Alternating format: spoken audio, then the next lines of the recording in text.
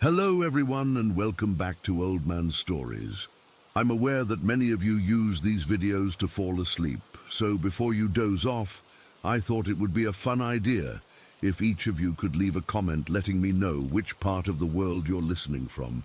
Also, give a like and subscribe to the channel if you're enjoying the episodes, okay? Let's get comfortable, relax, and begin. I've never really told this story to anyone before, but it's been weighing on me for years. Maybe writing it out will help me process what happened. We just moved to Vail, Oregon when I was about 10 years old. My family got this small white house right behind the Dairy Queen, which as a kid seemed pretty cool. The smell of ice cream would waft over on warm days, and I remember thinking it was going to be a good place to live. Before that, we'd lived in this old converted greenhouse that gave me nightmares. I don't want to get too deep into it, but that place was definitely haunted. I'd see things moving in the corners of my eyes, hear footsteps when nobody was there, and sometimes even feel someone sitting on my bed at night. My parents always said I had an overactive imagination, but I knew what I was experiencing was real. So this new place in Vail felt like a fresh start. No basement. Basements always freaked me out. Just a simple one-story house with a decent yard. For the first few weeks I slept better than I had in years. No shadows in the corners, no whispers in the night. I started to think maybe I'd outgrown whatever sensitivity I had to that stuff. It was early June. School had just let out for summer break. My little brother Danny and my sister Lisa were playing tag in the backyard. I remember it was really hot that day, probably around 90 degrees. And the cicadas were making that endless buzzing sound. Mom had made us lemonade, and we had the sprinkler going on the lawn. I was chasing Danny around a tree, when I heard someone talking. It was a man's voice, deep and unfamiliar. At first I thought maybe it was a customer at the Dairy Queen, but it sounded closer than that. I stopped running and looked toward our property line, where it backed up against some undeveloped land with sagebrush and a few juniper trees. That's when I saw them, a group of men standing there just watching us. The weird thing was, I could see right through them, like literally see the trees behind them. Some were dressed in what looked like buckskins and had long dark hair, Native Americans, I realized. Others wore clothes like from old Western movies, long coats, wide-brimmed hats. They were just standing there, having some kind of discussion. I froze. Danny ran into me from behind and complained, "Charlotte, you're supposed to chase me." But I couldn't move. One of the men, an older Native American with gray braids, turned his head and looked right at me. Our eyes met, and I knew instantly that he knew I could see him. He nudged the man next to him, a tall, really skinny guy in settler clothes with a patchy beard. This guy turned and stared at me, and his face, it just changed. He went from looking confused to absolutely furious in seconds. "She can see us!" he screamed, pointing at me. His voice sounded weird, like it was coming through water or something. "The child can see us!"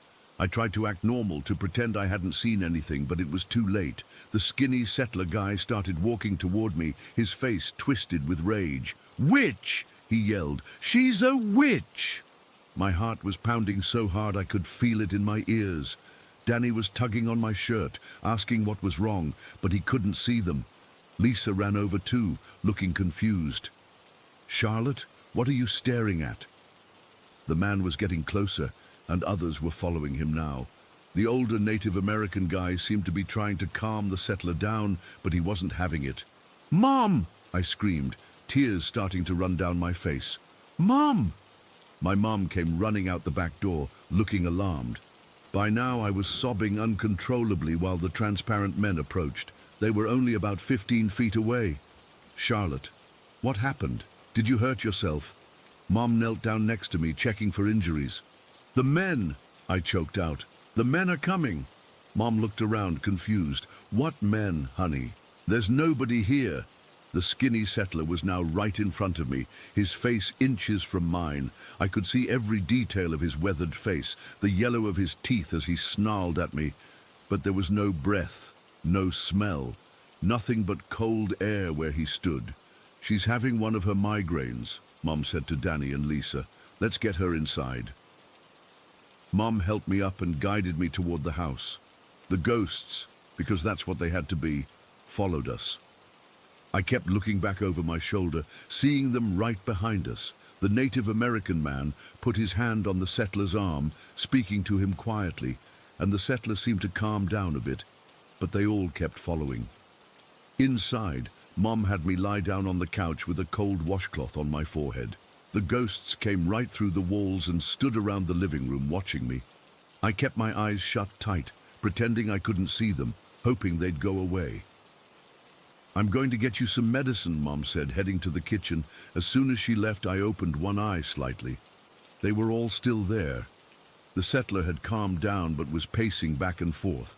She can see us, he kept muttering. How can she see us? No one has seen us in decades. The older Native American man nodded. Some still have the gift. It is rare now. I quickly shut my eye when Mom came back with children's Tylenol and water. I took the medicine even though I knew it wouldn't help. This wasn't a migraine. For the rest of the day, I pretended to sleep on the couch. The ghosts eventually seemed to lose interest and wandered out of the house, but I could still sense them nearby. It was like a cold spot in my mind, letting me know they weren't gone for good. That night, I was terrified to go to my bedroom. What if they were waiting for me? But Mom insisted I needed proper rest. As she tucked me in, I wanted so badly to tell her what had really happened, but I knew she wouldn't believe me. Nobody ever believed me about the greenhouse either. Try to sleep, honey, she said, kissing my forehead. You'll feel better in the morning. But I didn't feel better in the morning, because they came back. For the next several days, the ghosts would appear randomly. Sometimes just one or two, sometimes the whole group.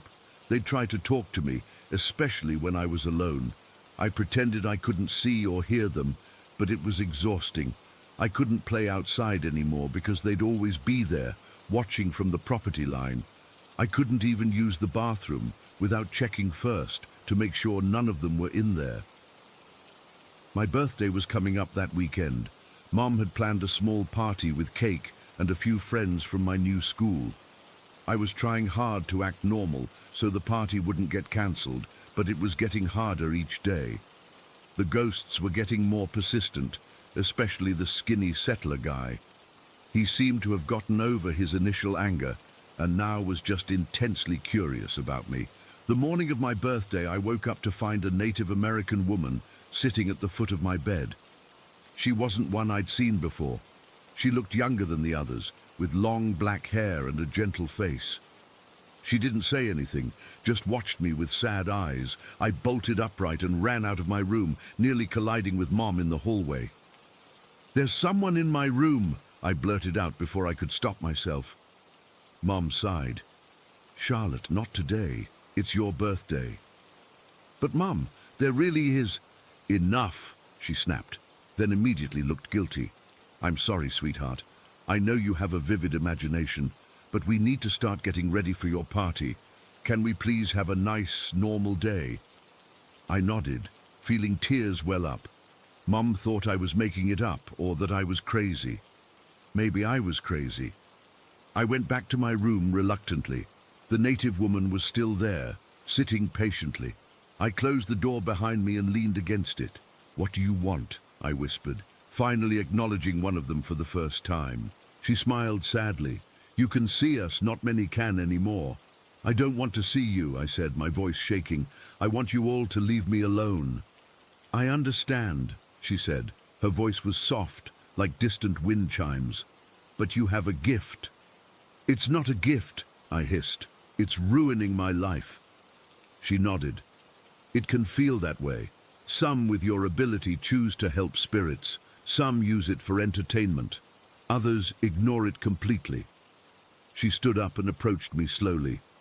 "The choice is yours, but you cannot change what you are." I slid down to the floor, hugging my knees.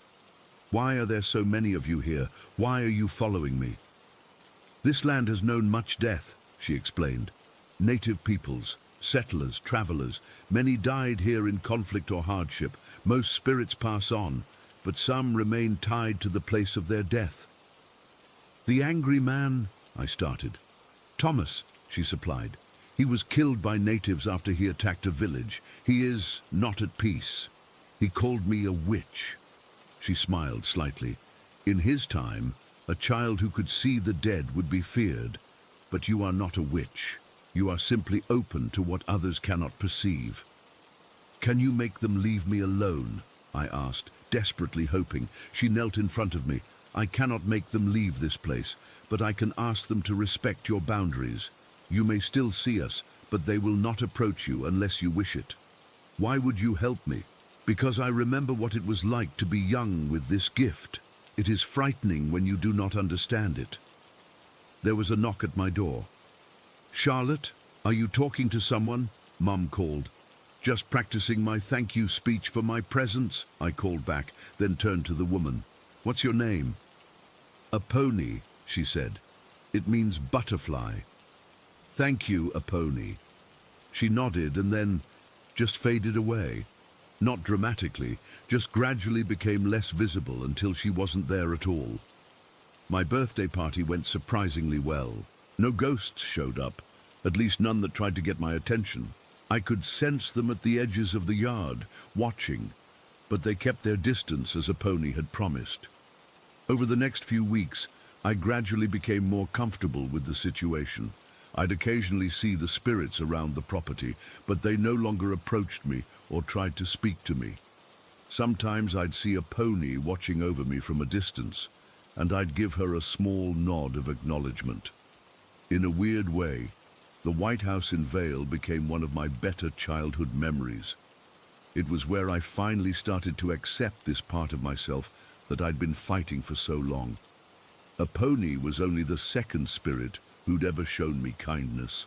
The first was a protective entity named Wyatt from the greenhouse, but that's another story. I still have this ability today. I've learned to live with it, even if I don't fully understand it. Sometimes I wonder if others out there are like me, seeing things they can't explain and afraid to tell anyone for fear of being called crazy. If you're one of those people, you're not alone, and you're not crazy. Some of us just see more of the world than others do. Story 2. I'm still trying to make sense of what happened last night. I've been going back and forth between telling myself it was just a weird dream and wondering if something genuinely unexplainable happened to me. Either way, I haven't been able to shake this feeling of unease that's been following me around all day.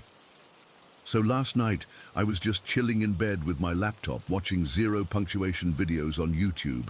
If you don't know what that is, it's this video game review series where the guy talks super fast and is hilariously brutal about games. I've been binge watching them lately when I can't sleep. My girlfriend was out of town visiting her parents, so I figured I'd just watch videos until I got tired enough to pass out. I started watching around 10, just clicking through different reviews of games I'd played. After watching a few individual videos, I clicked on one of those compilation videos that has like 5 or 6 reviews back to back. I was getting pretty comfortable, all wrapped up in my blankets with my laptop balanced on my stomach. The room was completely dark, except for the screen light, and I remember thinking I should probably turn it off soon, since it was getting late. I must have been watching for about an hour when I started feeling really drowsy. You know that feeling when you're fighting to keep your eyes open, but they keep getting heavier and heavier? That's where I was at. I remember thinking I should close the laptop, but I was too lazy to even do that, so I just let the videos keep playing while I was drifting off. The next thing I know, I'm suddenly jolted awake by this horrible sound. It was like, I don't even know how to describe it properly, like a high-pitched ringing that kept cutting in and out of what sounded like old TV static. It wasn't constant. It would come in these waves, getting louder and then fading, but never completely going away. I opened my eyes, and what I saw on my screen made my blood run cold. Instead of the familiar yellow background of zero punctuation, there was this video playing. The background was stark white, painfully bright in my dark bedroom, Against this white background were these black figures, not like human silhouettes, but distorted, almost like ink blots that were moving around. They didn't move naturally. It was jerky, like stop-motion animation, but wrong somehow. The worst part was this face that kept appearing. It wasn't a normal human face. It was stretched and distorted, with features that kept shifting positions. The eyes were too big, then too small, then not there at all. And this face kept circling around what looked like a square box in the center of the screen. The whole video had this glitchy quality to it, like it was jumping frames or corrupted. Sometimes the image would freeze for a split second before jerking back into motion. And the sound, God, the sound was awful. Besides that ringing and static, there was this scratching noise that reminded me of when you drag a needle across a vinyl record. It wasn't rhythmic or musical. It was just harsh and random, making me flinch every time it spiked. I was completely paralyzed for what felt like forever, but was probably only a few seconds. My heart was beating so hard I could feel it in my throat. The room seemed to be closing in around me, with that bright white screen being the only thing I could focus on. I wasn't fully awake yet, and for a moment I thought I was still dreaming, but the sounds were too vivid, too physical. I could feel the scratching sounds, almost like they were scraping inside my ears. Finally, I snapped out of it and reacted on pure instinct. I slapped one hand over the screen to block out that horrible imagery while smashing random keys with my other hand, desperate to make it stop. As soon as my fingers hit the keyboard, the video instantly disappeared. Just like that, it was gone. A normal zero punctuation video started playing, with the reviewer talking about some game I hadn't been watching before. My heart was absolutely racing. I sat up in bed, pushing the laptop away from me like it was contaminated. I was drenched in sweat and shaking. I checked the time on my phone, 12:47 a.m. I must have been asleep for about an hour before whatever that was happened. I got up and stumbled to the bathroom, splashed some cold water on my face, and just stared at myself in the mirror for a minute. I looked pale, and my eyes were wide with that residual fear that takes a while to fade. I filled a glass with water and drank it all in one go, trying to calm myself down. My hands were still shaking so badly I nearly dropped the glass. I needed some air, so I went out onto my apartment balcony. It was a clear night, pretty cold for October, and the shock of the chilly air helped clear my head a bit. I stood out there for maybe 10 minutes, just breathing deeply and trying to make sense of what I'd seen. Part of me was terrified to go back inside and look at my laptop again, but I knew I couldn't just stand out in the cold all night. When I went back in, I left the lights on. No way was I sitting in the dark after that. I cautiously approached my laptop, which was still on my bed, with a perfectly normal YouTube video paused on the screen. I sat down and, after hesitating for a moment, started watching again. Everything seemed normal. I watched a couple more videos, partly to convince myself that everything was fine, and partly because I was now wide awake and knew I wouldn't be able to sleep right away. Eventually, around 2 a.m., I managed to fall asleep again, with the lights still on and my laptop closed, and moved to my desk, as far from my bed as possible in my small bedroom. This morning when I woke up, the first thing I did was check my browser history. This is where things get even weirder. According to my history, I watched a zero punctuation video that ended at 11:58 p.m. and then another one started at 11:59 p.m. There was absolutely nothing in between. No trace of whatever that disturbing video was. Nothing unusual at all. I've been racking my brain trying to come up with rational explanations. Maybe it was some kind of analog horror video that somehow got served up by the algorithm and then didn't record in my history. But why would YouTube's autoplay suddenly throw something like that at me when I'd just been watching game reviews? And wouldn't there at least be some gap in my history? I also considered that maybe it was just a weird ending to one of the videos I was watching, like maybe the creator had put some strange art piece at the end as a joke or something. But I went back and checked both videos that were in my history for that time period, watching them all the way to the end. Nothing strange. They both ended normally with the usual outro. The most logical explanation is that I was dreaming. I must have been in that weird state between being asleep and awake, and my brain conjured up this bizarre nightmare that felt real. That would explain why there's nothing in my history, because it never actually played. But here's the thing. I've never had sleep paralysis before. I've never had trouble distinguishing between dreams and reality, and this felt so viscerally real. The sounds especially, they weren't dreamlike at all. They were physical, like they were coming from outside my head, and the way it instantly stopped when I hit the keyboard, it responded exactly like a real video would. I've been obsessing over the timestamps in my browser history. The first video ended at 11:58, and the next one started at 11:59, but I distinctly remember waking up at 12:47. That's nearly an hour unaccounted for. When I look at the actual durations of the videos, though, the timing does roughly line up. The video that started at 11:59 was about 45 minutes long, which would put its end time close to when I remember waking up. Still, there's this minute or so between the videos that I can't account for. It's possible the browser just rounds the times, so what looks like a 1-minute gap could actually be just a few seconds. But what if something really did play in that gap? Something that didn't register in my history? I've spent most of today Googling to see if anyone else has experienced anything similar.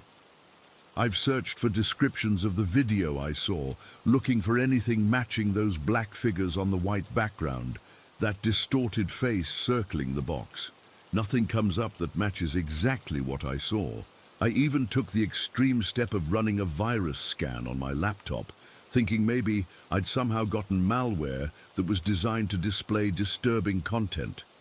The scan came back clean. What keeps bothering me is how instantaneous the transition was when I hit the keyboard. There was no buffering, no loading, just an immediate switch back to normal content. That's not how YouTube normally works. If you skip to a new video, there's always that brief loading moment, even if it's just for a split second. I've been on edge all day. I jumped when my phone rang earlier, and I've been avoiding using my laptop as much as possible. I'm writing this on my phone right now because I still don't feel comfortable opening that laptop again. I know it sounds ridiculous, but part of me is afraid that if I open YouTube, I'll see that thing again. Maybe I'll never know what really happened last night. Maybe it was just a vivid nightmare that seemed real, because I was in that half-awake state. Maybe there's a perfectly logical explanation that I'm missing. But I can't shake this feeling that I glimpsed something I wasn't supposed to see, something that wasn't meant for human eyes.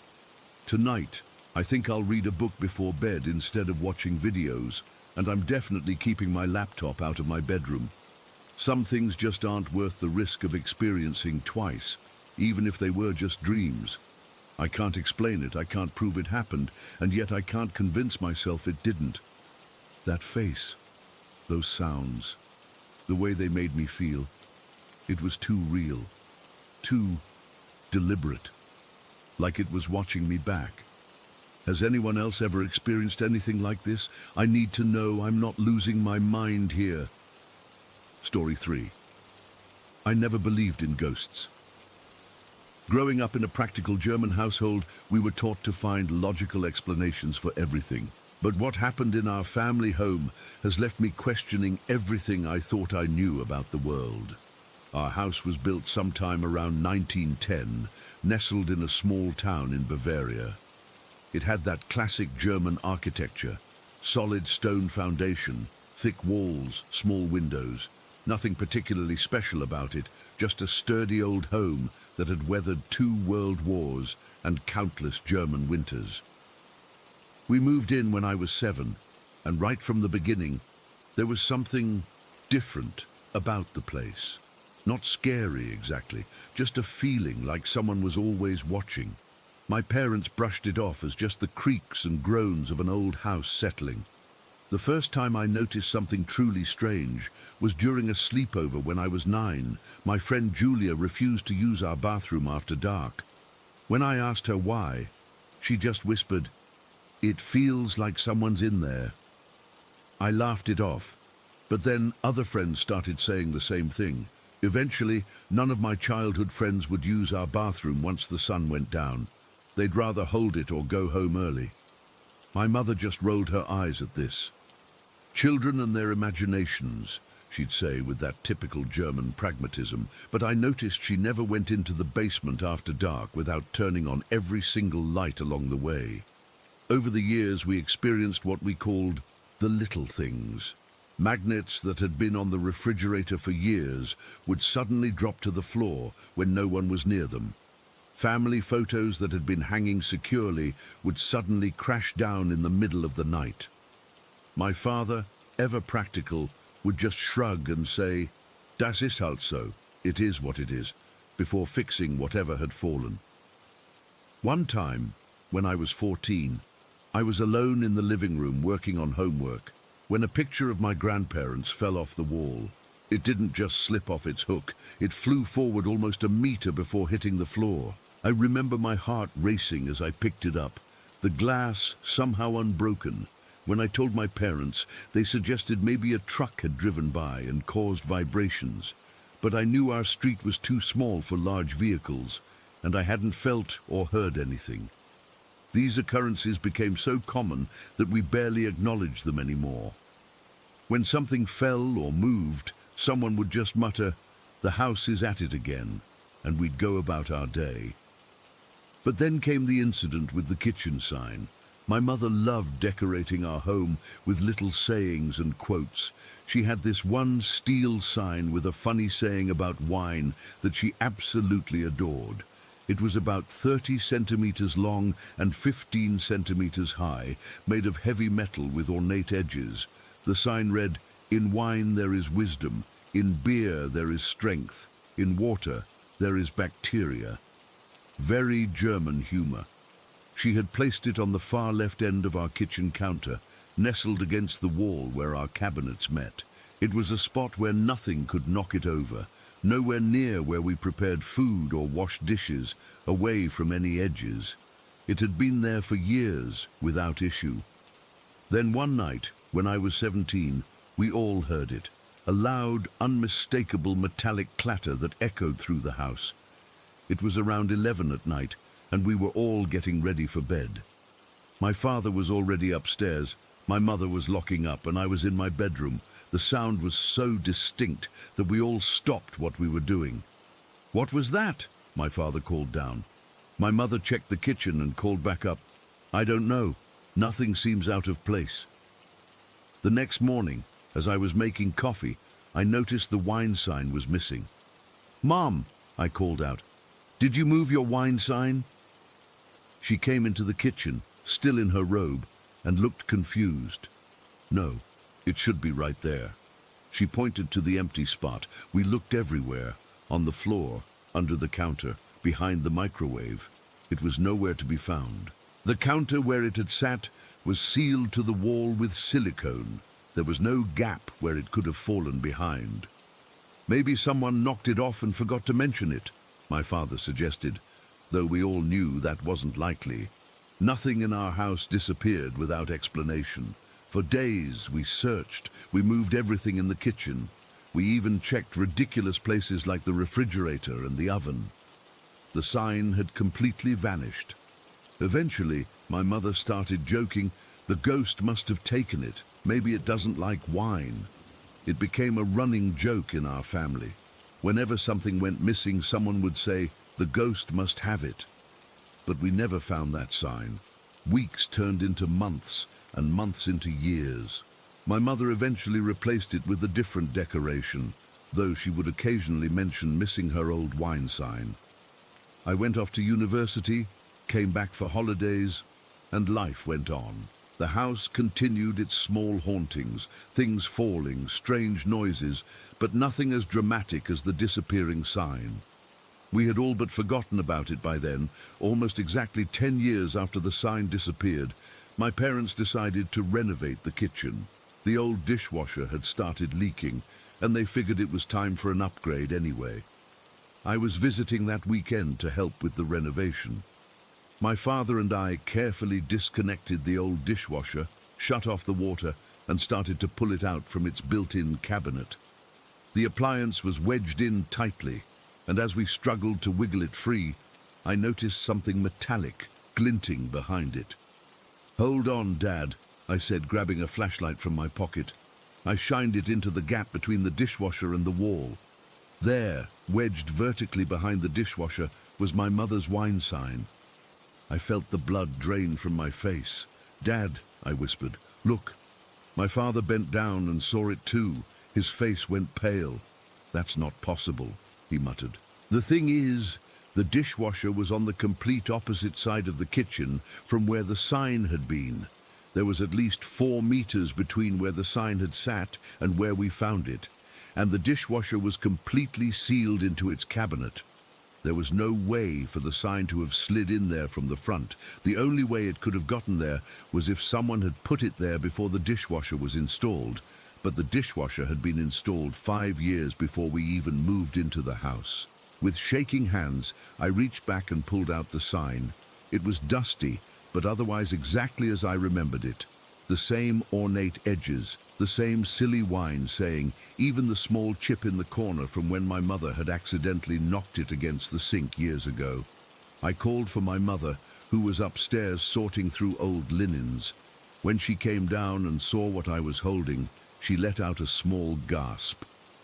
"Where did you find it?" she asked, taking the sign from my hands. "Behind the dishwasher," my father answered, his voice unusually quiet. The 3 of us stood there, staring at this impossible object. There was absolutely no logical explanation for how it got there. The sign had been on the left side of the kitchen. The dishwasher was on the right. The counter where the sign had sat was sealed to the wall, and even if somehow the sign had fallen and slid across the floor, someone would have noticed it, and how would it have gotten behind a tightly installed appliance? That night, after we'd installed the new dishwasher, we sat at the kitchen table trying to make sense of what had happened. My mother cleaned up the sign and placed it back in its original spot. "I guess the ghost changed its mind," she said, trying to lighten the mood. But there was tension in her voice that hadn't been there before. That night, I couldn't sleep. I kept thinking about all the little things that had happened over the years. The falling magnets, the crashing pictures, the friends too afraid to use our bathroom.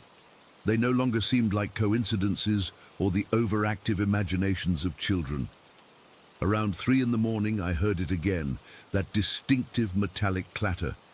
I shot up in bed, my heart pounding. Part of me wanted to stay under the covers, but curiosity got the better of me. I crept downstairs to the kitchen. The wine sign was on the floor, face down. I stood there in the dark kitchen, staring at it, when suddenly the temperature dropped. I'm not talking about a slight chill. It was as if someone had opened a freezer door right in front of me. My breath clouded in front of my face, and I felt goosebumps rise on my arms. Then, slowly, deliberately, the sign started to slide across the floor. Not like it was being pushed by air or vibrations. It moved as if someone was dragging it with their finger. It slid about 30 centimeters toward the dishwasher before stopping. I couldn't move, couldn't breathe, couldn't even think. I just stood there watching as the temperature slowly returned to normal and the sign remained motionless on the floor. After what felt like hours, I finally found the courage to pick up the sign. It was ice cold to the touch. Without thinking, I walked over to the trash can and dropped it in. Then I went back to bed and lay awake until dawn. The next morning, my mother noticed the sign was missing again. When I told her I'd thrown it away, she looked relieved. "Maybe it's for the best," she said. "I think our ghost has strong opinions about interior design." That was 5 years ago. We still live in the same house. Things still fall, pictures still crash to the floor, and friends still avoid our bathroom after dark. But nothing has ever disappeared like that sign did. It's as if by acknowledging what was happening, by finally admitting that there might be something supernatural in our home, we reached some kind of understanding with whatever or whoever shares our space. Sometimes, when I'm alone in the kitchen late at night, I'll say out loud, "Sorry about the decoration, we'll try to do better." And somehow, I think it listens, because the magnets stay on the refrigerator a little longer now. The pictures hang a little straighter, and occasionally when I come downstairs in the morning, the furniture has been ever so slightly rearranged. Nothing dramatic, just a chair pulled out a few centimeters or a vase moved to the center of the table. I've learned to live with our particular ghost. I've even developed a strange fondness for it. After all, it's been a part of my life for as long as I can remember. But to this day, I will never, ever put up another decorative sign in that kitchen. Some preferences, it seems, transcend even death. Story 4. I still haven't been able to shake what happened last summer at Maple Creek Canyon. I've spent months trying to rationalize it, but I can't. Writing this down is my last attempt to make sense of it all. I've always been fascinated by the paranormal, but more as a skeptic than a believer. My friends call me the debunker because I usually find logical explanations for supposedly supernatural events. But what happened in that canyon? I just can't explain it.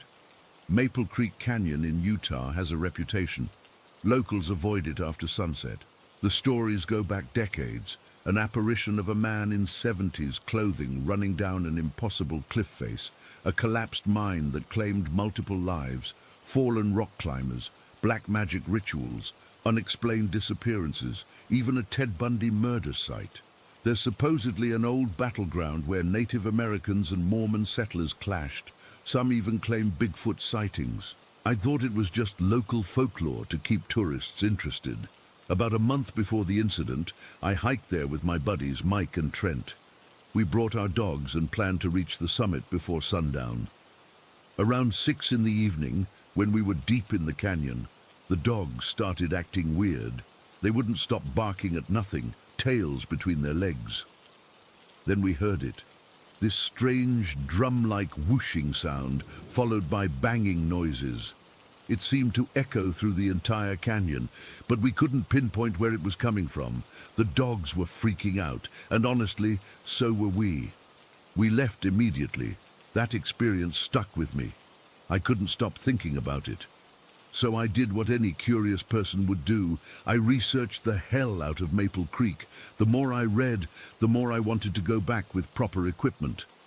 I assembled a team, myself, Jason, Brian, my childhood friend who works in audio engineering, Kayla, a geology student, and Jenny, who claims to be sensitive to spiritual energy. We weren't professional ghost hunters by any means, but we were determined to document whatever was happening there. We bought an EMF detector, a thermal camera, audio recorders, and this new ghost detection app that supposedly analyzes energy patterns.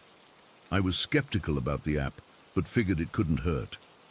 We arrived at the canyon trailhead around 7 in the evening last July. The sun was starting to lower, painting the canyon walls with this eerie orange glow. The temperature was still in the 80s, typical Utah summer heat. The plan was simple: hike about 2 miles in, set up our equipment in different locations known for activity, and see what we could capture. As soon as we stepped onto the trail, the ghost detection app started going crazy. It kept displaying the word 3 over and over. The radar function showed 3 distinct energy points moving around us. I figured it was just picking up our own electromagnetic fields or something, but it was weird that it specifically showed 3 points when there were 4 of us. About half a mile in, we all heard it. Chains rattling, followed by humming and whistling. It wasn't subtle. It sounded like someone dragging heavy chains through the underbrush. The strange thing was that it seemed to follow us, always coming from the left side of the canyon wall. I tried to record it, but when I played back the audio, there was nothing but our own breathing and footsteps. We reached the old mining cave around 8. Local legend says several miners died when it collapsed in the 1920s. The EMF readings spiked near the entrance. Brian, always the brave one, decided to step inside with the thermal camera. The ghost detection app suddenly flashed the word leg repeatedly. Brian felt a sharp pain in his calf and jumped back out. He pulled up his pant leg and there was a red mark like someone had grabbed him hard. That's when I started to get genuinely freaked out. We continued on the trail, conducting an EVP session at a small clearing. I felt something whisper directly behind my head. It wasn't a distant sound, it was right there, like lips against my ear. I spun around, but nothing was there. The thermal camera showed nothing, but the temperature around me dropped by about 5 degrees according to our readings. The weirdest thing happened when a group of college students passed us on the trail. All activity just stopped. The app went silent, no strange noises, nothing. We didn't tell them what we were doing, just nodded and said hi. As soon as they were out of sight, everything started up again. The app began displaying random words, and that chain-dragging sound returned. We crossed the 3rd bridge, heading deeper into the canyon. The temperature suddenly dropped from 85 to 75 degrees in the span of about 10 feet. There was no logical reason for it. No shade change, no wind, nothing. Then came the smell. God, that smell. Like something had died and been rotting for weeks. It was so strong I gagged. But just like the temperature drop, it was confined to a specific area. Walk 10 feet in any direction and it was gone. The trail narrowed as we entered a heavily forested section. The trees blocked what little sunlight was left. The app displayed 2 words, go and big. Brian's flashlight began flickering despite having fresh batteries. We all agreed to move faster through this section. I've never felt more watched in my life. It was like dozens of eyes were tracking our every move from the darkness between the trees. About 1.5 miles in, Kayla suddenly stopped walking. Her whole body went rigid, and she started making these horrible choking sounds. Her eyes rolled back, and she began convulsing.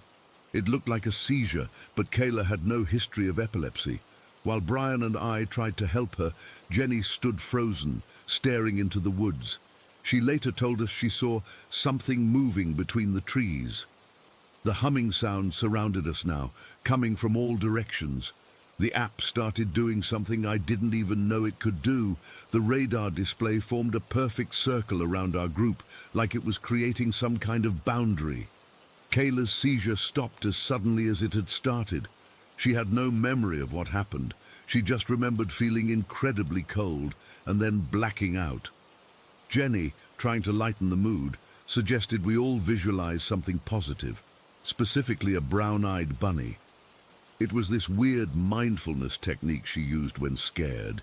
We humored her because, honestly, we needed something, anything to break the tension. Not even 5 minutes later, a rabbit appeared on the trail ahead of us. Not a wild jackrabbit you'd expect in Utah. A domesticated-looking rabbit with brown eyes. It just sat there staring at us. The app flashed one word, intruder. That was it for me. I don't care how unscientific or cowardly it sounds. We got the hell out of there. We practically ran back down the trail. The strange thing is, nothing followed us. All phenomena stopped the moment we turned around to leave. It was like whatever was there had made its point. When we got back to the parking lot, Jenny finally told us what she'd seen. While Kayla was seizing, Jenny said she saw 4 distinct spirits in the woods. 2 were benign, she claimed. Perhaps the lost hikers from local legends. 1 was evil, malevolent in a human way, were her exact words. But the 4th one, she said it was unlike anything she'd ever encountered. Not human, not animal, just other. She believed that's what had attacked Kayla. I've spent months researching what might explain our experience. The most disturbing theory I've found relates to an ancient entity in Native American lore called the puka, a shapeshifter. that can take many forms, including a rabbit. The appearance of that rabbit after Jenny specifically mentioned it. It's like it was listening to us, mocking us. The EMF detector and thermal camera footage showed some anomalies, but nothing conclusive. The audio recordings picked up some of the noises, but they're distorted. The ghost detection app data was corrupted when I tried to download it. Convenient, right? I don't know what happened in Maple Creek Canyon that night. I don't know if it was mass hysteria, some kind of natural phenomenon, or something truly supernatural. What I do know is that none of us have been back, and none of us plan to. Kayla had 2 more seizures in the weeks following our visit, despite never having any history of them before. Doctors found nothing wrong with her. Sometimes I still wake up hearing that humming sound, feeling that whisper against my ear. Whatever's in that canyon, it wanted us to know it was there, and I think it's still watching. Story 5. I don't really talk about this much. Most people think I'm making it up, or that I was just a kid with an overactive imagination. But I know what I experienced in that house. We all did. I grew up in Millfield, Connecticut, in this old house that's been in my family since it was built in 1903. I'm 32 now, but even my earliest memories are filled with things I couldn't explain, things that would make most people pack up and leave. But for us, it was just home. I remember being maybe 4 or 5 years old, lying in bed and seeing these dark silhouettes standing in the corner of my room, just watching me. I wasn't even scared at first. That's how normal it felt. There was one figure I saw more than the others. He wore this distinctive wide-brimmed hat. Years later, I found an old family photo album with pictures of my great-great-grandfather wearing the exact same style of hat. That's when I realized who might have been watching me all those years. Last summer, I finally decided to dig into the house's history. Found out at least 3 people had died there in the early 1800s, before our house was even built. The property had a small cabin on it back then. Makes me wonder if they're the ones still hanging around. My brother Daniel had his own experiences too. He'd wake up feeling a woman's hand gently rubbing his back. Not in a creepy way. More like how a mother would comfort a child. Our mom worked night shifts at the hospital when we were young, so at first I thought maybe he was just missing her. But it happened even when she was home, sleeping in her own room. My sisters Maria and Lucia would complain about being watched while they slept. "Someone's staring at me," Maria would say. We shared rooms as kids, and I'd tell her it was just me, but she'd point to the corner of the room where nobody was standing. "No, from over there." One night that still gives me chills happened when I was about 12. My stepsister Anna was staying over, and she and Maria both came running into my room at 3 in the morning, white as sheets. They'd both seen a man standing at the top of the stairs, just staring down at the first floor. When they called out thinking it was Dad, the figure didn't respond, just slowly turned his head toward them and then faded into nothing. Daniel and I used to make faces in this big mirror at the bottom of our staircase. One afternoon when I was about 10, we were goofing around, and suddenly a single boot appeared on the 3rd step, like materialized out of nowhere. It was an old-fashioned leather work boot, looked really worn. We both saw it. I remember Daniel grabbing my arm so hard it left marks. We ran to get our dad, but when we came back it was gone. The house was always full of sounds. I'd hear conversations coming from empty rooms, not clear words, more like the mumble of people talking in another room, but when I'd check, nobody was there. My mom would ask me to stop running up and down the hallway at night, but I'd be lying in bed the whole time. This one thing happened just last year that I still can't explain. I was visiting my parents for the weekend.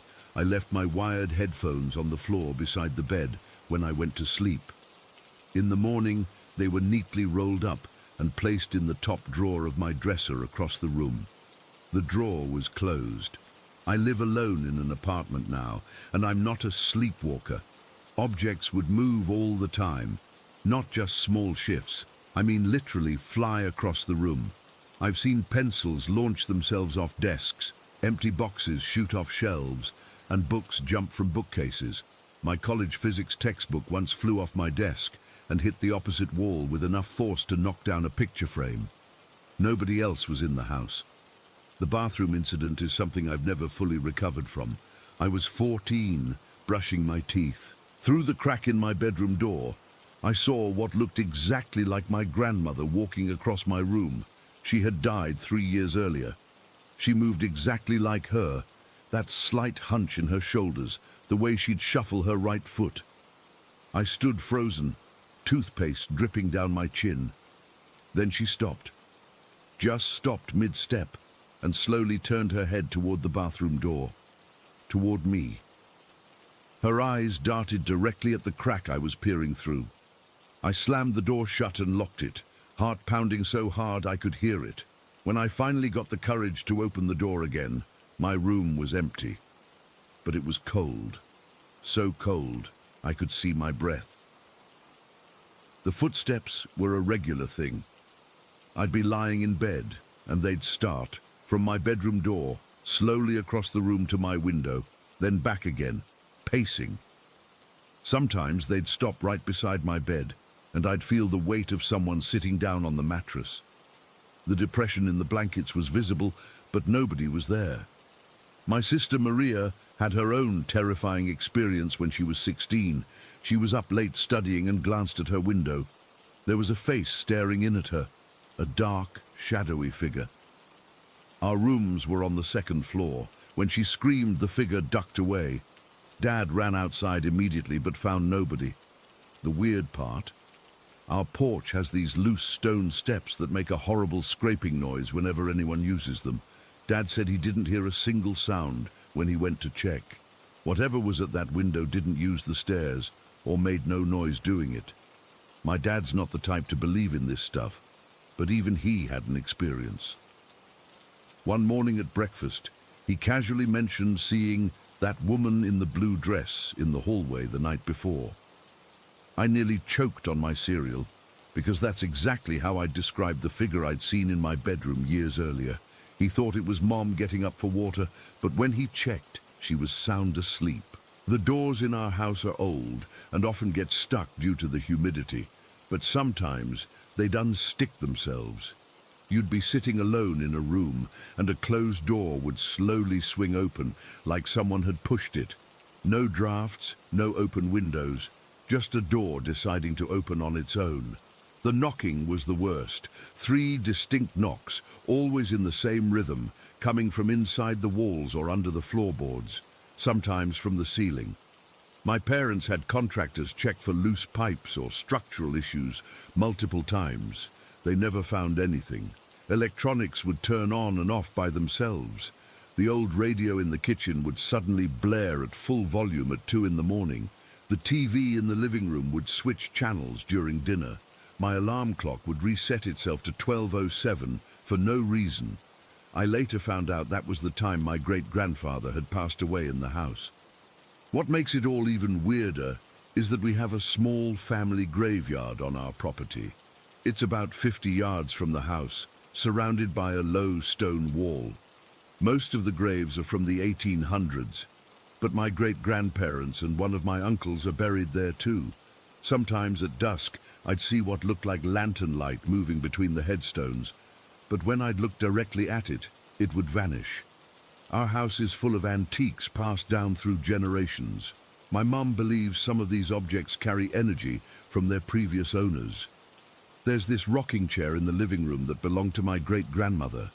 It rocks by itself sometimes, gentle movements like someone sitting there. We've filmed it on our phones. No strings, no drafts, no explanation. The strangest part of all this is that despite everything, I never felt truly terrified in that house. Startled, yes. Confused, absolutely. But not the bone-deep fear you'd expect from living in a haunted house. It always felt like curiosity. Like these spirits or whatever they were just wanted to be acknowledged, to be remembered. I've brought friends home who've refused to stay the night after experiencing something. One college buddy saw the hat-wearing figure standing at the foot of the guest bed and drove home at 3 in the morning rather than stay. But for us, it's just part of our home. Last Christmas, I was helping Mom in the kitchen when we both heard someone call my name from the dining room. We went to check, but nobody was there. As we turned to leave, all the cabinet doors in the kitchen opened at once, then gently closed again. Mom just sighed and said, "They're feeling playful today." I think that's what makes our situation different from the horror stories you hear. These presences, ghosts, spirits, whatever you want to call them, they're family, literally. I believe they're our ancestors, watching over us, sometimes messing with us, but never meaning harm. The house will pass to me someday. People ask if I'm afraid to live there. I'm not. In a weird way, I'm looking forward to it. To being surrounded by generations of my family, both living and whatever comes after. Sometimes I wonder if I'll join them someday, if decades from now, some future Martinez kid will see my silhouette in the corner of their room, watching over them while they sleep. Story 6. I never thought I'd be the type of person to share something like this online, but I need to tell someone who might understand. 5 years ago, I moved into this old farmhouse in Montfort, just outside of Paris. At 39, I was looking for somewhere peaceful after my divorce, somewhere with character where my 2 boys could visit on weekends. This place was perfect, built around 1820, stone walls nearly a meter thick, those wooden beams that have darkened with age, and an honest-to-God bread oven built into the kitchen wall. When the real estate agent showed me around, she kept going on about how they'd modernized the exterior with new windows and roof tiles. But honestly, what I fell in love with was how much of the old soul of the place remained intact. The uneven stone floors, the way the staircase creaked in exactly the same spots, the little nooks and alcoves that made no sense in modern architecture but told stories about how people used to live. What the agent didn't mention, what they never mention, was that I wouldn't be living here alone. I first noticed something unusual about 3 weeks after moving in. I was unpacking boxes in the living room, the one with the massive fireplace, when I caught a flash of light in my peripheral vision, not like sunlight reflecting off something, but more like, I don't know how to describe it exactly, like someone had quickly moved through a shaft of light. I turned, of course, but nothing was there. I brushed it off. New house, unfamiliar shadows, my mind playing tricks. That happens to everyone, right? But then came the mirrors. I'd be brushing my teeth, leaning over the bathroom sink, and in the reflection, I'd see movement behind me, not clear enough to make out a shape, just enough to make me turn around, and nothing would be there. No curtains moving, no door slightly ajar, nothing. What really convinced me something was happening was when objects started to move, not dramatically flying across rooms like in horror movies, nothing like that. Just small, subtle shifts. I'd leave my reading glasses on the coffee table before going to bed, and in the morning they'd be neatly placed beside my book on the side table.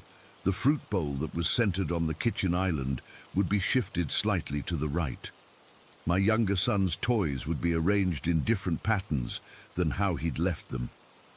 I started to question myself. Was I forgetting where I put things? Was I sleepwalking?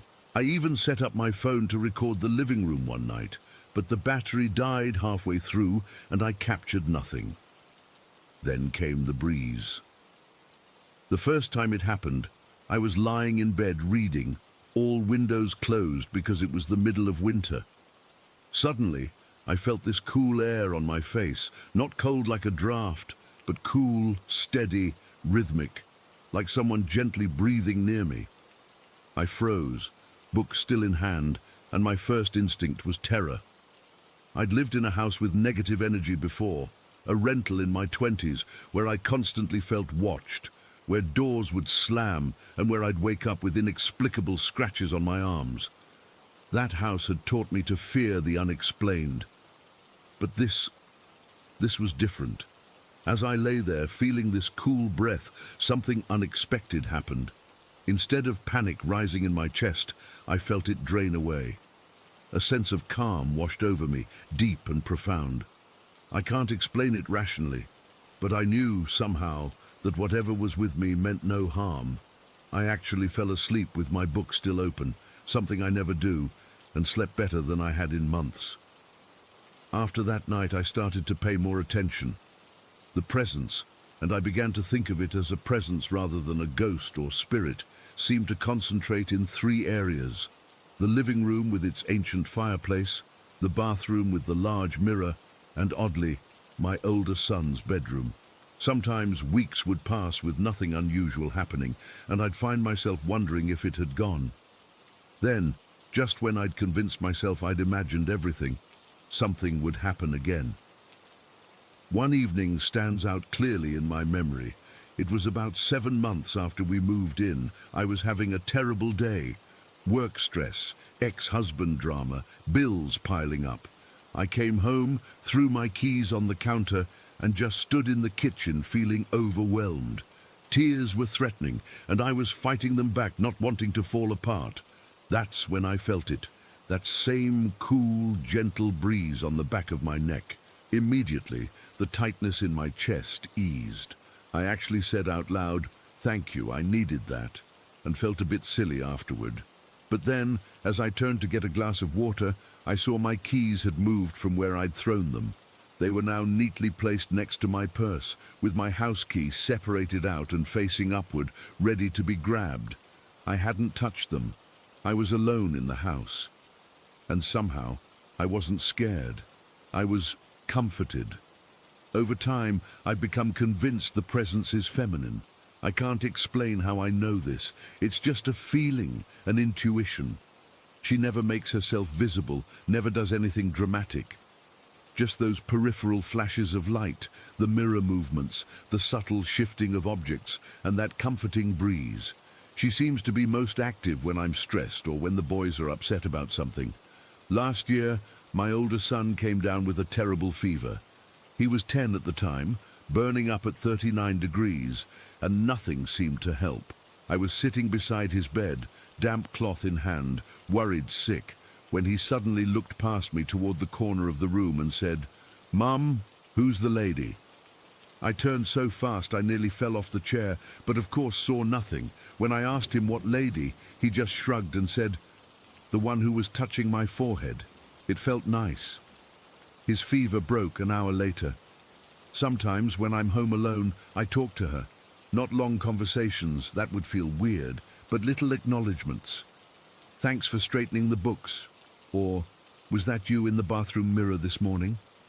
I never get a verbal response, but occasionally, after I speak, I'll feel that familiar cool breeze across my face or notice a subtle shift in the light of the room. I've done some research on the history of the house. It was indeed a working farm until after World War II, owned by the same family for generations.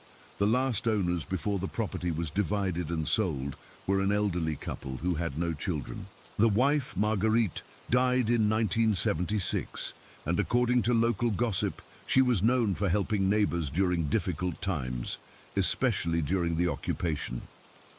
I've wondered if it might be her, still caring for the occupants of her beloved home. What's strangest about all this is how normal it's become. I used to be terrified of anything supernatural. That rental in my 20s left me sleeping with the lights on for months after I moved out. But this presence, she feels like a roommate, a benevolent guardian. There are days when I don't sense her at all, and I actually find myself worried, thinking, where did she go? Is she okay? There was one incident, though, that went beyond the usual subtle manifestations. It happened about 2 years ago. I was home alone. The boys were with their father for the weekend, and I'd fallen asleep on the couch watching a movie. I woke up suddenly around 2 in the morning to the sound of someone pounding on my front door. Living in a small town, this was unusual and frightening. I froze, unsure what to do. The pounding came again, more insistent this time, and I heard a man's voice slurring words I couldn't make out. My heart was racing, my phone was in the kitchen, and I'd have to pass by windows to get to it. That's when the lights in the living room began to flicker, not like an electrical problem, but in a deliberate pattern. On, off, on, off. The temperature in the room dropped noticeably, and that familiar cool breeze became stronger, pushing against my back, urging me toward the hallway that led away from the front door. I followed this invisible guidance to the kitchen, where I found my phone and called the local police. While I waited, the presence seemed to fill the entire house, lights flickering, cool air swirling around me, a sensation of pressure against the front door, as if something was bracing against it. When the police arrived 10 minutes later, they found a heavily intoxicated man on my porch. He had the wrong house. He was looking for his ex-girlfriend who lived 3 streets over, but the officer told me the man had become aggressive when they approached, and they'd had to restrain him. That night, after the police left, I sat in the kitchen with a cup of tea, shaking from the adrenaline. "Thank you," I said out loud. "You protected me." The lights flickered once, gently, and I felt that cool breath against my cheek, like a reassurance. I've never told my ex-husband about any of this. He's practical, skeptical, would probably suggest I see someone about hallucinations or carbon monoxide poisoning. I did check for carbon monoxide, by the way. Had detectors installed in every room, all clear, and I've had my vision checked too. No issues there. The only person I've confided in was my sister, who visited for a week last summer. She's always been more open to these things than I am. On her 3rd night here, she came down to breakfast looking thoughtful. Without prompting, she said, "Your house has someone watching over it, you know." When I asked what she meant, she described feeling someone sit on the edge of her bed in the middle of the night, the mattress dipping slightly, and then a cool hand smoothing her hair. She wasn't frightened either. "It felt like when Mom used to check on us as kids," she said. "Protective, loving." So that's my story. 5 years living with a presence that defies everything I thought I knew about hauntings. No scary faces in the mirror, no objects hurled across rooms, no threatening messages, just small signs that I'm not alone, that someone or something is looking out for me and my boys. I've come to find it comforting rather than frightening. Last week, I was bringing in groceries during a rainstorm, struggling with too many bags, when I slipped on the wet steps. I braced for the fall, for broken eggs and bruises, but instead felt what seemed like hands steadying me from behind. I didn't fall. When I turned, no one was there, just rain falling on empty steps. I stood there, grocery bags cutting into my fingers, rain soaking my hair, and felt tears mixing with the raindrops on my face. Not tears of fear, but gratitude. "Thank you," I whispered. "Thank you for still being here." The cool breeze touched my wet cheeks, and I swear it felt like fingers gently wiping away tears. Story 7. I've debated for months whether to share this. My wife thinks I shouldn't, but I need to tell someone who might understand. I've always considered myself rational. I work in IT, I troubleshoot problems for a living, and I need evidence before believing anything. But what's been happening in our house has pushed me beyond what I can explain, and it's getting worse. We live in my wife's family home, a raised ranch built in the 60s, in what used to be a new development outside Boston. Nothing special about it. 3 bedrooms, 2 bathrooms, the kind of suburban box you'd drive past without noticing.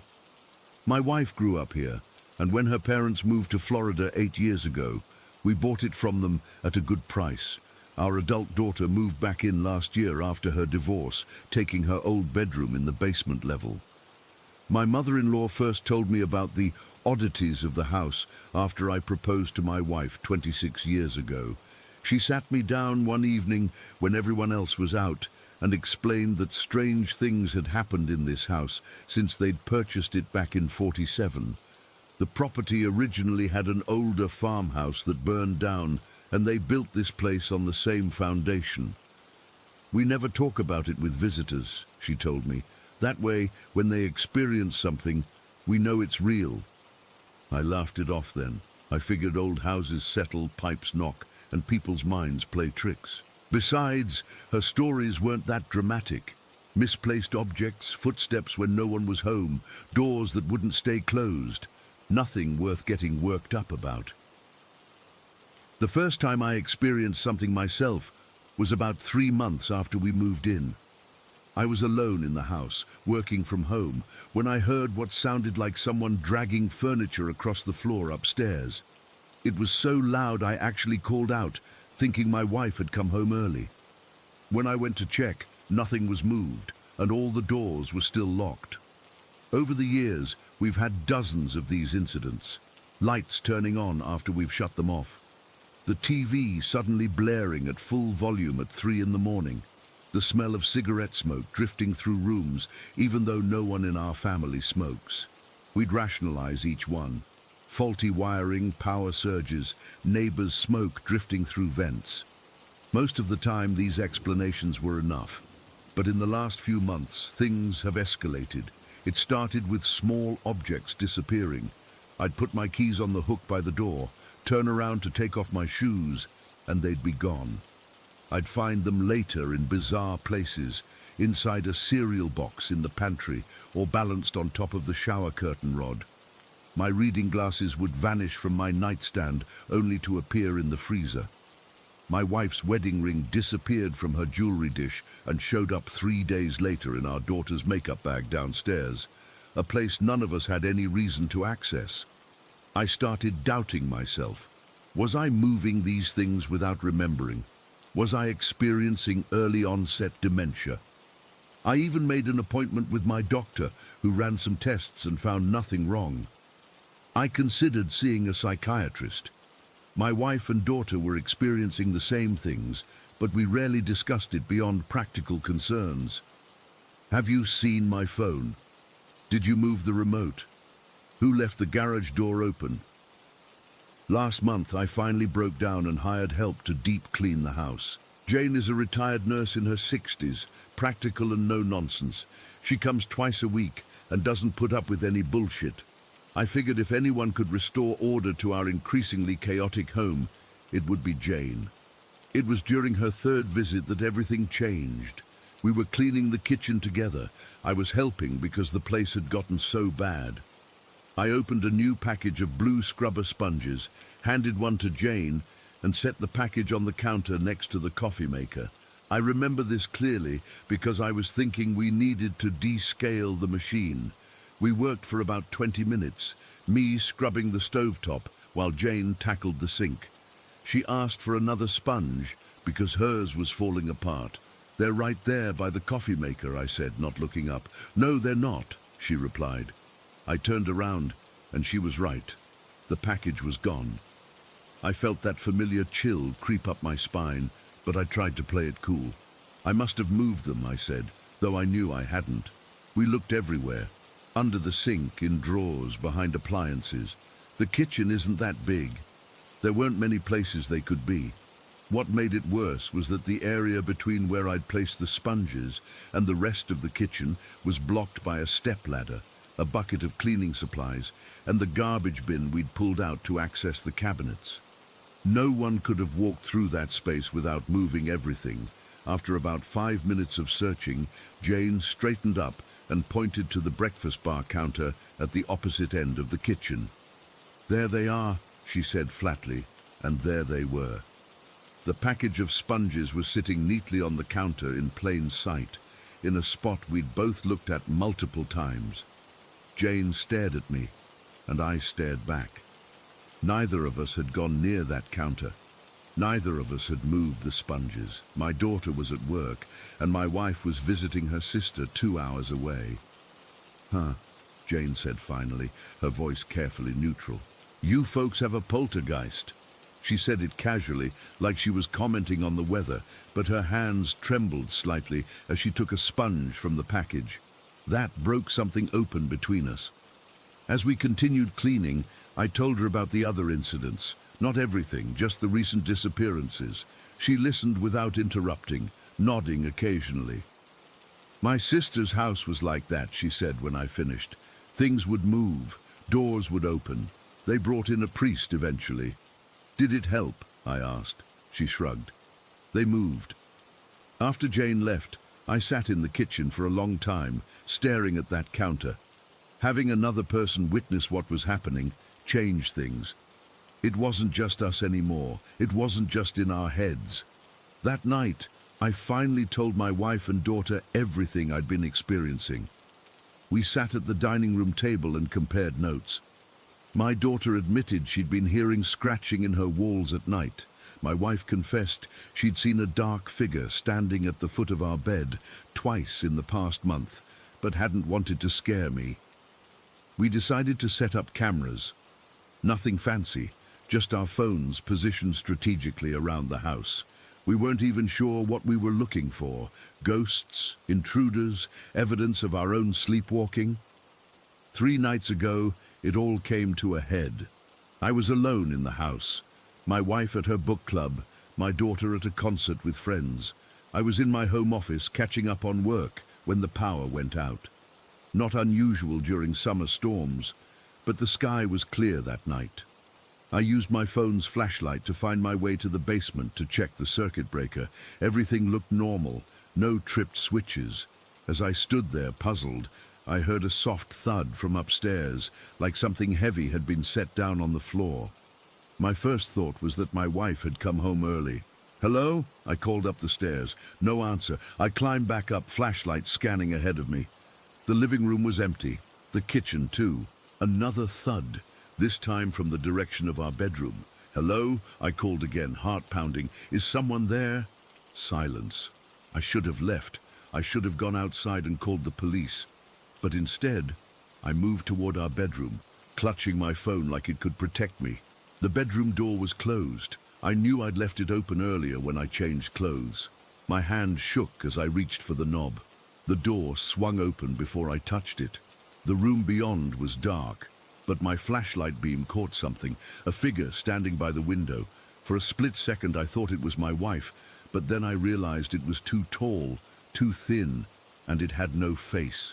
Where features should have been was just smooth, pale skin. No eyes, no mouth, no nose, just a blank oval. I couldn't move, couldn't breathe. The figure tilted what should have been its head, like it was studying me. Then it raised one long, thin arm and pointed at me. The lights came back on.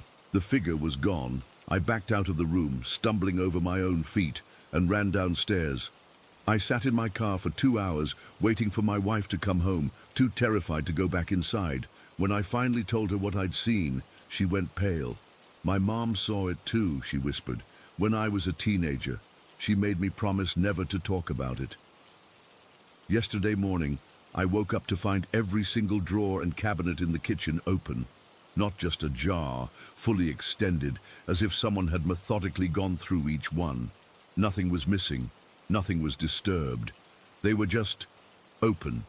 And on the kitchen table was a blue scrubber sponge, brand new, though the package was still sealed in the cabinet under the sink. Last night, we all slept in the living room with the lights on. No one wanted to be alone. Around 2 in the morning, we woke to the sound of scratching. Not from the walls this time, but from the ceiling directly above us. It moved in circles, round and round, for nearly 10 minutes. Then it stopped. My daughter whispered, "It knows we're listening." "I don't know what to do. We can't afford to move right now. My wife refuses to leave her family home. My daughter says she doesn't feel threatened, just watched." But last night, as I finally drifted off to sleep on the couch, I heard a voice right next to my ear, so close I could feel the breath on my skin. "You're in our way," it whispered. I jolted awake, heart racing, but everyone else was asleep. The house was quiet. This morning I found my car keys in the toilet tank when I went to fix a running leak. My wife's medications had been arranged in a perfect circle on her nightstand, though she swears she left them in their pill organizer. And my daughter's bedroom door now has 3 deep scratches on the inside, like something was trying to get out, not in. I'm writing this from my office at work. I don't want to go home. I don't know if what's happening is supernatural or if there's some explanation I'm missing. All I know is that something is in our house, and it's getting bolder. And I can't shake the feeling that it's been there all along, watching us, waiting for us to notice. I just hope whatever it is, it's only interested in moving our things around, because I can't stop thinking about those words. You're in our way. In whose way? And what happens when they decide to stop playing games and remove the obstacles completely? Story 8. I don't even know where to begin with this. I've been hesitant to write it all down, but I haven't slept properly in weeks, and I'm starting to think I'm losing my mind. Maybe putting it into words will help somehow. It started about 3 weeks ago. I was cleaning out some old boxes in my closet, just normal spring cleaning stuff, when I found this photograph I don't remember taking or keeping. It was tucked between pages of an old astronomy textbook from my university days. The photo showed some kind of ice formation, beautiful but strange, with these crystalline structures that seemed to twist in impossible ways. The lighting in the photo gave everything this eerie blue glow. I couldn't place where or when I'd taken it. I've been on several research expeditions to cold regions throughout my career, Antarctica, Greenland, Alaska, but this formation didn't look like anything I'd ever seen on Earth. I figured maybe it was something a colleague had given me years ago that I'd forgotten about. That night was when the dreams started. The first time it happened, I thought it was just a weird, vivid dream brought on by seeing that photo. In the dream, I'm running. Always running. The ground beneath my feet is frozen solid, crunching with every step. The air burns my lungs when I breathe. It's so cold. There's someone with me, Henderson, and we're both racing across this barren, icy landscape as a strange sun is setting. The light is wrong somehow, too orange, too dim, and I know with that weird dream logic that once it sets completely, we're in serious trouble. Malcolm, we need to get to the cave before dark, Henderson keeps shouting. In the dream, I know exactly which cave he means, like I've been there before. We make it just as the last light disappears. The cave entrance is this narrow crack in a wall of blue-white ice, barely big enough to squeeze through. Inside, it opens up into a larger chamber. The ice walls glow with that same weird blue light from the photograph, and I realize the ice formations in the cave are identical to the ones in that picture I found. Henderson collapses against the wall, breathing hard. That was too close, he says. The temperature drops 200 degrees once the sun sets on Predagorian U. We'd have been flash frozen in seconds. In the dream, I know what Predagorian U is. It's a planet, an ice planet we were studying. I'm a scientist in the dream, just like I am in real life, but with a specialization in xenogeology instead of terrestrial geology. The knowledge is just there in my head, like I've lived a whole different life. We start talking about our supplies. They're running low. Our ship crashed 6 days ago, and we've been waiting for rescue. But Henderson says something that makes my blood run cold. No one's coming for us, Reed. You know that. The wind outside the cave howls like it's alive, screaming and clawing at the entrance. Henderson looks at me with this expression I can't describe. Not anger exactly, but something worse. Disappointment mixed with accusation. You were the pilot, he says. You were the one who crashed us. And suddenly in the dream, I remember, I was piloting the research vessel. I had been experiencing symptoms of cryo-sickness after we came out of stasis, but I didn't report it. Didn't want to delay the mission. My vision had been blurry, my hands shaking. I miscalculated our descent through Predagorian U's atmosphere. The ship broke apart. 35 people. 35 of my colleagues and friends dead because of me. The guilt in the dream is overwhelming, crushing me like a physical weight. I try to deny it, try to make excuses, but Henderson just stares at me. Why aren't we injured, Malcolm? He asks suddenly. The ship was torn to pieces. Everyone else died instantly, so why are we completely unharmed? No cuts, no bruises, not even a scratch.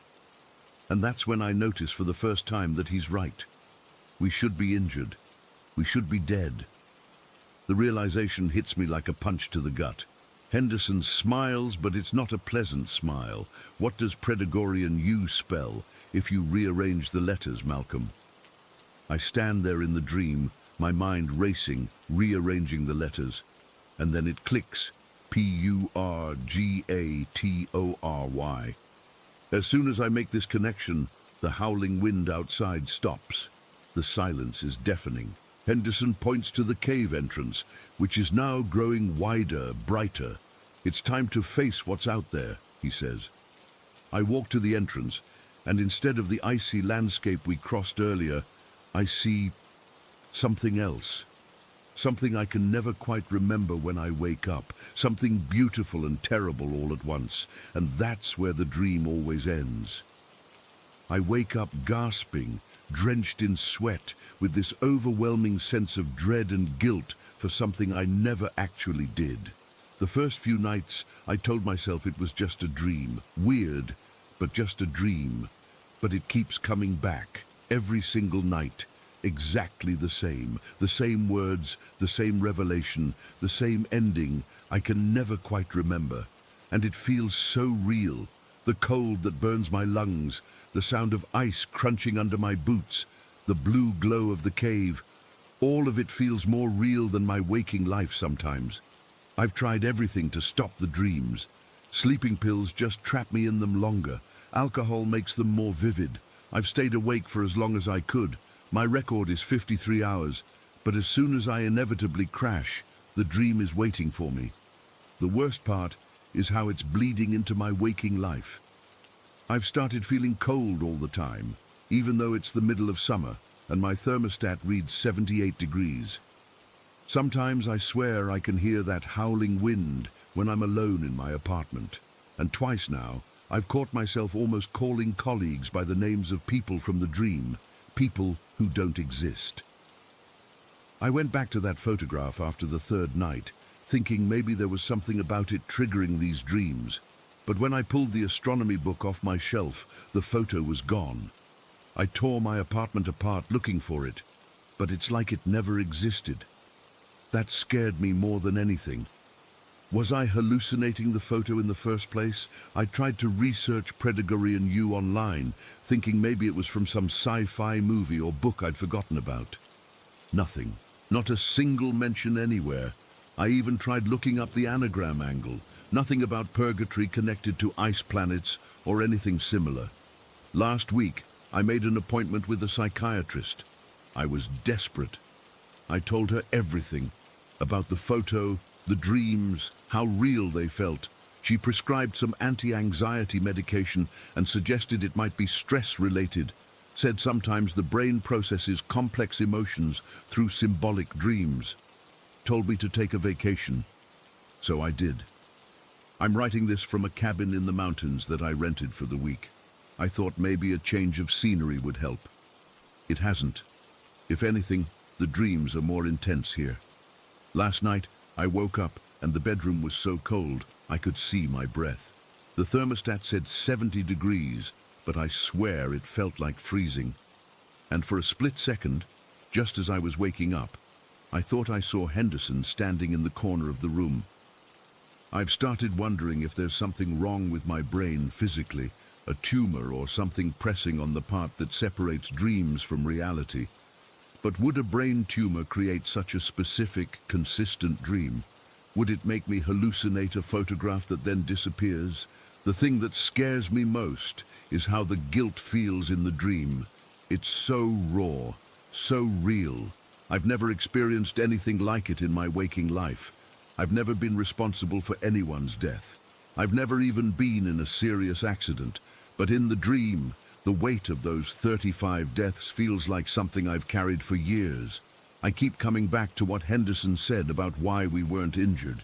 It's the kind of detail that makes me wonder if there's some truth to all this madness, if I'm not just dreaming but remembering, which is crazy. I know it's crazy. I've never been an astronaut or a pilot. I've never left Earth. I've never crashed a spaceship and killed 35 people. I'm Dr. Malcolm Reed, terrestrial geologist. I study rocks, not alien planets. But then why does the name Malcolm Reed sometimes feel like it belongs to someone else when I say it out loud? Why do I sometimes catch myself almost signing my emails as Dr. M. Henderson Reed? Today, I tried a different approach. Instead of fighting the dream, I decided to try to take control of it. I read about lucid dreaming techniques and spent the day preparing my mind, repeating to myself that when the dream came, I would recognize it and change it. It didn't work. The dream played out exactly as it always does. I couldn't change a single word or action. It was like watching a movie of myself rather than being myself. And when Henderson pointed to the cave entrance at the end, I tried desperately to turn away, to not look at whatever lies beyond. But my dream body moved on its own, walking inexorably toward that growing light. I'm exhausted. I'm scared. The cabin rental ends tomorrow, and I don't know if I should go back to the city or not.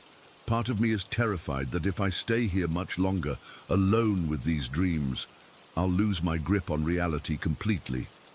But another part wonders if going back will change anything. The sun is setting now. Through the cabin window, I can see it sinking behind the mountains, turning the sky that same wrong orange color from my dream. The temperature has dropped suddenly, and that familiar chill is creeping into my bones. I don't want to sleep. I don't want to run across that ice again. I don't want to face what's in that cave or what's beyond it. But I'm so tired. My eyelids feel like they're weighted down. The wind is picking up outside, whistling through the trees in a way that sounds almost like words. I just took the last of my sleeping pills, not enough to be dangerous, just enough to knock me out.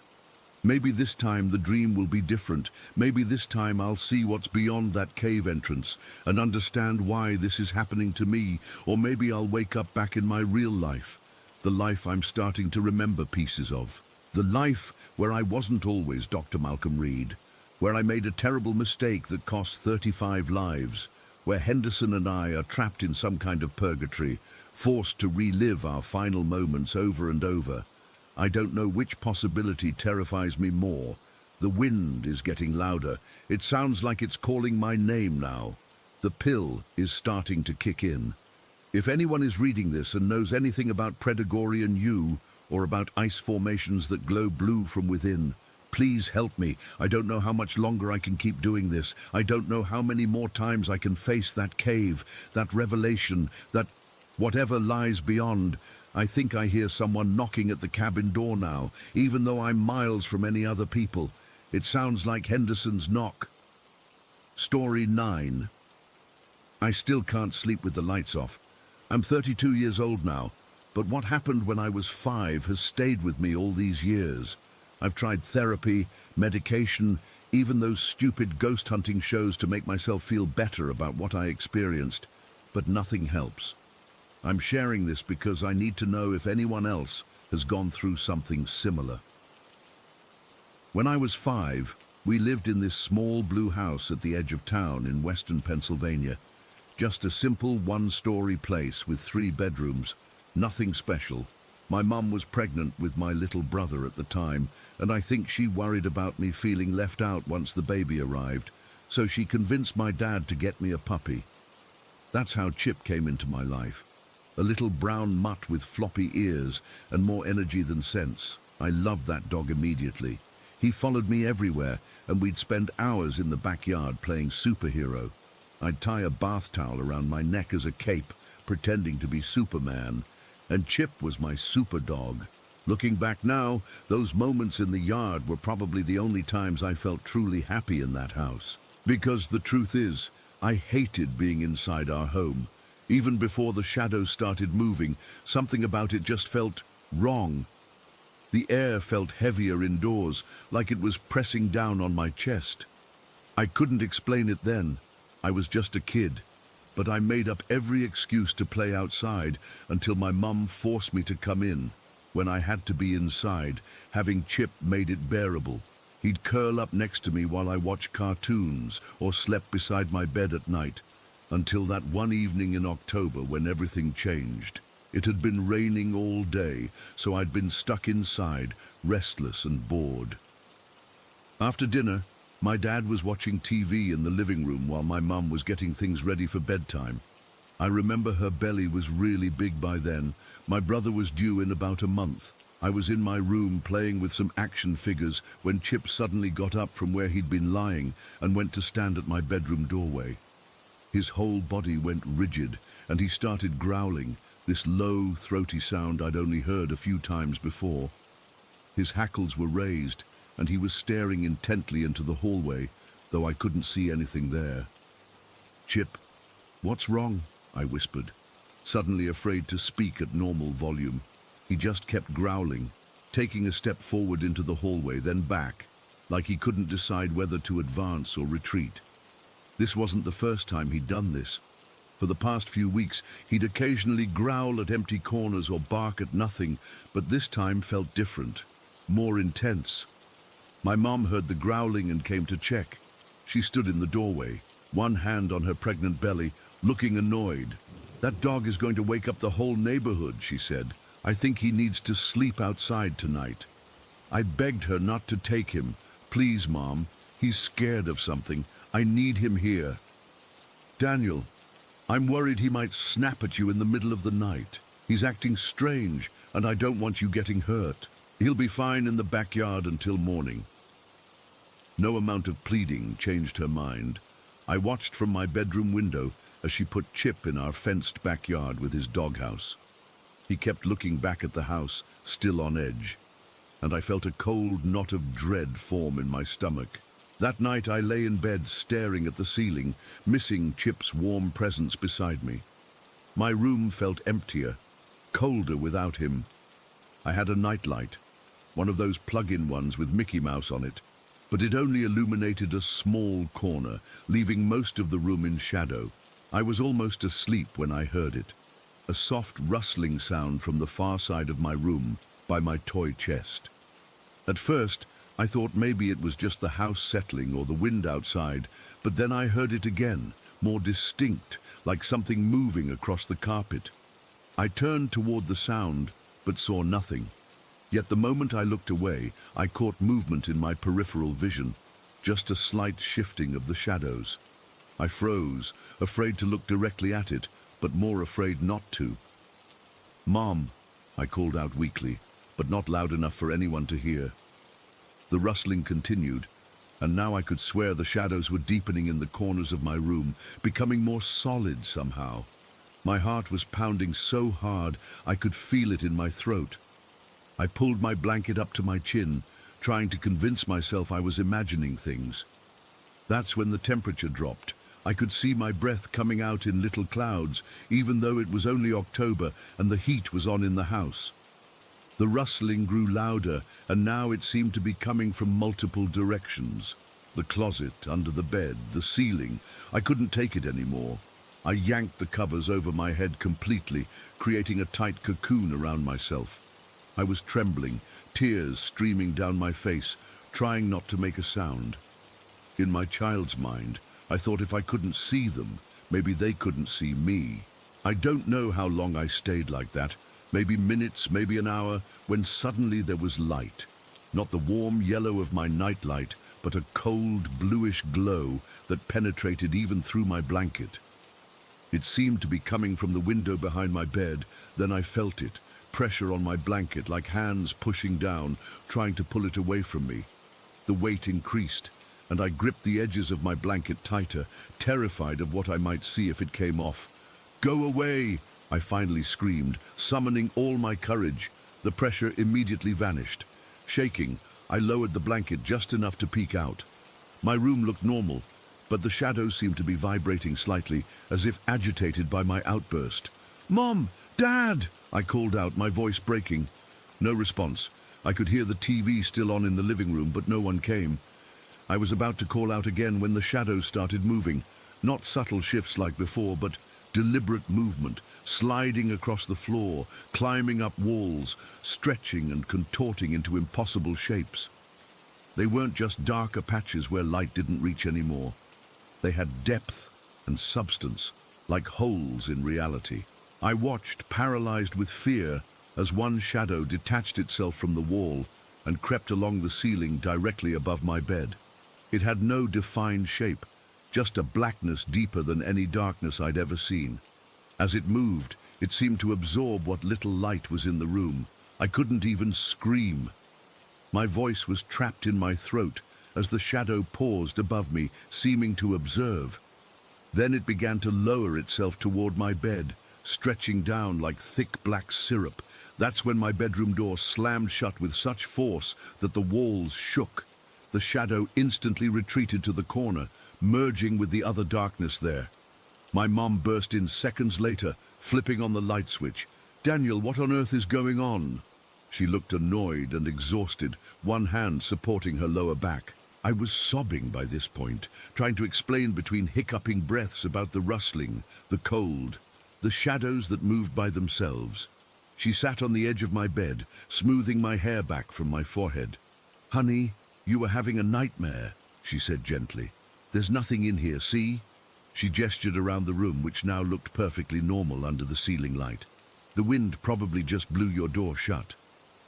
But there had been no wind, and it hadn't been a nightmare. I'd been wide awake the entire time. "Can Chip come inside, please?" I begged. She shook her head. "It's the middle of the night, sweetheart. Chip is fine where he is. I'll leave your door open and the hall light on, okay?" It wasn't okay, but I knew there was no point arguing. She kissed my forehead, checked under the bed to show me nothing was there, and left, keeping her promise about the door and hall light. I didn't sleep at all that night. I kept my eyes fixed on the doorway, watching for any sign of the shadows returning. They didn't move again, not while the hall light was on, but I could feel them waiting, watching from the corners. After that night, things got worse. The shadows became bolder, moving even during daylight hours when the house was dim. I'd see them sliding across the floor as I watched TV or creeping along the walls in the bathroom.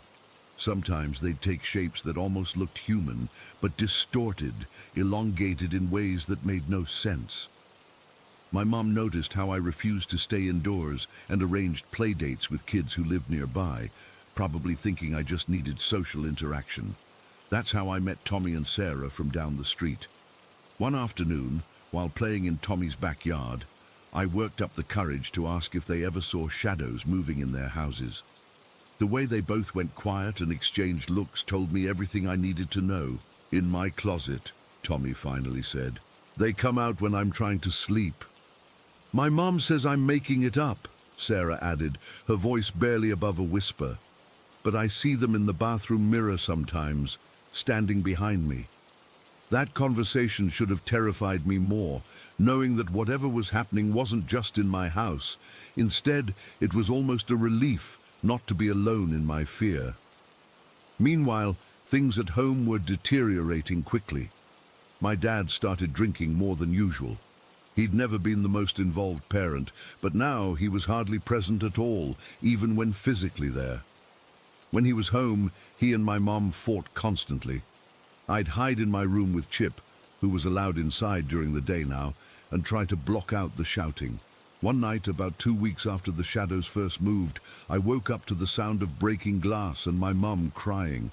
I could hear my dad's voice, slurred and angry, yelling about things I didn't understand. Money problems, someone named Diane, how he couldn't take this house anymore. Chip wasn't with me. He'd been put outside again, and the shadows in my room seemed to pulse with excitement at the chaos. They stretched toward me from the corners, reaching with tendrils of darkness that seemed almost solid. I buried myself under my blankets again, hands pressed over my ears, but I could still hear everything. The front door slamming as my dad left, my mom sobbing in the kitchen, and worst of all, a soft, scratching sound at my window. Slowly, I lowered my blanket just enough to see. The window was completely black, as if someone had painted it over. But as I watched, 5 pale lines appeared, dragging downward across the glass. Fingernails. Something was outside, scratching to get in. I heard Chip start barking frantically in the backyard, the sound growing more desperate until it suddenly cut off with a yelp, then silence. I didn't call for my mom. I didn't move.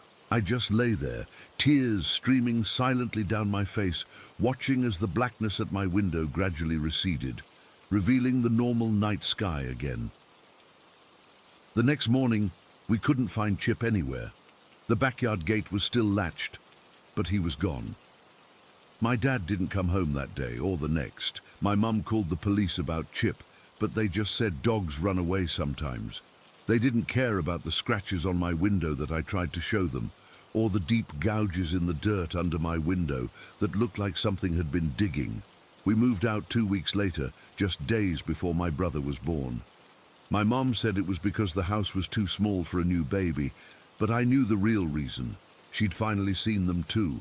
The shadows that moved when they shouldn't. I caught her staring at the corners of rooms, her face pale, one hand protectively over her belly. We never talked about what happened in that house. My parents divorced soon after, and my dad disappeared from our lives entirely. Years later, I heard he'd died of liver failure in some other state.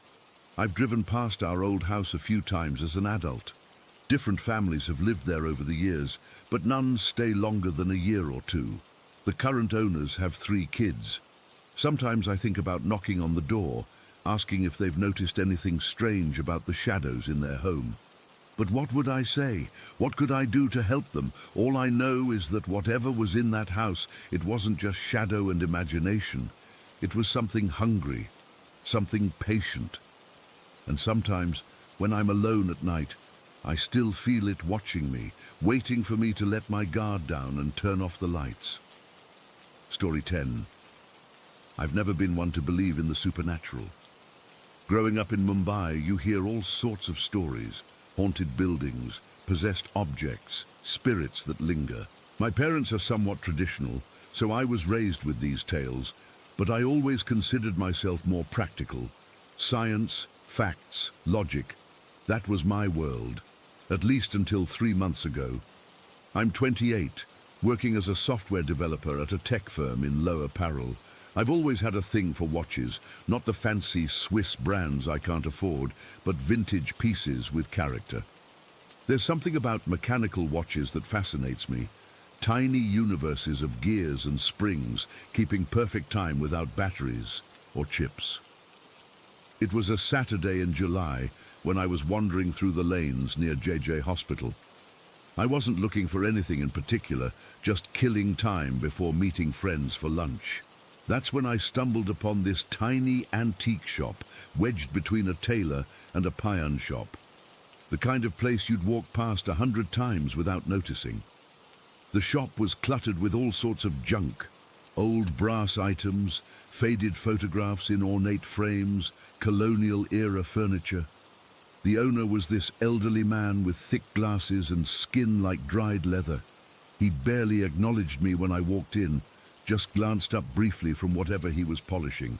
I browsed aimlessly until I spotted a glass case with a few watches inside. Most were unremarkable, but one caught my eye immediately. A square-cased Ricoh R61 automatic with day-date complications. The dial had this warm patina that only comes with decades of wear, and the stainless steel case had a few scratches that told of a life well lived. "How much for this one?" I asked, pointing to the Ricoh. The old man shuffled over, squinting through his glasses. "Ah, the Ricoh, good eye, 3,000 rupees. It was actually quite reasonable for a vintage automatic in working condition. I examined it more closely. Manufactured sometime in the early 70s by the look of it. The movement was still ticking steadily. "Does it keep good time?" I asked. "As good as when it was new," he replied. "My watches come from lives now past, but they still have purpose."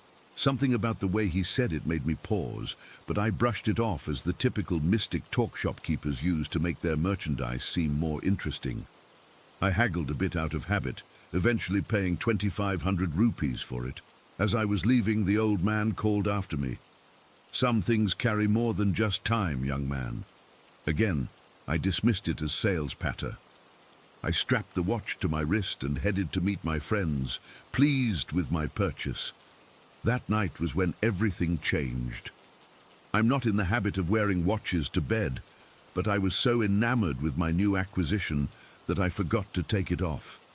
I fell asleep quickly, exhausted from a day of walking around the city. The dream that followed was unlike anything I'd ever experienced. Most of my dreams are forgettable, fragmented things that dissolve upon waking.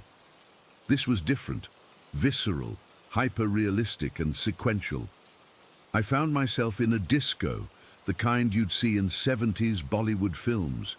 Mirrored ceilings reflected colored lights that pulsed in time with the music. The air was thick with cigarette smoke and the mingled scents of perfume, sweat and alcohol.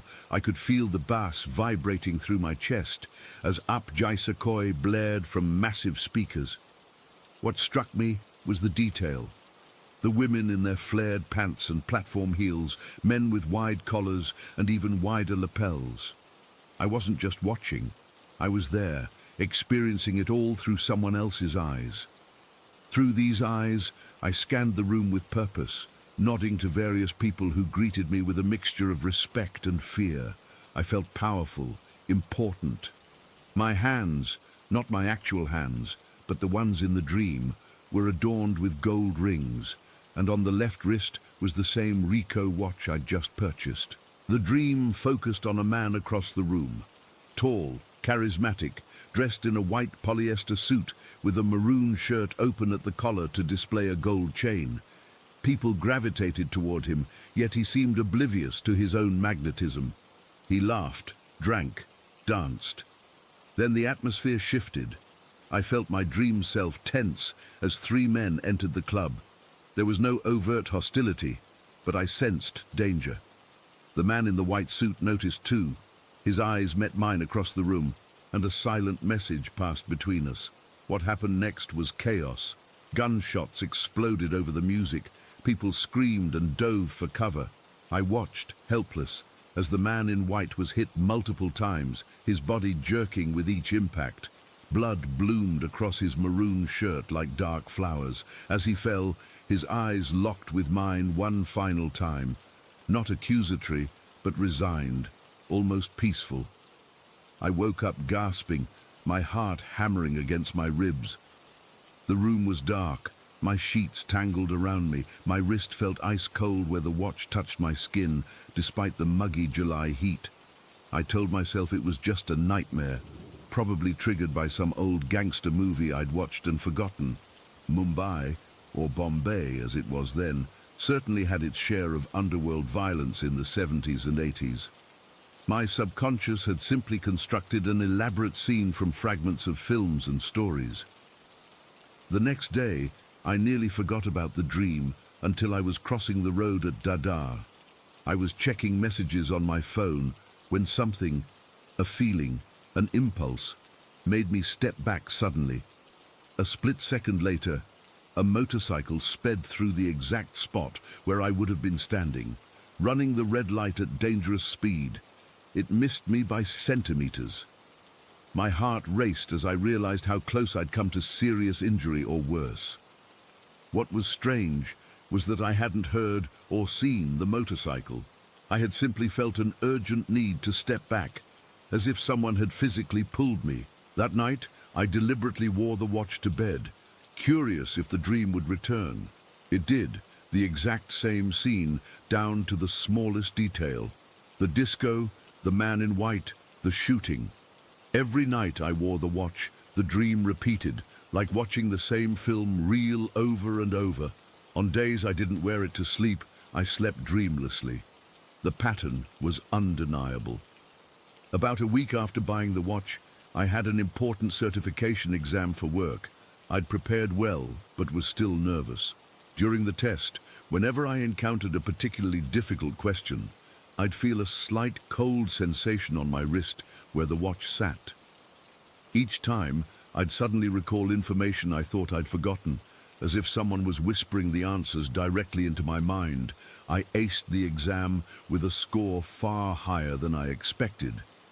These incidents continued. I'd avoid minor accidents because of sudden, inexplicable impulses. I'd make fortuitous decisions that led to unexpected opportunities. Once, I felt compelled to take a different route home and ran into a former colleague who offered me a lucrative freelance project. The most unsettling aspect was the physical manifestations. The cold spot on my wrist became a regular occurrence, especially in moments of danger or important decisions. Sometimes, alone in my apartment, I'd hear faint whispers in a language I couldn't quite identify. Not Hindi or Marathi or any language I knew, but something that sounded vaguely like old Bombay street slang. Most bizarre was how the watch seemed to demand being worn on certain days. If I chose a different timepiece from my small collection, I'd experience an overwhelming anxiety, a persistent discomfort that only subsided when I put the Rico back on. On these days, something significant always happened. A near miss, an unexpected opportunity, a chance encounter that proved beneficial. After about a month of this, I decided to research the history of Mumbai's gangland during the period when my watch was manufactured. The Rico's serial number dated it to 1972, which aligned with what I'd seen in my recurring dream. In the archives of old newspapers at the Central Library, I found what I was looking for. In August 1972, there was a shootout at a disco called Shimmer in Colaba. A rising gangster named Prakash Lucky Sharma was gunned down by rivals. The article described him as flamboyant, known for his white suits and his lucky charm, a watch he never removed. A grainy photo accompanied the article. Despite the poor quality, I recognized him immediately, the man in the white suit from my dreams. My blood ran cold as I read that Lucky Sharma had been betrayed by his right-hand man, who had tipped off rival gangsters about his location that night. I began to piece together a theory so outlandish I hesitated to even consider it. The watch had belonged to Lucky's betrayer. What I was experiencing in my dreams were his memories, his guilt, his final glimpse of the man he betrayed. And now, decades later, he was attempting to atone through me, offering protection, guidance, success. The watch wasn't just a timepiece, it was a bridge between worlds, between the betrayer and me. The spirit attached to it had found a new host and was determined to be a guardian rather than a betrayer this time around. Last week, things escalated. I was working late at the office when I felt the familiar cold sensation on my wrist, more intense than ever before. An urgent whisper seemed to fill my head. "Leave now." I packed up immediately and headed for the exit. As I reached the lobby, I heard a tremendous crash. A portion of the ceiling in our office had collapsed right onto my desk. Had I still been sitting there, I would have been seriously injured or killed. As I stood outside the building, shaking with adrenaline, I looked down at the watch. For a brief moment, so brief I might have imagined it, I saw a reflection in the crystal that wasn't my own. A man with 70s-style hair and sad eyes stared back at me, then vanished. The watch stopped at that exact moment, 11:43 p.m. When I took it to a repair shop the next day, the watchmaker said the mainspring had broken, a common issue in watches of that age. He could fix it, but it would take time to find the right parts. I'm wearing a different watch now, but I feel naked without the Rico. The dreams have stopped.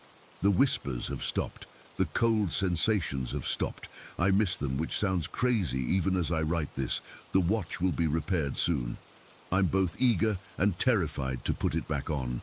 What if the connection is broken? What if it's not? What if the spirit has moved on, having saved me from certain death as final atonement? Or what if there's more to this story? More that the guardian spirit wants me to know or do? I keep thinking about that old shopkeeper's words. Some things carry more than just time. I never understood how true that could be. Story 11. I still can't explain what happened at Camp Pinewood last spring. It's been almost 6 months, and I get goosebumps every time I think about it.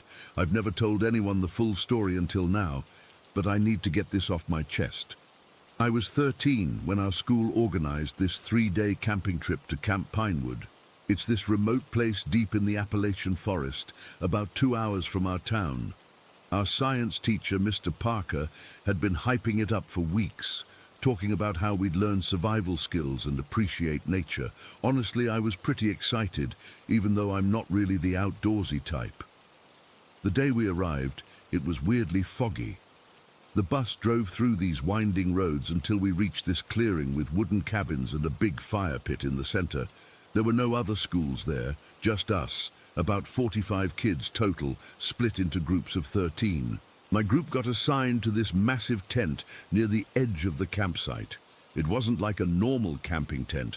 It was one of those big canvas ones that could fit all 13 of us, with our sleeping bags arranged in a circle.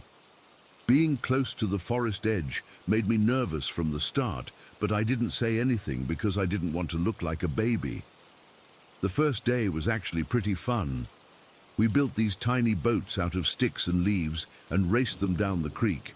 Then we did this orienteering activity where we had to find our way through a marked trail using just a compass. By evening, we were all exhausted, but in a good way. We had this huge bonfire, roasted marshmallows, and listened to Mr. Parker tell these not very scary ghost stories about the forest. I realized while getting ready for bed that I'd forgotten to pack pajamas. Stupid mistake. So I just wore my jeans and hoodie to sleep, which was uncomfortable, but whatever. Our tent was noisy with everyone whispering and laughing, but eventually people started falling asleep. I remember checking my phone before hiding it in my sleeping bag. It was around 11:30, and I made sure the alarm was off since we weren't supposed to have phones at camp. I don't know exactly what time it was when I woke up. Maybe 3 or 4 in the morning. It was this loud rumbling sound that did it, like something heavy being dragged across the ground outside our tent. At first, I thought it was thunder, but the sound was too consistent, too purposeful. When I opened my eyes, I nearly stopped breathing. There were 2 figures inside our tent. They were tall, like way taller than an adult, at least 7 feet, maybe more. They were hunched over my suitcase, which I'd left at the foot of my sleeping bag. They looked like they were searching through it, moving things around with these long, thin limbs. The inside of the tent was dark, but there was just enough moonlight coming through the canvas that I could make out their silhouettes. They didn't look human. Their proportions were all wrong. Their arms were too long, their bodies too narrow, and their movements were jerky, almost mechanical. I was frozen in fear, but somehow I managed to reach out toward the closer one. I don't know why I did it. Curiosity, or maybe some desperate hope that I was just seeing shadows. My fingertips brushed against something that felt like old wood, like touching the bark of a dead tree, but warm. It had this texture that reminded me of the ancient oak behind my grandpa's house, rough and cracked and wrong. I remember whispering, "Who's there?" My voice was barely audible, even to me. And then, this is the part that still confuses me, I fell back asleep. Just like that. 1 second I'm staring at these impossible creatures in our tent, and the next thing I know, I'm waking up to my phone alarm blaring from inside my sleeping bag. That made no sense. I distinctly remembered turning the alarm off. And even weirder, my phone showed 6:30 in the morning, which wasn't a time I ever set an alarm for. Several kids around me started groaning and complaining about the noise. I quickly fumbled with my phone to shut it off, then pretended to be asleep to avoid getting caught with it. When everyone started getting up for real about 20 minutes later, I felt disoriented and exhausted, like I hadn't slept at all. My suitcase was neatly closed, exactly where I'd left it. But when I checked inside, everything was rearranged. Nothing was missing, just organized differently. My shirts were folded in a way I never fold them. I needed to use the bathroom badly, so I slipped out of the tent while everyone was still getting dressed. That's when I saw it. A dead rabbit lying right outside our tent, precisely where my head had been all night, just on the other side of the canvas. It wasn't just dead. It was arranged. Its body was perfectly straight, its paws extended outward, and there was very little blood despite the fact that its stomach had been opened. I stood there staring at it, feeling sick, when Mr. Parker walked up behind me. "Jacob, what are you—" He stopped when he saw the rabbit. "Oh, well, that happens out here. Probably a fox or coyote that got interrupted during its meal. Don't worry about it. The camp staff will clean it up before breakfast." But the way he looked at it, There was something in his expression that told me he was bothered too. It didn't look like any animal kill I'd ever seen on nature shows. It was too deliberate. Throughout the day, I kept thinking about those creatures and the rabbit. I wanted to tell someone, but who would believe me? We spent most of the day doing activities, hiking, learning to identify edible plants, building shelters. But I was distracted the whole time. I kept scanning the tree line, jumping at every snapped twig or rustling leaf. That evening at dinner, Mr. Parker gave us a warning. Remember, kids, if you need to use the bathroom during the night, wake up your buddy and go in pairs. The forest can be dangerous after dark, and it's easy to get lost. We had this system where everyone had an assigned bathroom buddy. Mine was this kid named Trevor, who slept on the opposite side of the tent from me.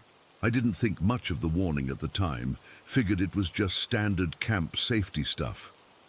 That night, I was exhausted enough that I fell asleep almost immediately. But around 2 in the morning, I woke up desperately needing to pee. I tried to hold it, remembering those things from the night before. But it was no use. I crawled over to Trevor and shook him gently, whispering his name. But he was completely out. I shook him harder, and he just groaned and rolled over. I sat there debating what to do. The bathrooms were only about 40 yards away, with a clear path marked by these small solar lights. I could see the bathroom building from our tent entrance. It seemed safe enough, and my bladder was screaming at me. So I made a decision I still regret. I grabbed my flashlight and went alone. The night air was cold and damp. There was this heavy mist hanging between the trees, and even with my flashlight, visibility was poor. I hurried along the path, trying not to look into the darkness on either side. I was about halfway to the bathrooms when I saw it. Standing just off the path, partially hidden behind a thick pine tree, was one of those tall figures from the night before. In the beam of my flashlight, I could see it more clearly now. It wasn't wearing clothes exactly, but its body seemed covered in what looked like strips of bark and moss. Its limbs were impossibly long and jointed in places human limbs shouldn't be jointed. Its face, I still have nightmares about its face. It didn't have features so much as indentations where features should be, like someone had pressed their fingers into clay to suggest eyes and a mouth. And it was holding something, a small animal, maybe a squirrel or another rabbit. It was clutching it against its chest with those long wooden fingers. I stood completely still, my flashlight beam fixed on it. It didn't move either. We just stared at each other for what felt like forever, but was probably only about 20 seconds. My heart was pounding so hard I could feel it in my throat. Then, very deliberately, I pointed my flashlight back to the path and continued walking to the bathrooms. I don't know where I found the courage. Maybe it wasn't courage at all, but some kind of survival instinct telling me not to run, not to show fear. The bathrooms were empty and eerily quiet. I used the toilet as quickly as possible, keeping my flashlight on the whole time. When I finished, I stood at the bathroom door for a good minute, gathering my nerve before heading back outside. On the return journey, I walked even faster, practically jogging. When I reached the spot where I'd seen the creature, it was gone. No trace it had ever been there. The relief I felt upon reaching our tent was overwhelming. I crawled back into my sleeping bag and lay awake until morning, listening to every sound, jumping at every rustle of the canvas. When dawn finally came, I was a wreck. Red-eyed and exhausted, I went through the motions of the day's activities. We were scheduled to leave after lunch, and I couldn't wait to get out of there. During breakfast, I overheard 2 camp counselors talking in low voices near the coffee station. "Third one this week," one of them said. "Same as the others?" asked the other. "Exactly the same, arranged just so, stomach open, no blood. Management says we don't tell the kids." They noticed me standing there and immediately stopped talking. That's when I realized these things, whatever they were, had been active at the camp before we even arrived. The dead animals weren't random, they were deliberate. Messages maybe, but why? And why did they seem interested in me specifically?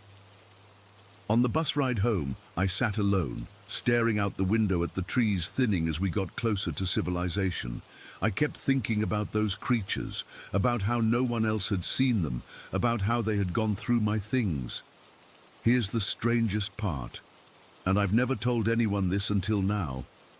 When I got home and unpacked, I found something in the inside pocket of my suitcase that I'm certain wasn't there before. It was a small, intricately woven circle made of twigs and what looked like human hair. And in the center was a tiny scrap of paper with a single word written on it: soon. I threw it away immediately, but sometimes I still wake up in the middle of the night feeling like something tall and wooden is standing over my bed, watching me with those non-eyes, waiting for something. And sometimes, just before I fully wake up, I swear I can hear that same rumbling sound from that night at Camp Pinewood. Story 12. Ashesh, I've never told anyone about this outside my family. Even writing it now makes my skin crawl. But I need to get this out there, see if anyone else has experienced something similar, because I'm starting to think I'm going crazy. I moved into my grandparents' old house in Ravencrest about 8 months ago. It's this old wooden home nestled deep in the woods, about 30 minutes from town.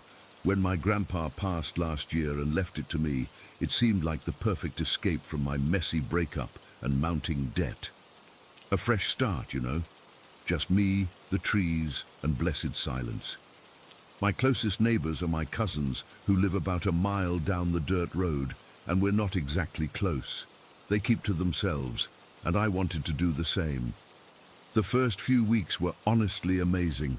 I'd wake up to birds singing, spend my days fixing up the place or working remotely, and fall asleep to the gentle sounds of the forest.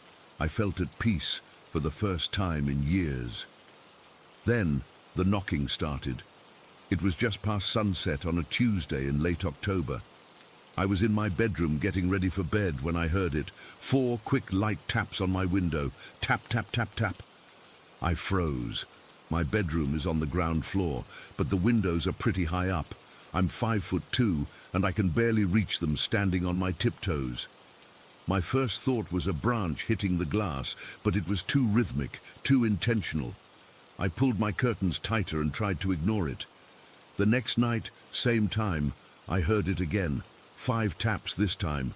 Tap, tap, tap, tap, tap. Quick, deliberate, not aggressive or threatening, but definitely purposeful, like someone politely but firmly requesting entry. I remember sitting on my bed, heart racing, listening intently for any other sounds. But there was nothing, just those 5 distinct knocks, and then silence. By the 3rd night, I was sleeping with my bedside lamp on. I told myself I was being ridiculous, probably just an animal, maybe a raccoon or a curious deer. But deep down, I knew better. Animals don't knock in patterns. They don't come back at the same time every night. And they certainly don't seem to get impatient.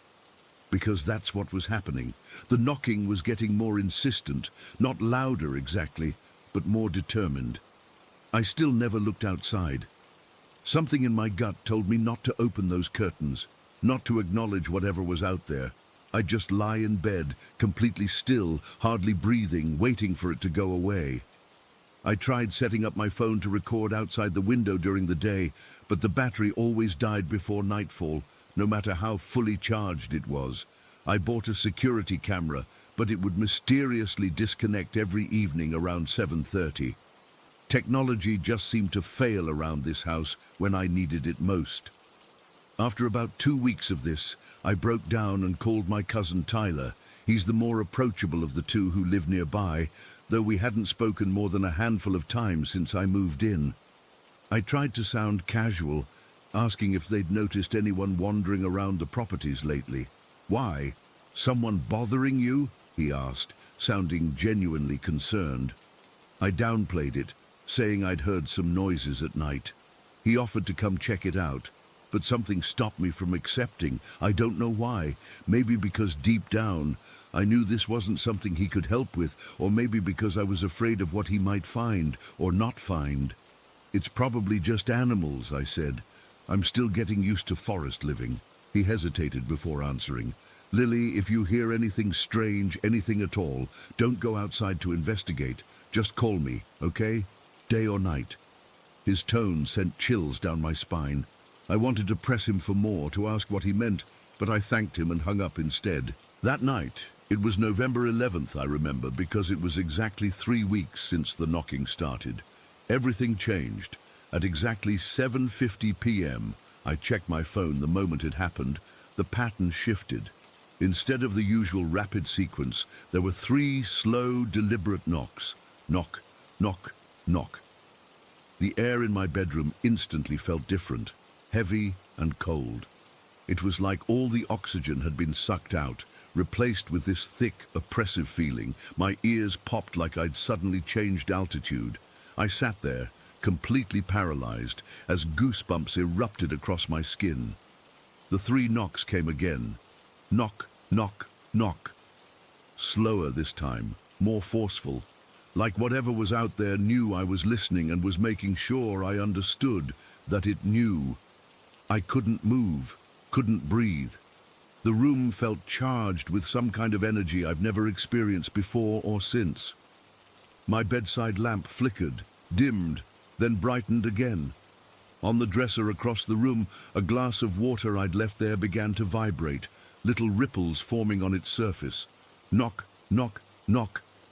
I swear I saw the curtains bulge inward slightly with each knock, as if whatever was out there was pressing against the glass. Not hard enough to break in, but enough to let me know it could if it wanted to. That night, I slept in my car, parked in front of the house with the doors locked. I didn't care how crazy it seemed. I couldn't stay in that room another minute.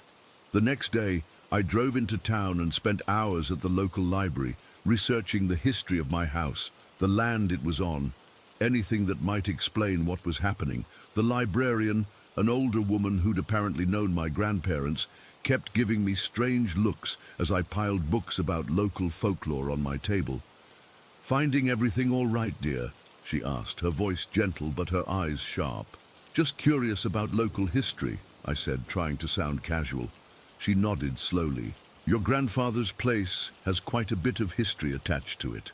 My heart skipped. What kind of history? She glanced around, then lowered her voice. "Nothing that should concern you if you mind the rules." "What rules?" I asked, but she just patted my hand and walked away, leaving me with more questions than answers. I found nothing concrete in those books, just vague references to the forest being special to the indigenous people who lived here before European settlement, and some cryptic passages about respecting boundaries and honoring the old ways. When I got home, it was almost sunset. I steeled myself for another night, but this time I prepared. I moved a mattress into the living room, as far from my bedroom as possible.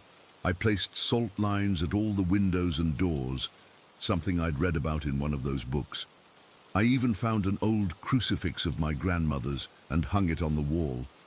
I felt ridiculous doing it, but I was desperate. At precisely 7:50 p.m. it started again, but not at my bedroom window this time. The knocking came from the front door. 3 slow, deliberate knocks that seemed to reverberate through the entire house. My blood turned to ice. It had followed me, or maybe it had always been able to knock anywhere, and now it was showing me that my bedroom wasn't special. Nowhere was safe. I sat frozen on my makeshift bed in the living room, staring at the door. The knocking came again, same pattern, then again and again. For hours it continued, never speeding up, never slowing down, just that same patient, persistent rhythm. Knock, knock, knock. Around 3 in the morning it finally stopped. I must have dozed off because I woke up to sunlight streaming through the windows. For a brief, blissful moment, I thought maybe it had all been a nightmare. Then I saw the salt line by the front door had been disturbed, like something had dragged a finger through it. I spent that entire day in a daze, jumping at every sound, checking the time compulsively as sunset approached. I considered leaving, just packing a bag and driving away, but something told me it wouldn't matter. Whatever this was, it had found me, and I had a sickening feeling it would follow me wherever I went. At 7:45 that evening, I was sitting in the kitchen, every light in the house blazing, a kitchen knife clutched in my sweaty hand. 7:46, 7:47, my heart pounded so hard I could hear it in my ears. 7:48, 7:49. At exactly 7:50, my phone rang. I nearly jumped out of my skin. The caller ID showed Tyler's number. With shaking hands, I answered. "Lily," he said, his voice urgent. "Are you okay? I've been trying to reach you all day." "I'm fine," I lied, my voice barely a whisper. "Why?" "Listen to me carefully," he said. "Whatever you do, don't—" The call dropped. I looked at my phone. No service. I tried calling back, but nothing. Then, right on cue, the knocking started. But not at the door this time, not at the windows. It was coming from inside the walls. Knock, knock, knock. It moved around the house, knocking from different locations, behind the refrigerator, inside the hallway closet, from the ceiling above my head. It was everywhere and nowhere at once. I ran outside, barefoot in the cold November air, not caring anymore. I'd rather face whatever it was than be trapped in that house another second. The forest was pitch black. No moon, no stars, just endless darkness stretching in every direction. I stood on my porch, knife still clutched in my hand, breath coming in ragged gasps. That's when I saw it, or rather, them, lights in the forest, dozens of them scattered among the trees. Not flashlights or lanterns, they were too small, too blue-white, too unnatural. They hovered at about eye level, completely motionless. And then, as if responding to my presence, they all blinked. Once, twice, 3 times. Knock, knock, knock. The sound came from behind me now. I whirled around to find my front door wide open, though I was certain I hadn't left it that way. The house beyond was dark, all the lights I'd left on now extinguished. Standing in the doorway was a figure, just a silhouette really. I couldn't make out any features. It was roughly my height, thin and absolutely still. As I stared, it slowly raised its hand and knocked 3 times on the doorframe. Knock, knock, knock. I must have blacked out because the next thing I remember is waking up in my bed, my actual bed, in my bedroom, with sunlight streaming through the curtains I'd been so afraid to open. For one hopeful moment, I thought it had all been a terrible dream. Then I noticed the dirt under my fingernails, the leaves in my hair, the scratches on my arms and legs. And worst of all, written in the dust on my bedroom mirror, 3 words. "We see you." That was 4 months ago. The knocking has stopped, but I know it's not over. Sometimes I wake up in different places than where I fell asleep. Sometimes I find small arrangements of stones or twigs on my porch. Sometimes in the corner of my eye, I catch glimpses of thin figures standing just at the edge of the forest, watching. I should leave. I know I should. But something keeps me here. Like I'm waiting for something. Like we both are. Whatever's out there in the woods around Ravencrest, it's patient, it's persistent, and it knows my name. Story 13. I've been sitting on this experience for almost 2 years now, and I still can't wrap my head around it. Every time I try to talk about it, I get this knot in my stomach and my hands start shaking. Nick and Nate have both told me to just forget about it. But how the hell do you forget something like this? I'm posting here because I need to get this off my chest, and maybe someone else has seen what we saw that night. It was December 26th, just after Christmas 2 years ago. We were at Pomona Beach in Hawke's Bay, New Zealand. It's this small, secluded beach that locals know about, but tourists rarely visit. The 3 of us, me, Nick and Nate, had spent the evening having a few beers at Nick's place nearby and decided to drive down to the beach around midnight just to chill and look at the stars. The night was unusually clear. I remember because Nate kept pointing out constellations, showing off what he'd learned in his astronomy class. We parked at the small lot overlooking the beach with the headlights off, just sitting there with the windows down, feeling the summer breeze and listening to the waves. It was exactly 12:10 in the morning when I first noticed it. I know the time precisely because I'd just checked my phone to see if my girlfriend had texted back. At first, I thought it was just someone walking along the beach with a flashlight, maybe late-night fisherman. But then I realized the light was moving strangely, like a strobe, blinking on and off in an unnaturally perfect rhythm. "Hey, you guys see that?" I asked, pointing toward the shore. Nick leaned forward from the back seat. "What the hell is that?" It wasn't just one light anymore. There were suddenly dozens, maybe 40 or 50, moving in perfect unison along the shoreline. The weird part was how they moved, not bouncing like you'd expect if people were carrying them, but gliding smoothly as if floating. "Should we go check it out?" Nate suggested, already reaching for the door handle. "Wait," I said, grabbing his arm. Something felt off, really off. As my eyes adjusted better to the darkness, I could make out figures carrying these lights. Tall, impossibly thin figures wearing what looked like long coat-like robes. They had these pointed hats or hoods, and this is the part that still makes my skin crawl, where their faces should have been. There was just nothing, like a black void. Most of them were tall, maybe 6 to 8 feet, but towering among them were two massive figures that had to be at least 20 feet high. They moved with the same fluid motion as the smaller ones, but their presence felt heavier somehow, like they were bending the air around them. "Are those people?" Nick whispered, his voice cracking. I didn't answer. Instead, I flicked on the headlights, thinking maybe it would give us a better look. Big mistake.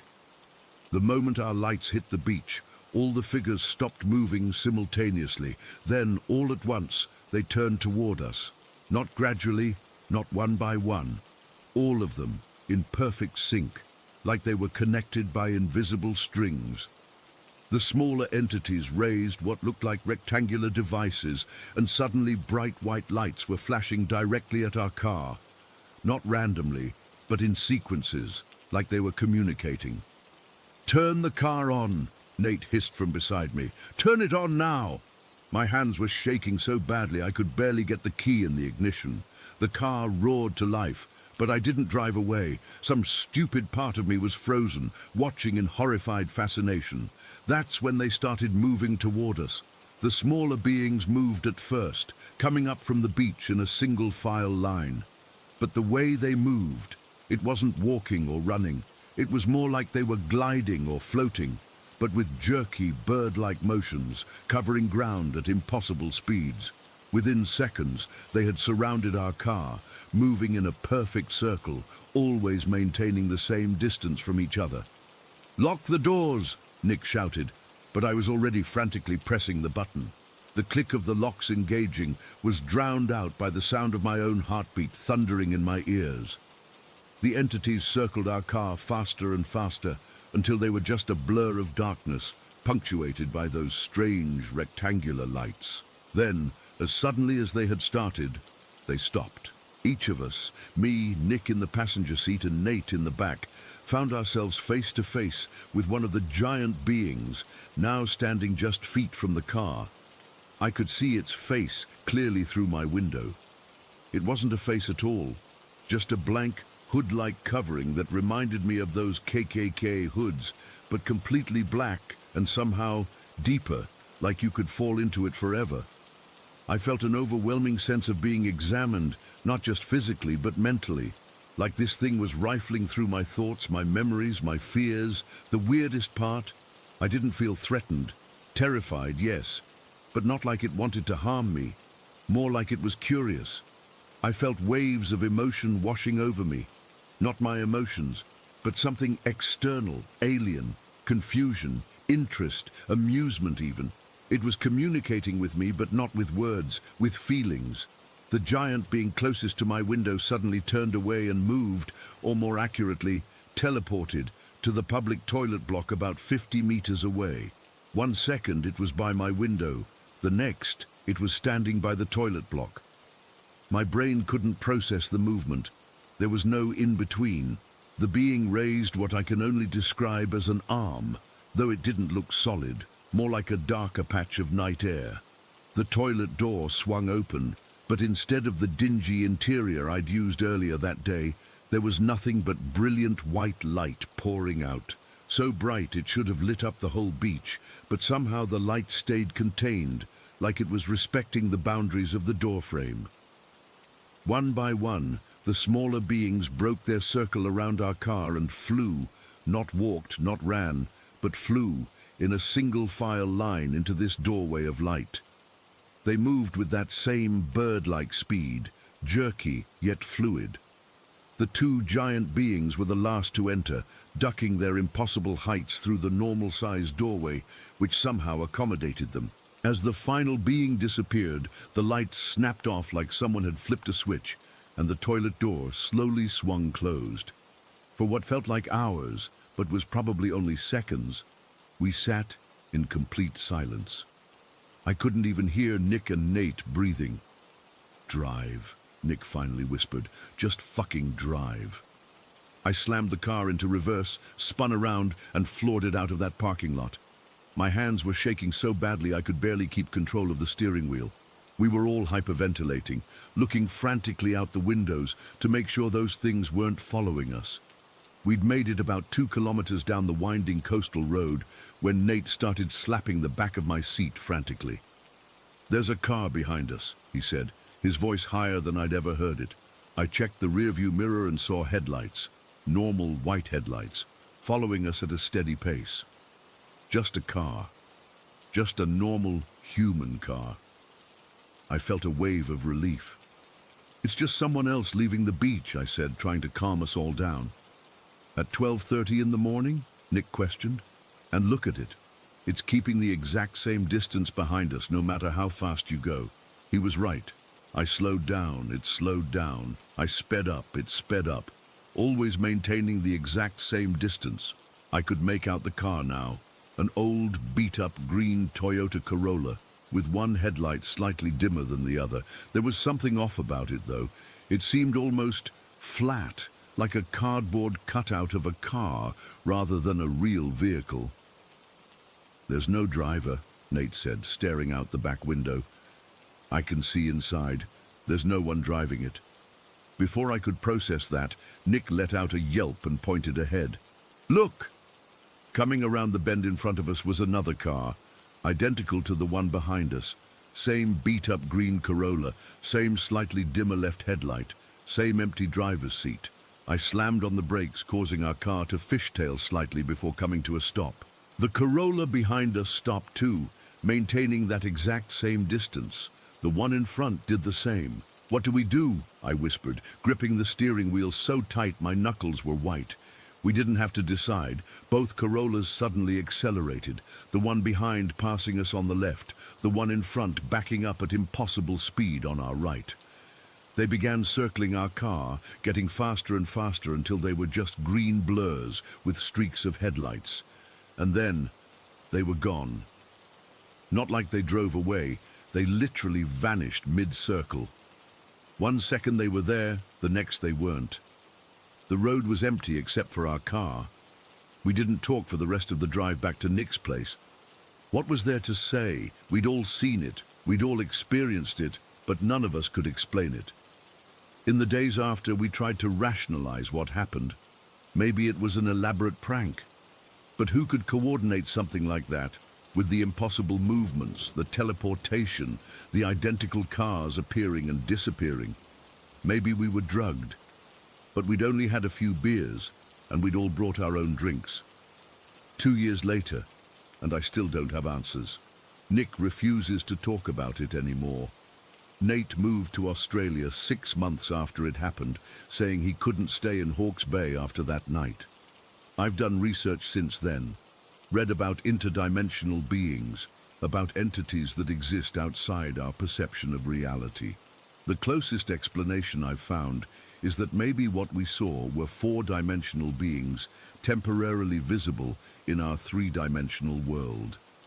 The way they moved, teleported, appeared and disappeared, it would make sense if they could move through dimensions we can't perceive. And that feeling of being communicated with through emotions rather than words. I've read about empathic telepathy, the idea that advanced beings might communicate through emotional states rather than language. But theories don't help me sleep at night. They don't explain why those beings were there, what they wanted from us, or why they left so suddenly. I haven't been back to Hamona Beach since that night. I don't think I ever will. Some part of me is afraid that if I return, they'll be waiting. Those faceless figures with their rectangular lights, communicating in emotions I can feel but cannot understand. Story 14. I still get goosebumps thinking about that house in Pinewood. It's been almost 3 years since we moved out, but the memories are still so fresh that sometimes I wake up in the middle of the night, heart pounding, thinking I heard those footsteps again. I'm a single mum with 2 boys, Ethan 9 and Lucas 4. After my divorce, I needed a fresh start, somewhere affordable but nice enough for the kids to have their own space. When I found the rental in Pinewood, it seemed perfect on paper. 3 bedrooms, a decent yard, good school district, and the price was right. The moment we walked in for the viewing, though, something felt off. I can't really explain it properly. It wasn't anything you could see or point to. The house was actually in pretty good condition, but there was this heaviness in the air. I remember standing in the hallway while the property manager talked about the water heater or something, and feeling like someone was watching me from the corner of the kids' bedroom. I brushed it off as nerves about the move. Big mistake. We moved in on a Saturday in October. The boys were excited about having a bigger bedroom to share. Lucas was especially thrilled about the bunk beds the previous tenants had left behind. I spent that first day unpacking the essentials, trying to make the place feel like home. But no matter how many family photos I put up, or how many scented candles I lit, the place just wouldn't warm up.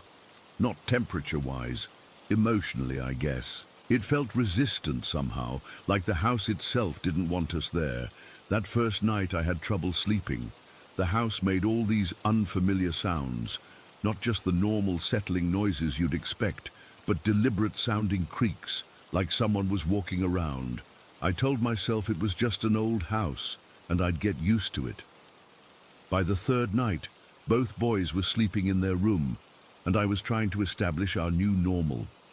I remember lying in bed scrolling through my phone around 11 when I realized I couldn't hear the house settling anymore. It was completely silent, which somehow felt worse than the noises. I finally drifted off around midnight. At exactly 4 in the morning, I checked my phone. I was jolted awake by Ethan standing beside my bed, crying so hard he was shaking. At first, I thought he'd had a nightmare or wet the bed, normal 9-year-old stuff. But he wouldn't speak. He just stood there, trembling and crying silently, which was terrifying. It took me nearly 10 minutes to calm him down enough to tell me what happened. "Mom," he finally whispered, "someone was in our room." My heart dropped. I immediately thought of an intruder and grabbed my phone to call the police, but Ethan shook his head. Not a real person. I was sleeping and felt my comforter moving up and down at my feet, like someone was tugging on it. His voice cracked as he continued. I thought it was Lucas messing around, so I sat up to tell him to stop. But Lucas was asleep. And then my comforter just flew off me. It didn't fall off, Mum. It got yanked off and thrown across the room. I tried to rationalize it. Maybe he'd kicked it off in his sleep. But when I went to check their room, the comforter was indeed bunched up against the far wall, a good 8 feet from his bed. Lucas was still sound asleep in the top bunk. That was just the beginning. Over the next few weeks, things escalated in ways I still have trouble talking about. Ethan started refusing to sleep in his room. He said he could see an old man standing in the corner at night just watching him. I assumed it was his imagination, working overtime after the comforter incident. Then Lucas started mentioning the grumpy old man, too. "He doesn't like us, Mommy," Lucas told me one morning while eating cereal. "He says mean things." When I asked what the man said, Lucas just shrugged and said, "Bad words. He's angry we're in his house. The fact that both boys were seeing the same thing made my skin crawl, but I still tried to find logical explanations.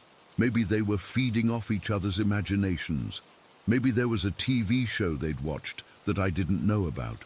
Maybe the stress of the move and the divorce was manifesting this way. Then the physical stuff started. One afternoon, I was folding laundry in my room when I heard a thud and Lucas screaming. I ran to the boys' room to find him on the floor, crying hysterically, with Ethan trying to comfort him. "He pushed me, Mom," Lucas sobbed, pointing to the top bunk. "The old man pushed me." Lucas had a red mark on his back that looked exactly like a handprint. It was too big to be Ethan's, and Ethan had been in the living room watching TV when it happened. I checked the bunk bed, thinking maybe Lucas had rolled off, but the safety rail was still up. After that, I started keeping the boys in my room at night. We'd make a little blanket fort on the floor and pretend it was a fun sleepover, but we all knew the truth. None of us wanted to be alone in that house. The activities seemed centered in the boys' bedroom, so I started avoiding it. I'd close the door during the day when the boys were at school and daycare. Sometimes I'd play music in the house to drown out the sounds of footsteps and things being moved around in there. I know that sounds crazy. Why would I stay in a place like that? But rental prices in our area were through the roof. I'd signed a year lease, and I'd spent most of my savings on the security deposit and first month's rent. I had nowhere else to go. One day, I needed to grab something from the garage. I was only outside for maybe 2 minutes. When I came back in, the music I'd been playing had been turned off, and the boys' bedroom door was wide open. I distinctly remember closing it before going out. Another time, I was sitting in the living room paying bills online when movement caught my eye. The curtains in the boys' room were swaying back and forth, like someone was playing with them. Ethan was sitting on the couch across from me watching cartoons. Lucas was napping in my bed. All the windows were closed because it was raining that day. There was no breeze, no explanation for those curtains moving the way they did. The bathroom became another hotspot. The boys started refusing to go in there alone because the toilet would flush while they were using it. Not just once or twice, it happened constantly. Even after we moved out, they insisted on leaving bathroom doors open for years. That fear stuck with them. One evening in December, about 2 months after we moved in, I took the boys to my mum's house for dinner.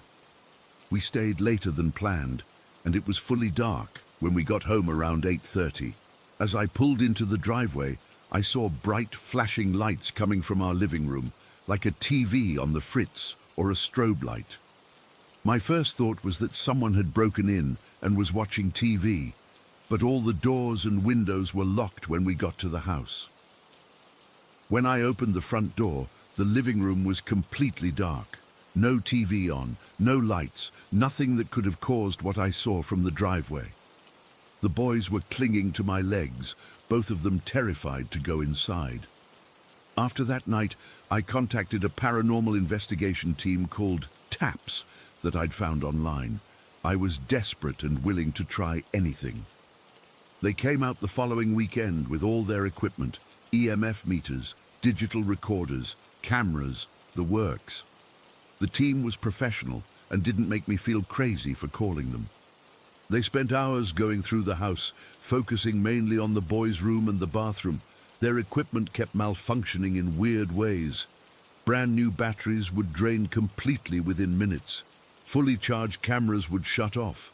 But they managed to capture some EVPs, electronic voice phenomena, that still make me nauseous when I think about them. The clearest one was in the boys' bedroom, where a raspy, elderly male voice distinctly said, "I'm dead." Another one, recorded in the same session, sounded like "Get out" or "They're mine." The team couldn't agree on which it was, but either way, it was terrifying. The TAPS team suggested we try to cleanse the house, burning sage, saying prayers, that kind of thing. We tried everything they recommended, but nothing changed. If anything, the activity increased. Objects would move right in front of us. The boys' toys would turn on by themselves in the middle of the night. The bathroom door would lock and unlock on its own. The final straw came about 5 months after we moved in. I'd put the boys to bed in my room as usual and was taking a shower. When I got out, I heard Lucas talking to someone. I wrapped a towel around myself and rushed into the bedroom, thinking Ethan must have woken up. But Ethan was sound asleep. Lucas was sitting up in bed, nodding and responding to thin air. "Who are you talking to, sweetie?" I asked, trying to keep my voice steady. Lucas pointed to the foot of the bed. "The old man. He says he's going to hurt you if we don't leave his house." I grabbed both boys, and we spent the night at a hotel. The next day, I called the landlord and broke our lease. I didn't care about losing the security deposit or having to pay a penalty. No amount of money was worth what that entity was doing to my children. We moved out the following weekend.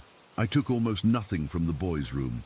Left the furniture, most of the toys, even some of their clothes. I didn't want anything that might have some kind of attachment to that thing. It's been 3 years now. We're in a small apartment across town. It's cramped and not in the best neighborhood, but it's ours. Nothing followed us here. The boys still have nightmares occasionally, and Lucas has been seeing a child psychologist to work through some anxiety issues. But we're healing. I still don't know who or what that entity was. The property manager claimed no one had died in the house, but I've since learned that real estate agents and property managers aren't always forthcoming about a property's history. Sometimes I wonder if there was a previous owner, some angry old man who died there and couldn't let go. What I do know is that evil exists. I don't mean movie-style, dramatic evil. I mean a cold, persistent malevolence that feeds on fear and targets the vulnerable. Whatever was in that house wanted to hurt my children, and for a time, I couldn't protect them from it. I still drive the long way around town to avoid passing by that house.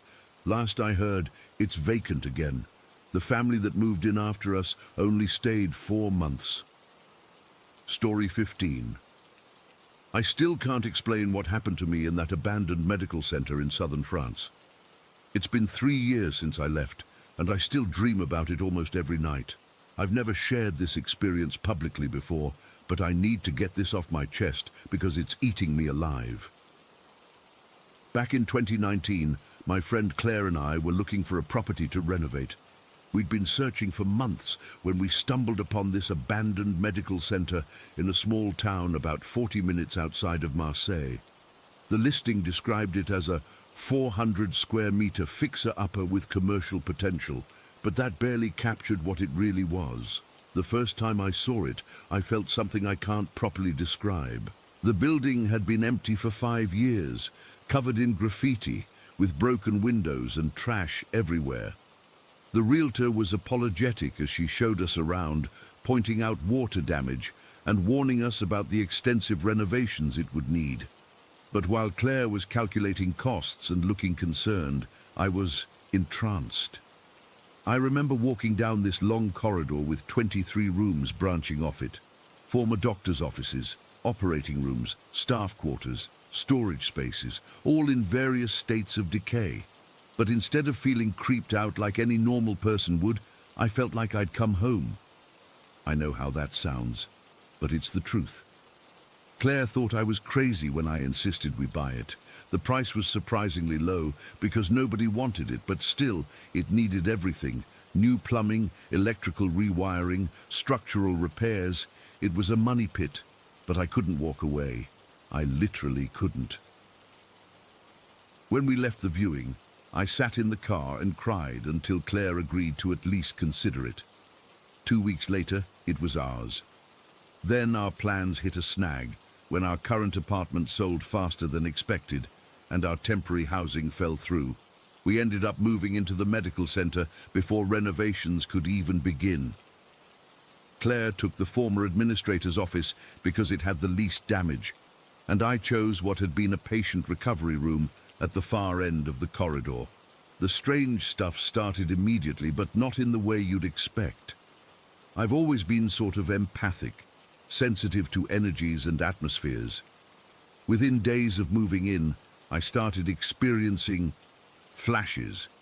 Not hallucinations exactly, but moments where I'd suddenly perceive the building as it used to be, bustling with activity, clean, purposeful.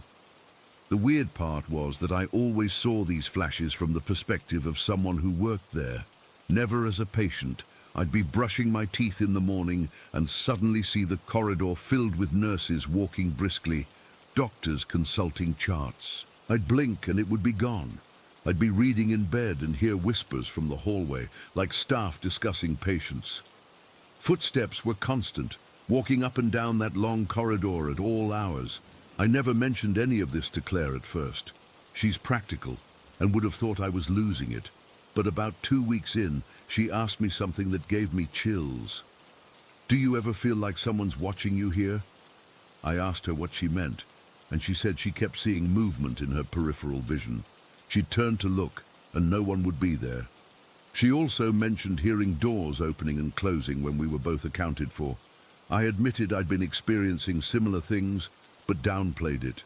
I didn't tell her about the flashes or how increasingly real they were becoming. The strangest part, the part that still unnerves me when I think about it, was that I was never afraid. Not once. This massive, dark, abandoned building should have terrified me, especially at night. But I would walk through that entire medical center in pitch darkness without a flashlight, completely at ease. I knew where every piece of debris was, every hole in the floor, every broken ceiling tile. It was as if the building itself was guiding me, keeping me safe. I developed this bizarre attachment to each room. They felt like friends. I know how insane that sounds, but I'd walk into the old pediatric exam room and feel happy. The surgical suite made me feel purposeful and focused. The staff break room made me feel relaxed and social, despite being alone. Each space had its own distinct emotional signature. About 3 months after moving in, the town experienced some riots related to fuel prices. Things got pretty scary, with businesses being vandalized and cars set on fire. Claire wanted us to stay with friends in Marseille until things calmed down, but I refused to leave. The thought of abandoning the building filled me with this primal protectiveness. I told Claire I would defend it with my life if necessary, and I meant it. She looked at me like I'd grown a second head, but stayed with me out of concern. That night, around 2 in the morning, I had the most vivid experience yet. I was awakened by footsteps in the corridor, not unusual by this point, but these were different. They were deliberate, purposeful, and coming directly toward my room. I wasn't afraid, just curious. I watched as my door handle turned slowly downward, and the door gently opened, as if someone was trying not to disturb me. There was nobody visible, but I felt a presence enter my room. It moved to the foot of my bed and seemed to stand there, watching me. After what felt like several minutes, the presence moved toward the door, which opened again without being touched. The door closed softly, and I heard the footsteps retreat down the corridor, growing fainter until they disappeared. The next morning, I asked Claire if she'd come to my room during the night. She hadn't. She'd taken a sleeping pill and been out cold. When I described what happened, she got really worried and suggested I see a doctor. I laughed it off, but deep down, I knew something profound was happening. Over the next 1.5 years, I threw myself into renovating the building with an energy I'd never experienced before. I've always hated physical labor like painting and cleaning, but suddenly I was working 14-hour days without fatigue. Claire would find me at midnight, still happily stripping wallpaper or sanding floors. I felt driven by some force I couldn't explain, like I owed it to the building to restore it to its former glory. As the renovations progressed, so did my experiences. I became convinced that I was dealing with the presence of a former staff member, a woman who had loved this medical center so deeply that she remained after death. I never saw her clearly, but I sensed her moving from room to room, sometimes humming softly, as if pleased to show me her domain. There was one particular room, what had been the head nurse's office, where the presence felt strongest. I'd often find myself drawn there in the middle of the night, sitting in the darkness, having one-sided conversations with her. I'd tell her about our renovation plans, ask her opinion on paint colors, discuss the building's history. I never heard direct responses, but sometimes the temperature would change, or I'd feel a light touch on my shoulder, or items would shift slightly on the desk. Claire eventually moved out, saying the place was making her uncomfortable. She stayed involved with the renovation project, but rented an apartment in town. I was secretly relieved to have the building to myself, and the presence I'd come to think of as Madam, though I never knew her real name. Then, disaster struck. The global pandemic hit, financial pressures mounted, and we were forced to sell the property to the local government. They wanted to convert it back into a medical facility to handle overflow from the main hospital. It should have been a victory, the building returning to its intended purpose. But I was devastated. The day we signed the papers, I had a complete breakdown. I locked myself in the head nurse's office and sobbed uncontrollably. It felt like I was being separated from the most important relationship in my life. Claire found me there, curled up on the floor, talking to empty air, begging Madame to understand that I had no choice, that I wasn't abandoning her. On my final day, I walked through each room, saying goodbye. In the head nurse's office, I left a handwritten letter promising to return someday. As I was locking up for the last time, I heard footsteps behind me and felt a hand on my back. A touch so real and solid that I spun around expecting to see someone. The corridor was empty, but the air felt heavy with emotion. I've explored other abandoned buildings since then, thinking maybe I'm just drawn to old spaces, but it's not the same. I would never stand alone in the dark in any other building the way I did in that medical center. In no other place have I felt so completely safe, so utterly at home. Sometimes I drive by the building, which is now a functioning clinic again. I never go inside, but I park across the street and watch the staff coming and going, and sometimes, just sometimes, I see a figure in one of the windows. A woman, in what looks like an old-fashioned nurse's uniform, watching over her domain. She never acknowledges me, but I know she remembers. I know she's waiting. I still don't understand what happened to me there. Was I possessed? Did I somehow tap into the memories of the building itself? Or did Madame choose me specifically to restore her beloved workplace? I'll probably never know. But not a day goes by that I don't think about that medical center and the presence that made it feel like home. Story 16. I've never really shared this before outside of telling a few close friends, but I think it's time I put it down somewhere. Maybe someone out there has experienced something similar and can make sense of what happened to me. I grew up in this tiny coal camp town called Coaldale, Wyoming. It's basically just a handful of houses scattered across a mountaintop, the kind of place where everyone knows everyone else's business. We moved there when I was 13, after my mum found this house that was surprisingly affordable. It was a nice place, 3 bedrooms, pretty spacious for what we paid. It wasn't until after we'd settled in that we learned about its history. Our neighbor, Mrs. Hensley, mentioned it casually one day while my mom was gardening. "You folks settling in all right in the old Reynolds place?" When Mom looked confused, Mrs. Hensley continued, "Oh, Tom Reynolds built this house himself. He was a teacher over at the high school in town. Real tragedy what happened. Apparently, Mr. Reynolds had died in an F5 tornado that tore through part of the area about 5 years before we moved in. He'd been at the school late grading papers when it hit. His widow couldn't bear to stay in the house afterward and sold it to us for well below market value. Mom seemed a bit unsettled by this information, but tried not to show it. "Well, at least we're giving the house a new life," she said to Mrs. Hensley. But I could tell the news bothered her. Life went on normally for a while. My parents divorced when I was 14, which sucked, but Mom remarried about a year later to my stepdad, Rick. He was okay, I guess. When I turned 15, they let me move my bedroom down to the basement for more privacy.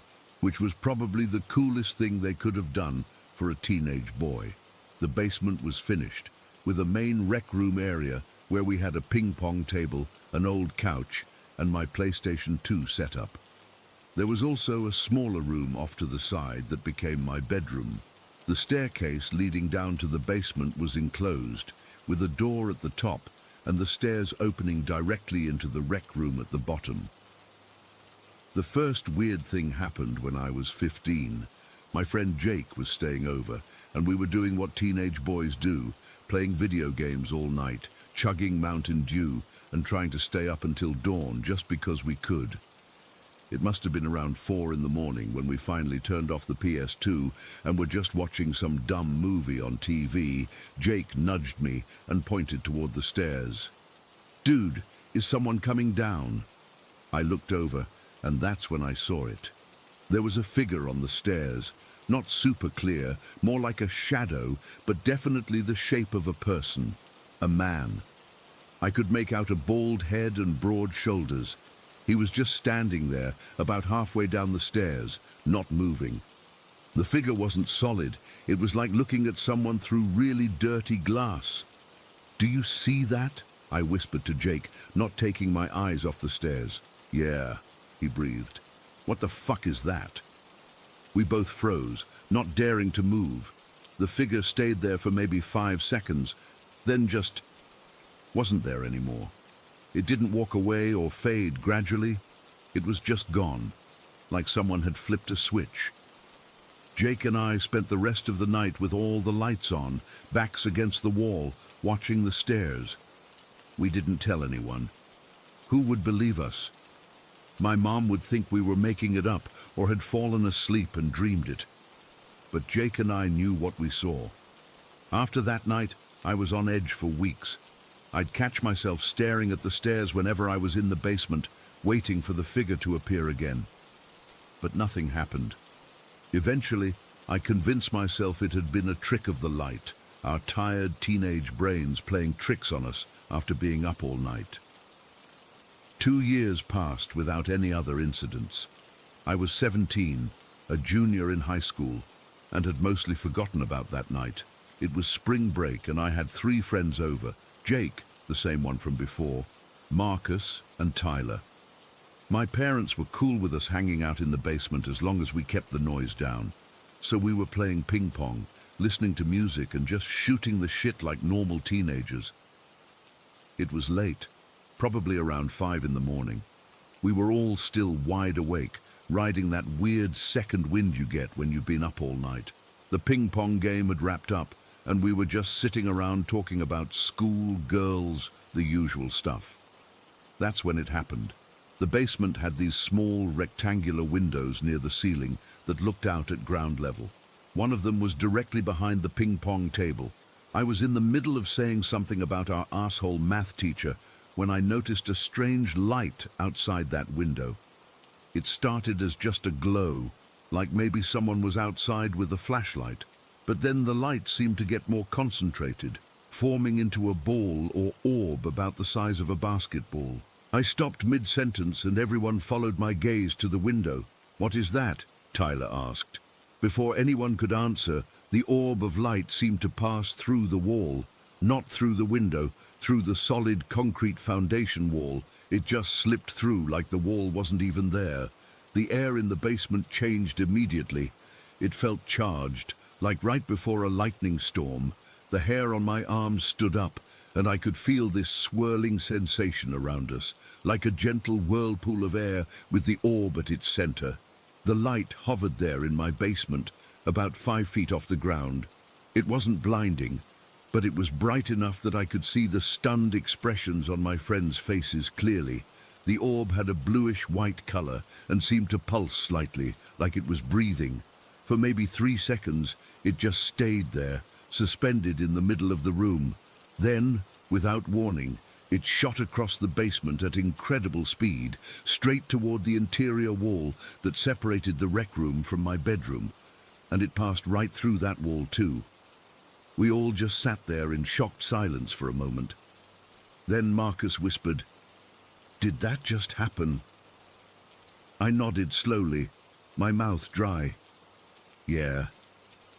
Then we heard it, a rhythmic thumping sound coming from my bedroom. Without really thinking about it, all four of us got up and moved toward my bedroom door. I was in front, and I pushed the door open slowly. The light was gone, but my punching bag, this heavy 70-pound bag my dad had gotten me that hung from a ceiling mount, was swinging violently in a perfect circular motion, not back and forth like it would if someone had hit it, but in full circles, like it was being pushed around by an invisible hand. There was no draft in the room. No windows were open. Nothing that could explain why this heavy bag was swinging like that. We all just stood there watching it, too scared to move closer. After maybe 30 seconds, the swinging started to slow down, and then it stopped completely. "We need to go upstairs," Jake said, his voice shaking. "Right now."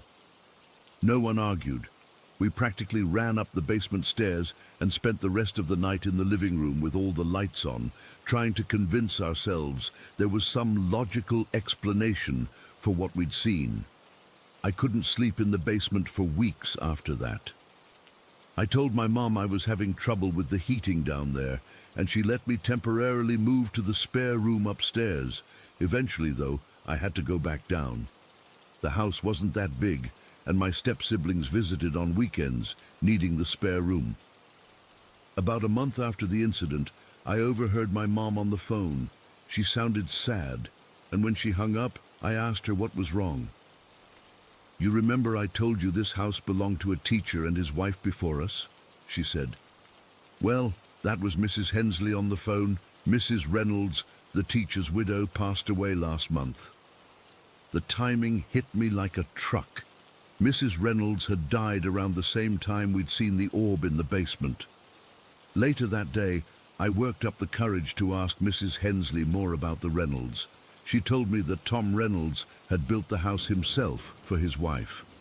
They never had children, and they'd been married for over 40 years when he died. According to Mrs. Hensley, they were inseparable, the kind of couple that still held hands after all those years.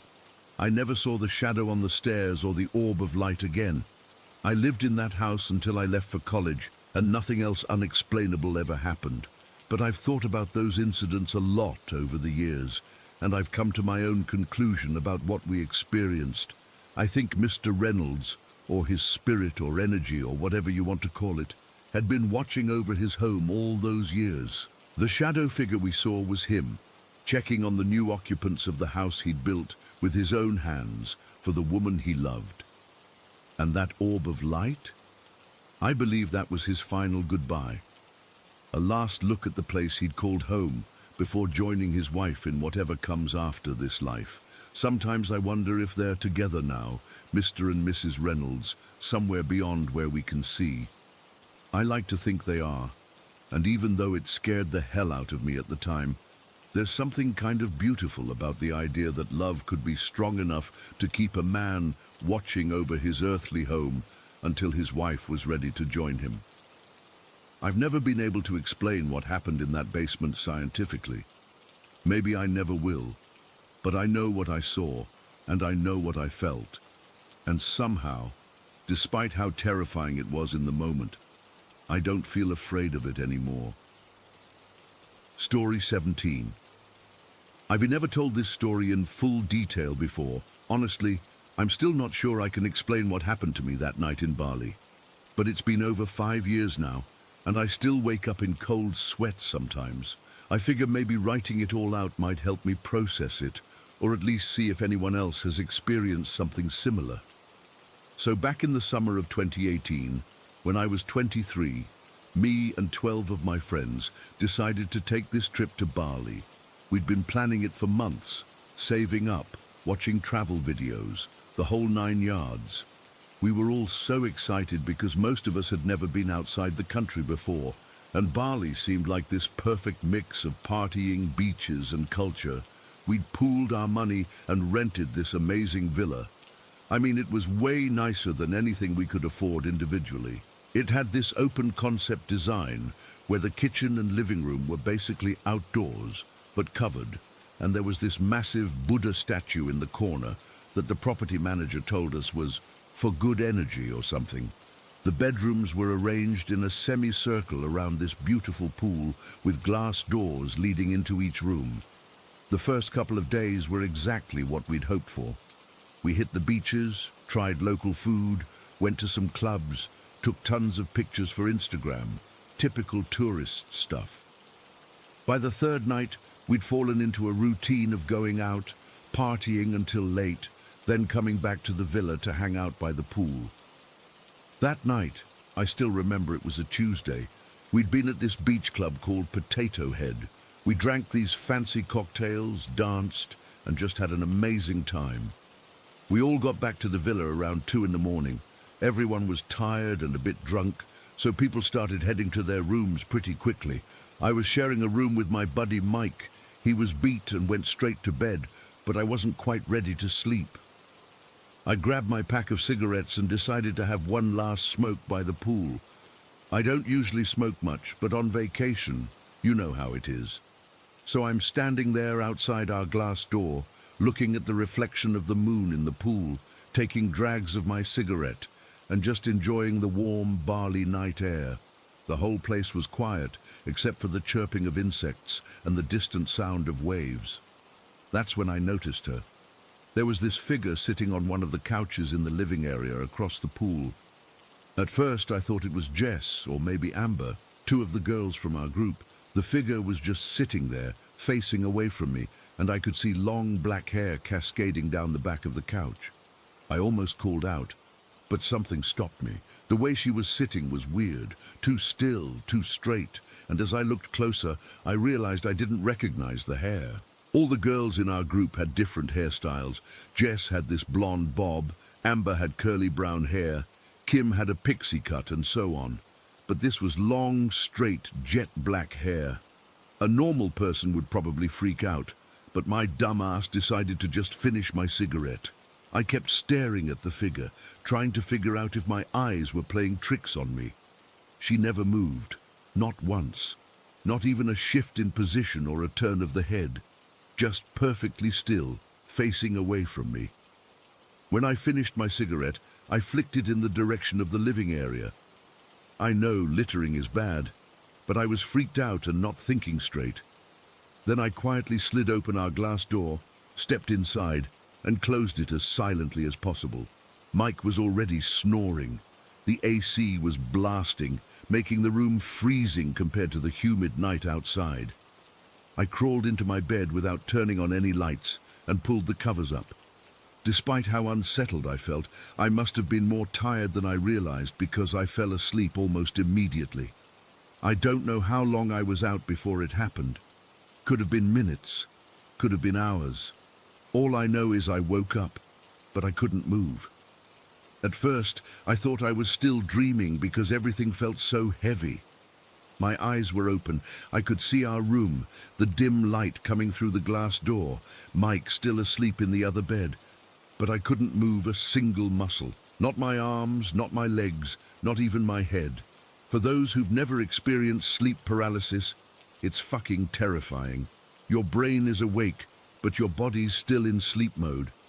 I'd had it once before in college during finals week, so I knew what was happening. I tried to stay calm, telling myself it would pass in a few seconds. That's when I felt it. Something tickling my cheeks.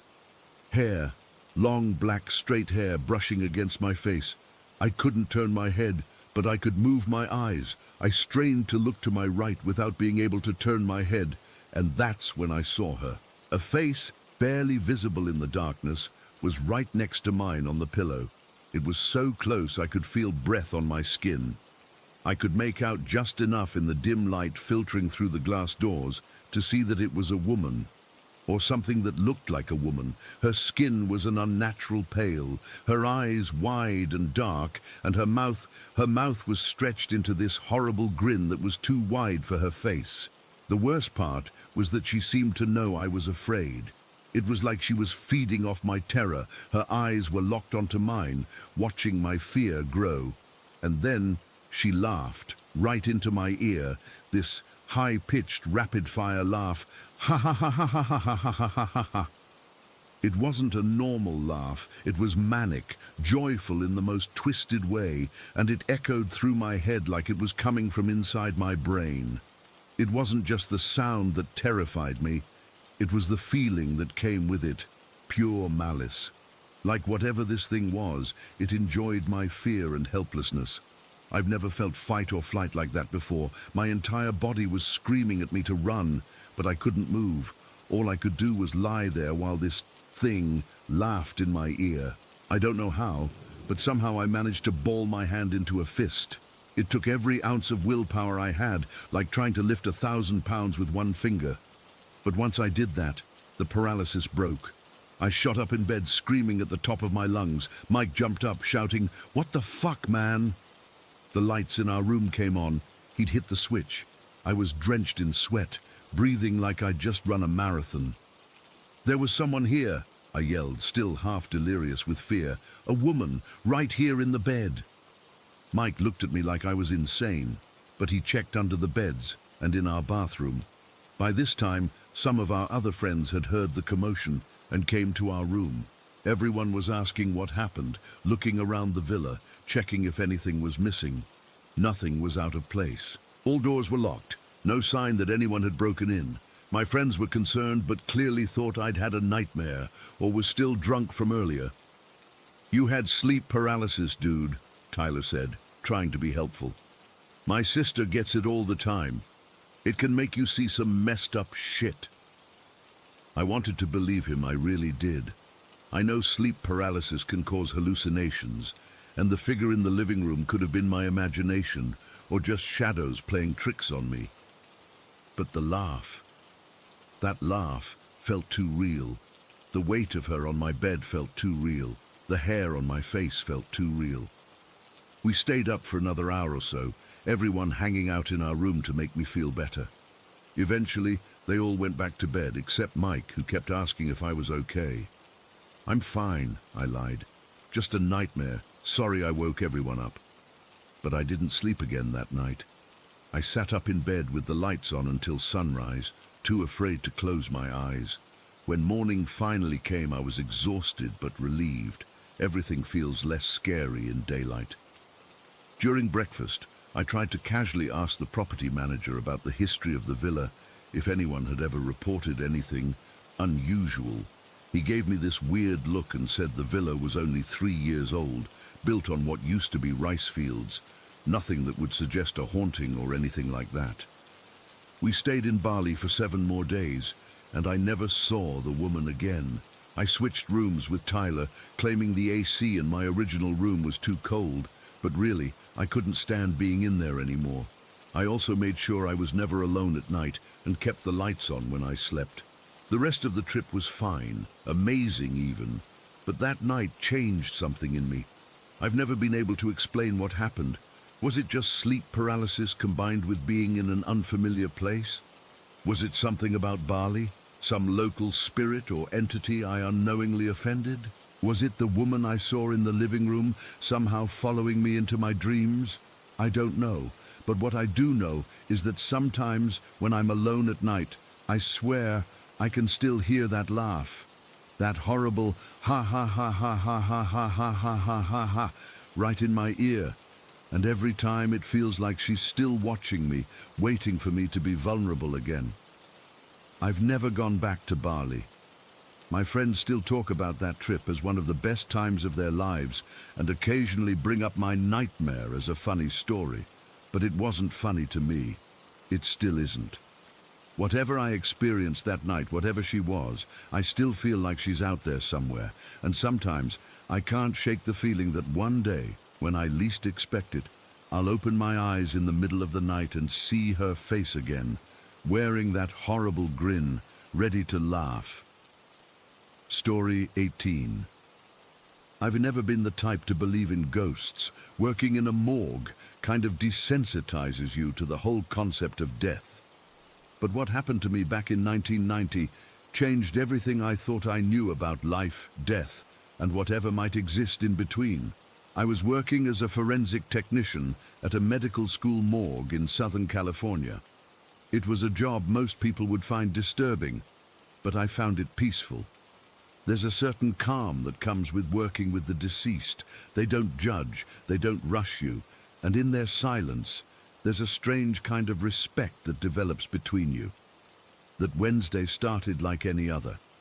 I came in around 7 in the morning, checked the logbook, and saw I had 3 cases to work on. My colleagues wouldn't be in until later, which wasn't unusual. I actually preferred the quiet mornings when I could focus without interruption. The morgue was located in the basement of the medical building.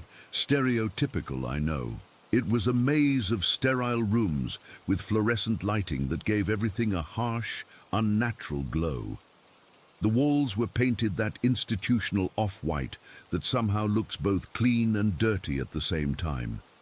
The air always smelled faintly of formaldehyde and disinfectant, a smell you never really get used to, but learn to ignore. I suited up in my scrubs, pulled on my gloves, and got to work on the first case. It was an elderly woman who had died of natural causes, pretty straightforward. The second was a middle-aged man who had suffered a heart attack. The third was a bit more complicated, a car accident victim with extensive trauma. Each case required meticulous attention and documentation. Time slipped away as I worked. I've always been able to get into this zone where nothing exists except the task at hand. Before I knew it, 3 hours had passed without a single interruption. No phone calls, no colleagues popping in, nothing. Just me and my work in the quiet of the morgue. Around 11, I finished up the third case. My back was stiff from standing hunched over for so long, and my stomach was starting to remind me that I hadn't eaten since 5 that morning. I peeled off my gloves, washed my hands thoroughly, and headed toward the office area where we kept our lunches in a small refrigerator. To get to the office, I had to pass through the storage room where we kept the bodies after processing. It was a large, temperature-controlled room with 3 massive vertical refrigerators lining the far wall. Each unit had multiple compartments to house the bodies until they were claimed by funeral homes or family members. I'd walked this path hundreds of times. It was routine, mundane even. But this time, as I passed the doorway and glanced right out of habit, I stopped dead in my tracks. There, standing in front of the middle refrigerator, was an elderly man. But not just any man, I could see through him. He wasn't solid. He was translucent, like fog shaped into human form. He had wispy white hair, wore what looked like an old-fashioned suit, and stood with his hands clasped in front of him, staring at the refrigerator door. My brain couldn't process what I was seeing. I didn't feel scared, which was weird in itself, just completely stunned. I couldn't move, I couldn't speak, I just stood there, my heart pounding so hard I could feel it in my ears. It felt like I stood there for minutes, but it was probably only seconds. Then, slowly, the figure turned toward me. His face was weathered but kind, with deep-set eyes that seemed to hold centuries of wisdom. He looked directly at me, and I swear I felt something pass between us. Not words, not exactly feelings either, but some kind of understanding. Then, just as suddenly as I'd noticed him, he began to fade away.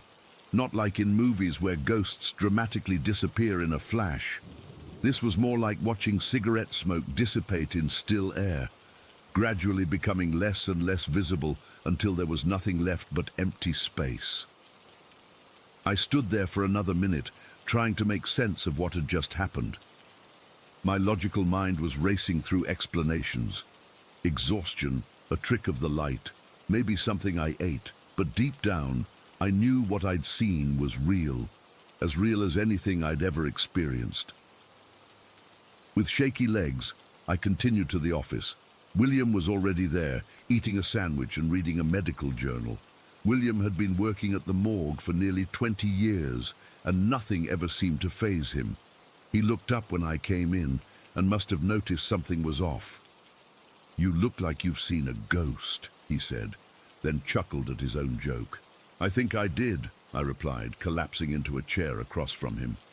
William put down his sandwich and studied my face. "Where?" he asked, with none of the skepticism I expected. By the storage refrigerators, an old man standing in front of the middle unit. To my surprise, William nodded calmly. Grey suit? White hair? Kinda see-through? My jaw dropped. You've seen him too? Oh yeah, plenty of times, William said, as casually as if we were discussing the weather. He's harmless. I actually kind of enjoy his visits. Visits? This happens regularly? I couldn't believe what I was hearing. Every few months or so, I figured you'd run into him eventually, working here. Just then, Joe, another technician, walked in. Joe was newer than me, only been with us about 6 months. He was young, maybe 25, still working his way through med school. What are you two talking about? He asked, grabbing his lunch from the fridge. William looked at me, and I nodded. So he told Joe about our ghostly visitor. Joe's reaction couldn't have been more different from William's. His face went pale, and he almost dropped his lunch. You're messing with me, right? Joe's voice had gone up about an octave. Tell me you're messing with me. It's true, I said. I just saw him not 5 minutes ago. Nope, no way, I don't do ghosts. Joe started packing his lunch back up. I'm eating in the courtyard today. It wasn't scary, I tried to reassure him. It was actually kind of peaceful, like he was just visiting. Joe wasn't having it. He practically ran out of the room, muttering something about requesting a transfer. William chuckled after him. Some people just can't handle it. This place is a crossroads, you know, between the living and the dead. Makes sense. There'd be some overlap sometimes. After lunch, word about my sighting spread through our small department. Lola from paperwork processing came down to hear about it firsthand. Lola was known for her interest in spiritual stuff, crystals on her desk, talks about energy fields, that sort of thing. Most of us gently teased her about it, but she never seemed to mind. Tell me everything, she insisted, eyes wide with excitement, every detail. So I recounted what I'd seen, trying not to embellish, but also not downplaying the reality of the experience. When I finished, Lola nodded thoughtfully. I go to these spiritual gatherings sometimes, kind of like seances, but more focused on understanding energies rather than just making contact. Would you mind if I brought this up at the next meeting? Sometimes our guide can pick up on these things, offer insights. I shrugged. Sure, why not? At that point, any explanation seemed worth exploring. 3 days later, Lola came looking for me, practically bursting with excitement. We had our meeting last night, she said, pulling me into the break room. I told our guide about what you saw, and she immediately got this strong impression. She said the spirit is confused, like it's looking for something but doesn't know what, and she kept getting the letter W over and over. Does that mean anything to you? I shook my head. Not that I can think of. Well, she was very certain about it, said the spirit is stuck in a loop, returning to the same spot repeatedly because of some unfinished business related to W.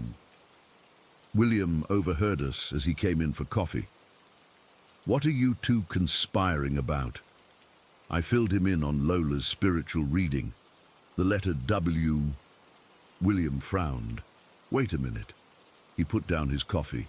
Come with me. We followed William to the storage room where I'd seen the apparition. He walked right up to the middle refrigerator, the exact one the ghost had been standing in front of. Which compartment was he looking at? William asked. I thought back.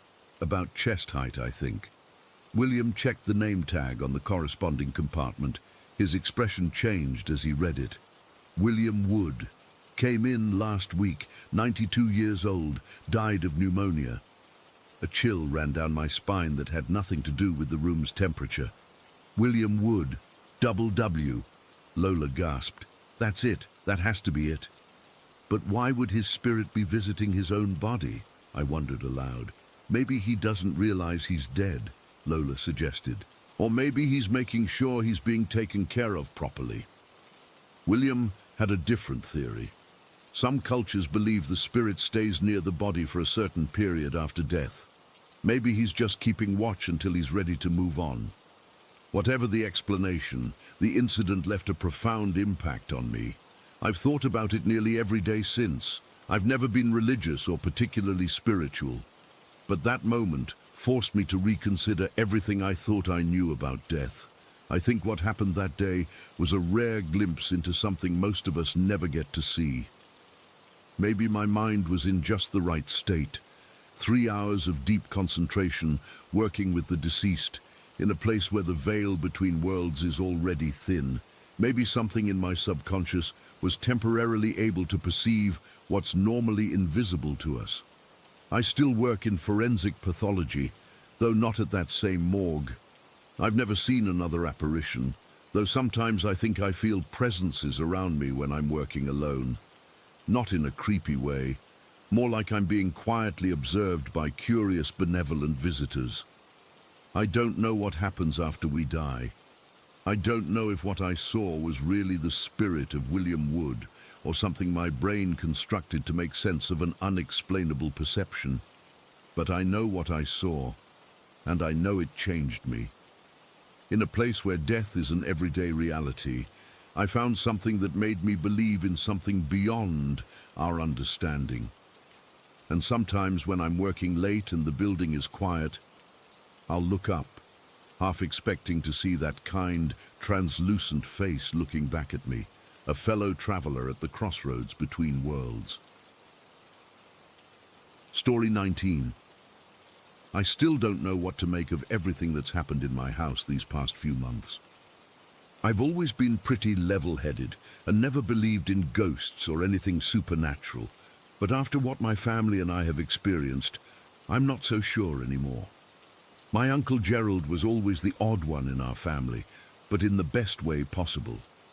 Despite losing his leg to diabetes a few years back and being nearly blind, he was the most enthusiastic person I knew. Gerald lived alone in a small house about 20 minutes from us in Oak Ridge Village. Even with his disabilities, he refused any help from assisted living facilities. "I'm not dead yet," he'd say, whenever my mum suggested it might be easier for him. What made Gerald unique was his absolute obsession with technology. The man could barely see, yet he owned every gadget you could imagine. His living room looked like a Best Buy showroom. Massive TVs, sound systems, laptops, tablets, you name it. Every time I'd visit, he'd have some new electronic toy he wanted to show off. "Marcus, come look at this beauty," he'd say, pointing to a device he could barely make out. Our family would exchange concerned glances behind his back. We worried about his finances, but whenever we brought it up, he'd wave us off with, "It's only money," or "These things make me happy, what else am I going to spend it on?" About 3 months ago, Gerald called me on a Tuesday afternoon. "Marcus, I just got a new 50-inch 4K TV delivered. Can you come set it up for me?" This was nothing unusual. I was always his go-to tech support. I drove over after work and spent a couple hours mounting it on his wall, connecting all his devices and showing him how to use the remote with its oversized buttons. "This picture is incredible," he said, squinting at the screen from about 2 feet away. I didn't have the heart to tell him he probably couldn't appreciate half the features he was paying for. The weird part came just 4 days later when he called again. "Marcus, this TV is too damn big. It's hurting my eyes. I want you to take it." I tried to refuse. "Uncle Gerald, you just bought it. We can return it and get something smaller." No. Consider it an early Christmas present, I insist." After about 20 minutes of back and forth, I gave in and took the TV home. My wife Sarah was surprised but happy. Our living room TV was ancient, and this was a serious upgrade. Everything was normal for about a month. Then Gerald developed an infection in his remaining leg. Things went downhill fast. Sepsis set in, and the doctors put him in an induced coma. He never woke up. He passed away on a Thursday evening while my wife and I were at the hospital. I was the executor of his will, so I handled all the arrangements. The funeral, selling his house, and donating most of his beloved gadgets to charity as he'd requested. Life slowly returned to normal. We all missed Gerald, but he'd lived a good life despite his health problems. I thought about him whenever I watched something on the TV he'd given us, which felt like a final gift now. Then, about 2 months after his funeral, the strange stuff started. I was watching a football game one Sunday afternoon. At halftime, I went to the kitchen to grab a beer. I couldn't have been gone more than 2 minutes. When I came back, I stopped dead in my tracks. There was a massive dent in the TV screen, like someone had thrown something directly at it. The screen was cracked, with spiderweb patterns spreading from the impact point. My first thought was that one of the kids had done it and run off, but both my daughters were at friends' houses that day. Sarah was out shopping. I was completely alone in the house. I checked the floor, thinking maybe something had fallen and hit the screen, but there was nothing, no object that could have caused that kind of damage. The remote was sitting untouched on the coffee table. I even checked the ceiling, wondering if something had somehow fallen from above, but there was nothing. It made absolutely no sense. I'm not ashamed to admit I felt a chill run down my spine, standing there alone in my living room, staring at a TV that had somehow been smashed while I was out of the room for 2 minutes. I ended up buying a new TV the next day. Nothing fancy, just a basic 42-inch model to replace Uncle Gerald's damaged one. I didn't tell Sarah exactly what happened, just said the screen had cracked somehow and I'd replaced it.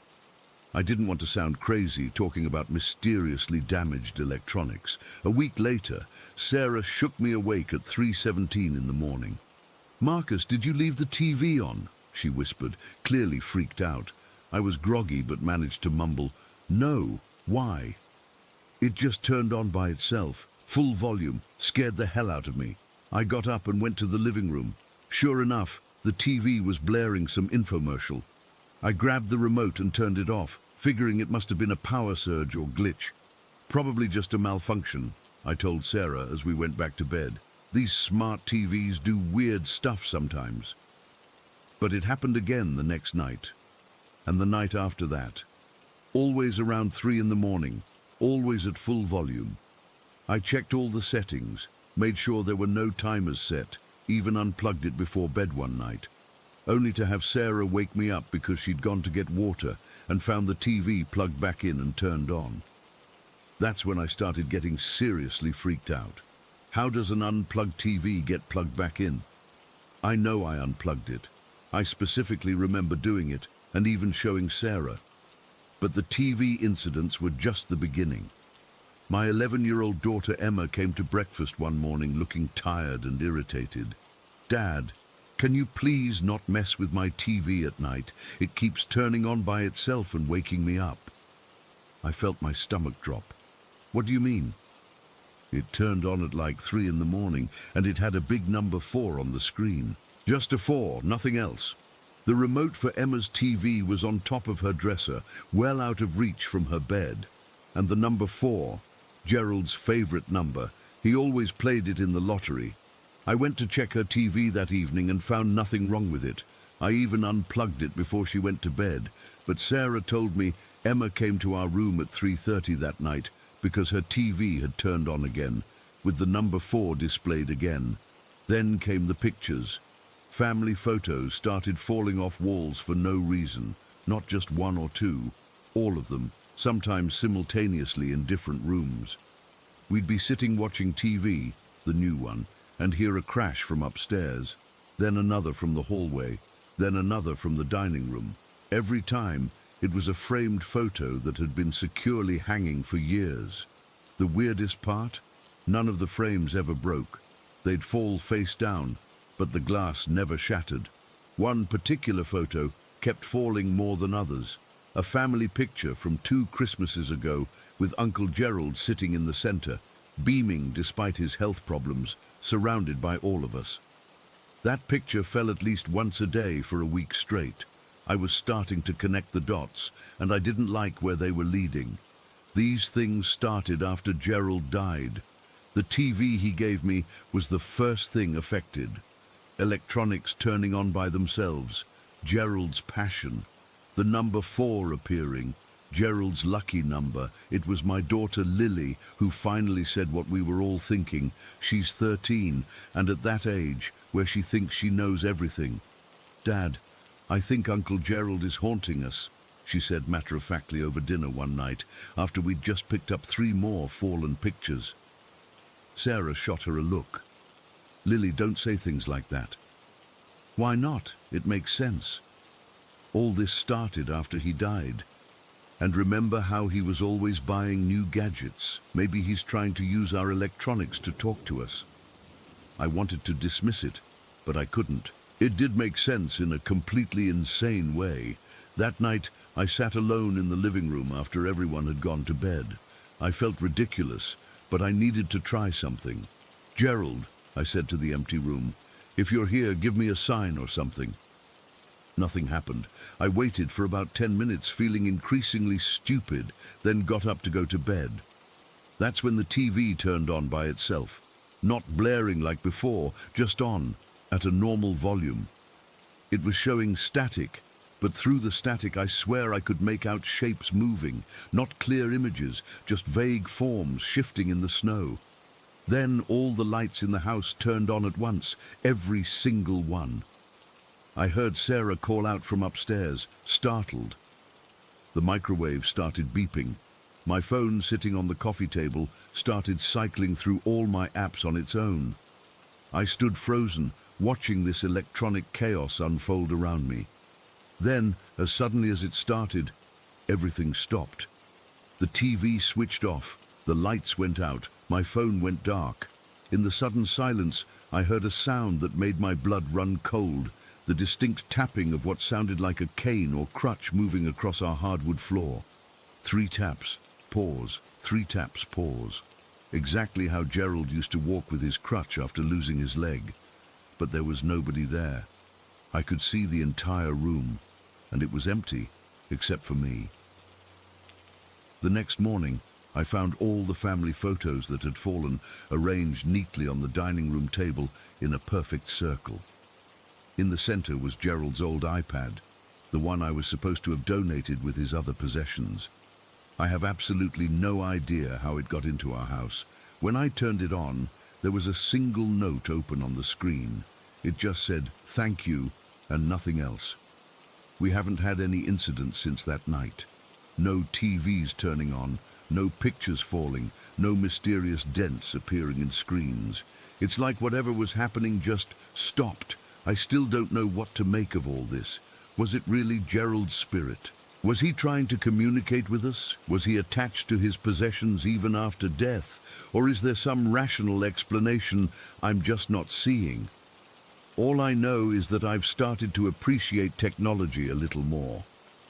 When I watch TV now, I sometimes say, "Hope you're enjoying this too, Gerald, just in case he's still around."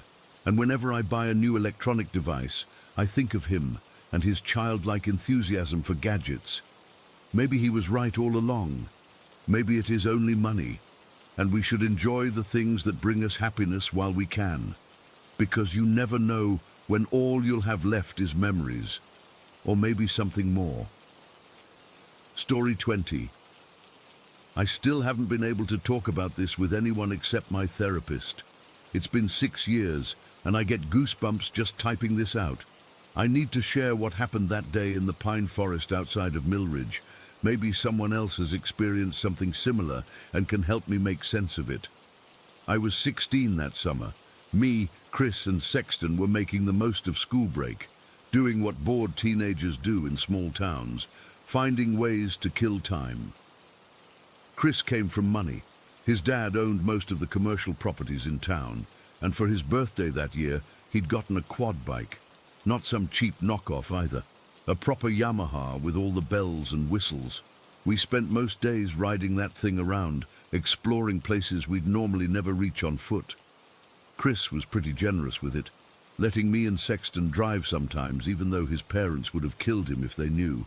That Thursday in July started like any other summer day. Hot, humid, boring. Chris texted our group chat around noon. "Quarry today, water's gonna feel amazing." The old limestone quarry was about 7 miles from town. It had filled with water years ago and became the unofficial swimming spot for local teens. The water was deep and clear, and there was a perfect rock ledge about 20 feet up that we'd jump from. I replied, "Hell yeah, pick me up in 30. Sexton chimed in, "I'm in." Chris pulled up to my house on the quad around 12:30. Sexton was already riding on the back, clutching a backpack with our towels and some snacks. I hopped on, and we headed out toward the quarry. Now, there were 2 ways to get there.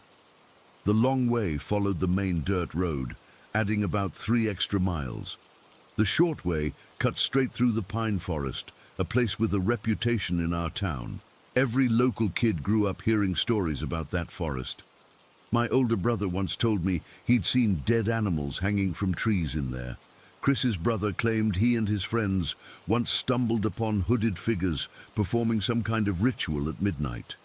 Most of us brushed these off as typical small-town bullshit meant to scare younger kids.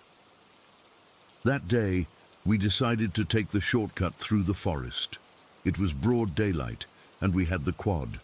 What could possibly happen? The temperature dropped immediately when we entered the tree line.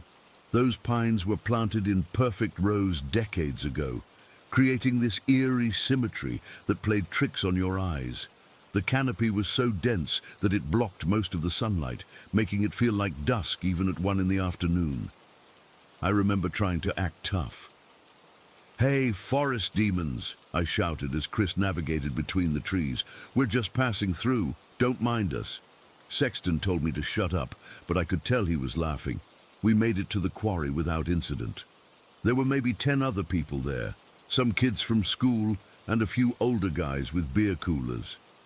We spent the next few hours swimming, jumping off the ledge, and lying on the warm rocks. Normal summer stuff. Around 6, people started heading home for dinner. We hung around longer, partly because none of us had strict parents who expected us home at a certain time, and partly because the water felt so good after the brutal heat of the day. By 7:30, we realized we should probably head back. The sun would be setting soon, and none of us said it out loud, but I think we all silently agreed we didn't want to be in that forest after dark. Chris tossed me the keys. "Your turn to drive." I felt pretty cool taking the driver's position while Chris and Sexton crammed onto the back.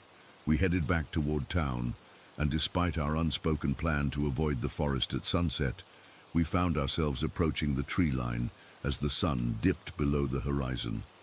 "Maybe we should take the long way," Sexton suggested. Chris scoffed. "That'll add like 30 minutes. It's fine. We've got the headlights."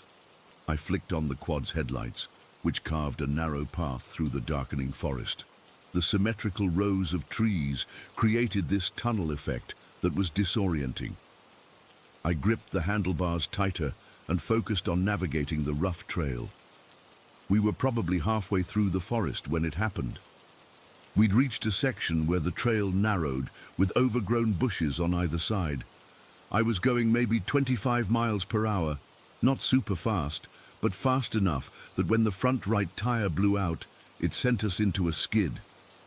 The quad lurched violently to the right. I overcorrected, nearly tipping us over before managing to roll to a stop at a sharp turn in the trail. The guys tumbled off the back, cursing. "What the hell, man?" Chris stood up, brushing dirt from his shorts. "Blowout," I pointed to the tire, which was completely shredded. "Must have hit something sharp." We all stared at the flat tire in silence. None of us had thought to bring any repair tools or a spare. We were stranded 4 miles from town, in the middle of the forest as night was falling. "Guess we're walking," Sexton sighed, pulling out his phone. No signal. "Great." That's when we heard voices coming from around the bend in the trail. A woman appeared, followed by a man limping badly and a young boy who couldn't have been more than 8. The woman looked relieved to see us. "Oh, thank God. We need help." My husband twisted his ankle badly. We were hiking and lost track of time. The man winced as he lowered himself to sit on a fallen log. "I think it might be broken," he said. "We've been trying to make our way out for over an hour." Chris immediately took charge. I know these trails well. I can lead you out to the main road, and we can call for help from there. The woman looked hesitant to leave her husband and son. I'll go with Chris, she finally decided. Can you boys stay with my husband and son until we get back? We'll send help. What were we supposed to say? No? Leave an injured man and a kid alone in the dark forest? Of course we agreed. Chris and the woman headed off down the trail, their silhouettes quickly swallowed by the darkness beyond our quad's headlights. I angled the quad to provide as much light as possible for the man and his son, who both looked exhausted. Thanks for staying with us, the man said. I'm Dave. This is Tyler. The boy gave a shy wave but didn't speak. I'm Ryan, I said. This is Sexton. The four of us sat in awkward silence for a while. The forest was unusually quiet. No crickets, no rustling leaves, just stillness. I checked my phone again. Still no signal. How long do you think they'll be? Sexton asked after about 30 minutes had passed. I shrugged. Probably an hour each way, plus however long it takes to find help and get back here. That's when I first heard it.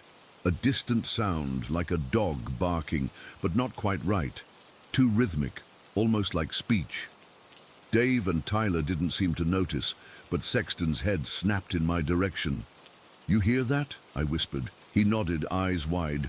The barking stopped, replaced by something that made my skin crawl. Whispers, not coming from one place, but seeming to move around us. I couldn't make out words, just the unmistakable sound of hushed voices. Do you guys hear anything? I asked Dave. He looked confused. Just the wind in the trees. There was no wind, not even a breeze. The whispers continued, growing slightly louder, moving from one side of the clearing to another. I kept readjusting the quad's headlights, trying to illuminate different sections of the forest, but saw nothing. Sexton moved closer to me. Dude, what the fuck is that? He hissed under his breath. I don't know, I whispered back, but they don't seem to hear it. Dave was telling Tyler some story about baseball to keep him distracted. They both appeared completely oblivious to the whispers that were now clearly circling our position. For the next hour, the whispers would grow closer, then fade away, only to approach from a different direction. Sometimes they'd stop entirely for 10 or 15 minutes, leaving us in tense silence, before starting again without warning. 2 hours had passed since Chris left. The quad's battery was starting to dim from running the lights so long. I was considering turning them off to conserve power when everything changed. The whispers stopped completely. The silence that followed was so absolute it felt physical, like pressure against my eardrums. Then, without warning, the whispering returned, but different. Louder, much louder, and not from a single direction but from everywhere simultaneously, from the trees above us, from the bushes around us, from the ground beneath us. Dozens, maybe hundreds of voices whispering in unison, in a language I couldn't recognize. It wasn't English or Spanish or anything I'd ever heard before. The closest thing I can compare it to is when people speak in tongues at those extreme religious services, but darker, more guttural. Sexton was practically hyperventilating beside me. We need to go. Now. Right fucking now. I grabbed his arm. We can't leave them. I nodded toward Dave and Tyler. Do you not hear that? Sexton was nearly shouting. Dave looked at us with concern. Hear what? Are you boys okay? The whispers grew louder, and I swear they started to synchronize, becoming almost melodic in their rhythm. I felt lightheaded, like the air was being sucked out of the clearing. I think I'm gonna be sick, Sexton muttered, doubling over. That's when Tyler finally spoke, his voice tiny and frightened. The people in the trees are talking again, Dad. Dave looked at his son with an expression I couldn't read. What people, Tyler? The boy pointed up into the darkness beyond our lights. The tall ones, they're always here. A chill ran through me that had nothing to do with the night air. I wanted to run. Every instinct was screaming at me to get out of there, but I couldn't leave a kid and his injured father alone. The whispers built to a crescendo that felt like it was inside my head. I covered my ears, but it made no difference. Sexton was doing the same, rocking back and forth slightly, and then, as suddenly as it had intensified, the whispering stopped. Complete silence fell again. I slowly lowered my hands from my ears, afraid to move. "They're coming closer," Tyler whispered. Before I could ask who was coming closer, headlights appeared in the distance. Relief flooded through me as I recognized the sound of a truck engine approaching. Chris appeared with the woman and another guy from town who had a pickup truck. They helped Dave into the back seat, and we quickly loaded the quad into the truck bed. As we were climbing into the truck, I glanced back toward the forest. That's when I saw it. A tall, black figure standing just beyond the reach of the headlights. Not a person exactly, more like a person-shaped absence of light. It was impossibly tall, at least 8 feet, with limbs too long and thin to be human. I froze, my hand on the door handle. Sexton saw it too. I know because he grabbed my arm so hard it left bruises. We locked eyes for a split second, a silent confirmation that we weren't hallucinating. When I looked back, the figure was gone. The drive back to town was silent. The family thanked us before being dropped off at the emergency clinic for Dave's ankle. Chris kept asking what happened while he was gone, but neither Sexton nor I could bring ourselves to explain. 6 years later, and Sexton and I have never discussed what happened that night. We drifted apart after high school, but occasionally I'll see him around town when I visit my parents. We always nod to each other, but never mention the forest. I've never gone back there. I sold my parents' house after they passed and moved to the city. Sometimes I wake up in the middle of the night thinking I can hear those whispers again, but it's just the noise of traffic or my neighbors. I still don't know what we experienced that day. Was it mass hysteria triggered by exhaustion and fear, some kind of natural phenomenon, or something else entirely? All I know is that when that little boy said, "The tall ones are always here," something deep inside me recognized the truth in his words. And sometimes, when I'm alone at night, I swear I can still hear whispers in a language no human should understand. Story 21.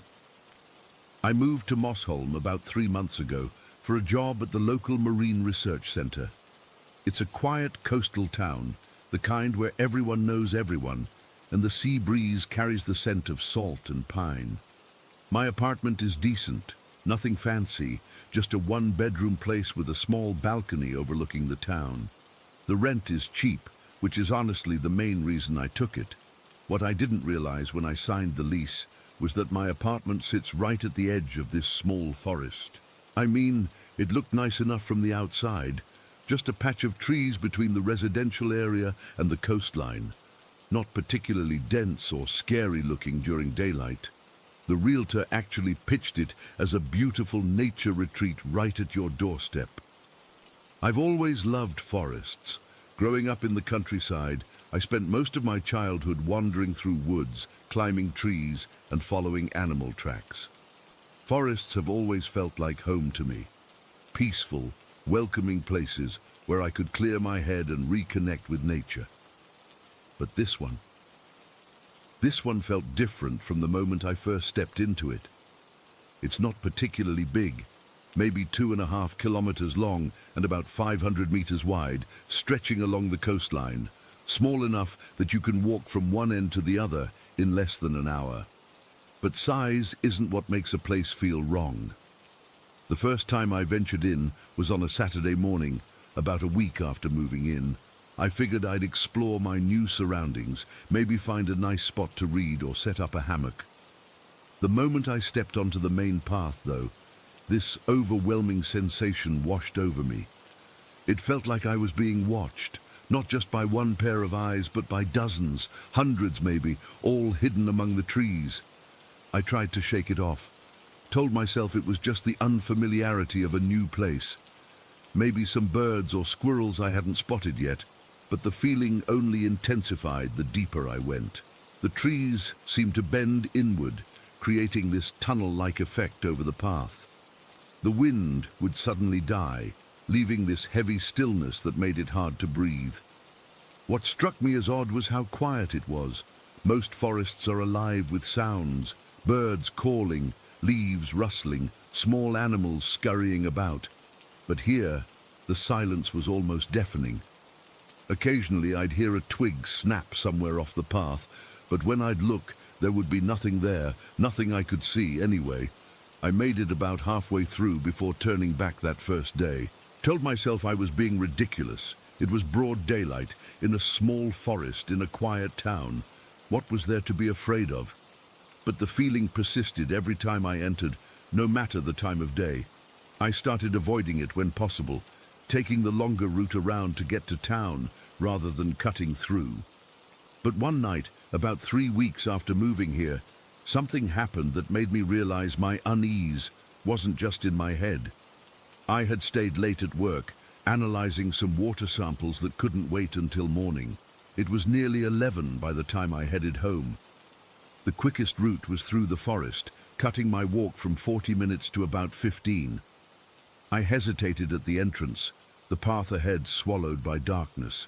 But it had been a long day, and the thought of the longer walk around the forest was enough to make me take my chances with the shortcut. I switched on my phone's flashlight and started walking, trying to ignore the way the beam seemed to be swallowed by the darkness just a few feet ahead.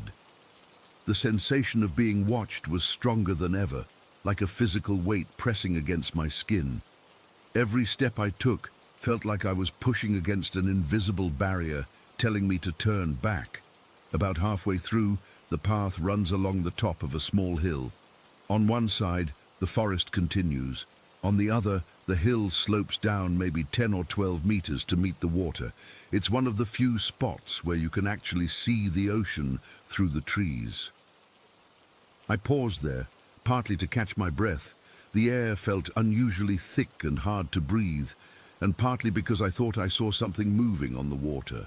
At first, I assumed it was just the reflection of the moon, or maybe some distant boat lights. But as I stood there, I realized what I was seeing wasn't on the water at all. There were lights among the trees, not steady lights like flashlights or lanterns, but small orb-like balls of light that seemed to float between the trunks. They were maybe 7 to 10 meters off the ground, hovering and drifting in ways that defied explanation.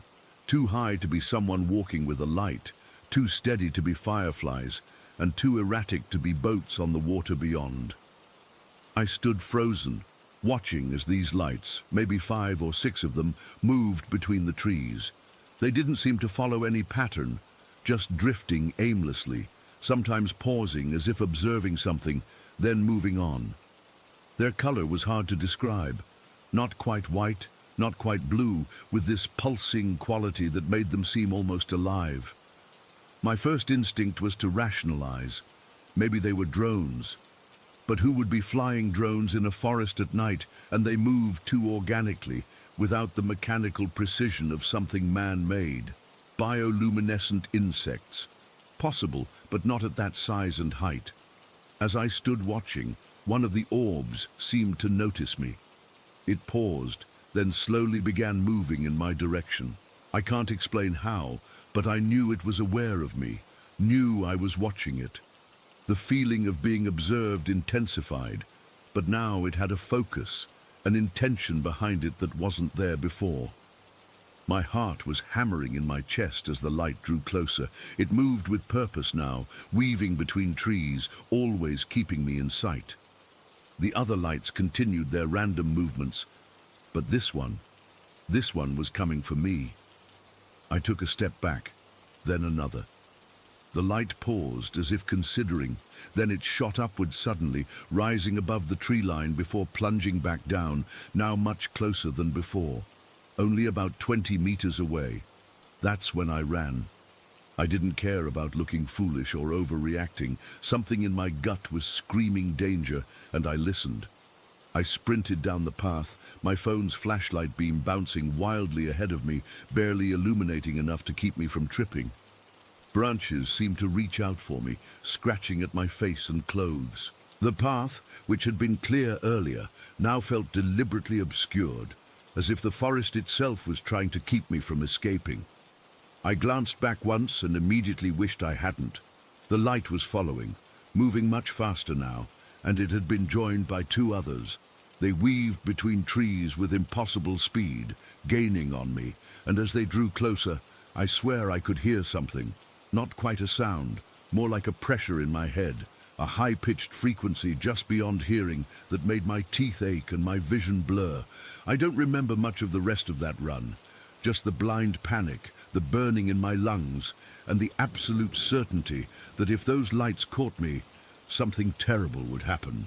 When I finally burst out of the forest's edge near my apartment building, I nearly collapsed on the sidewalk, gasping for air that suddenly seemed much easier to breathe.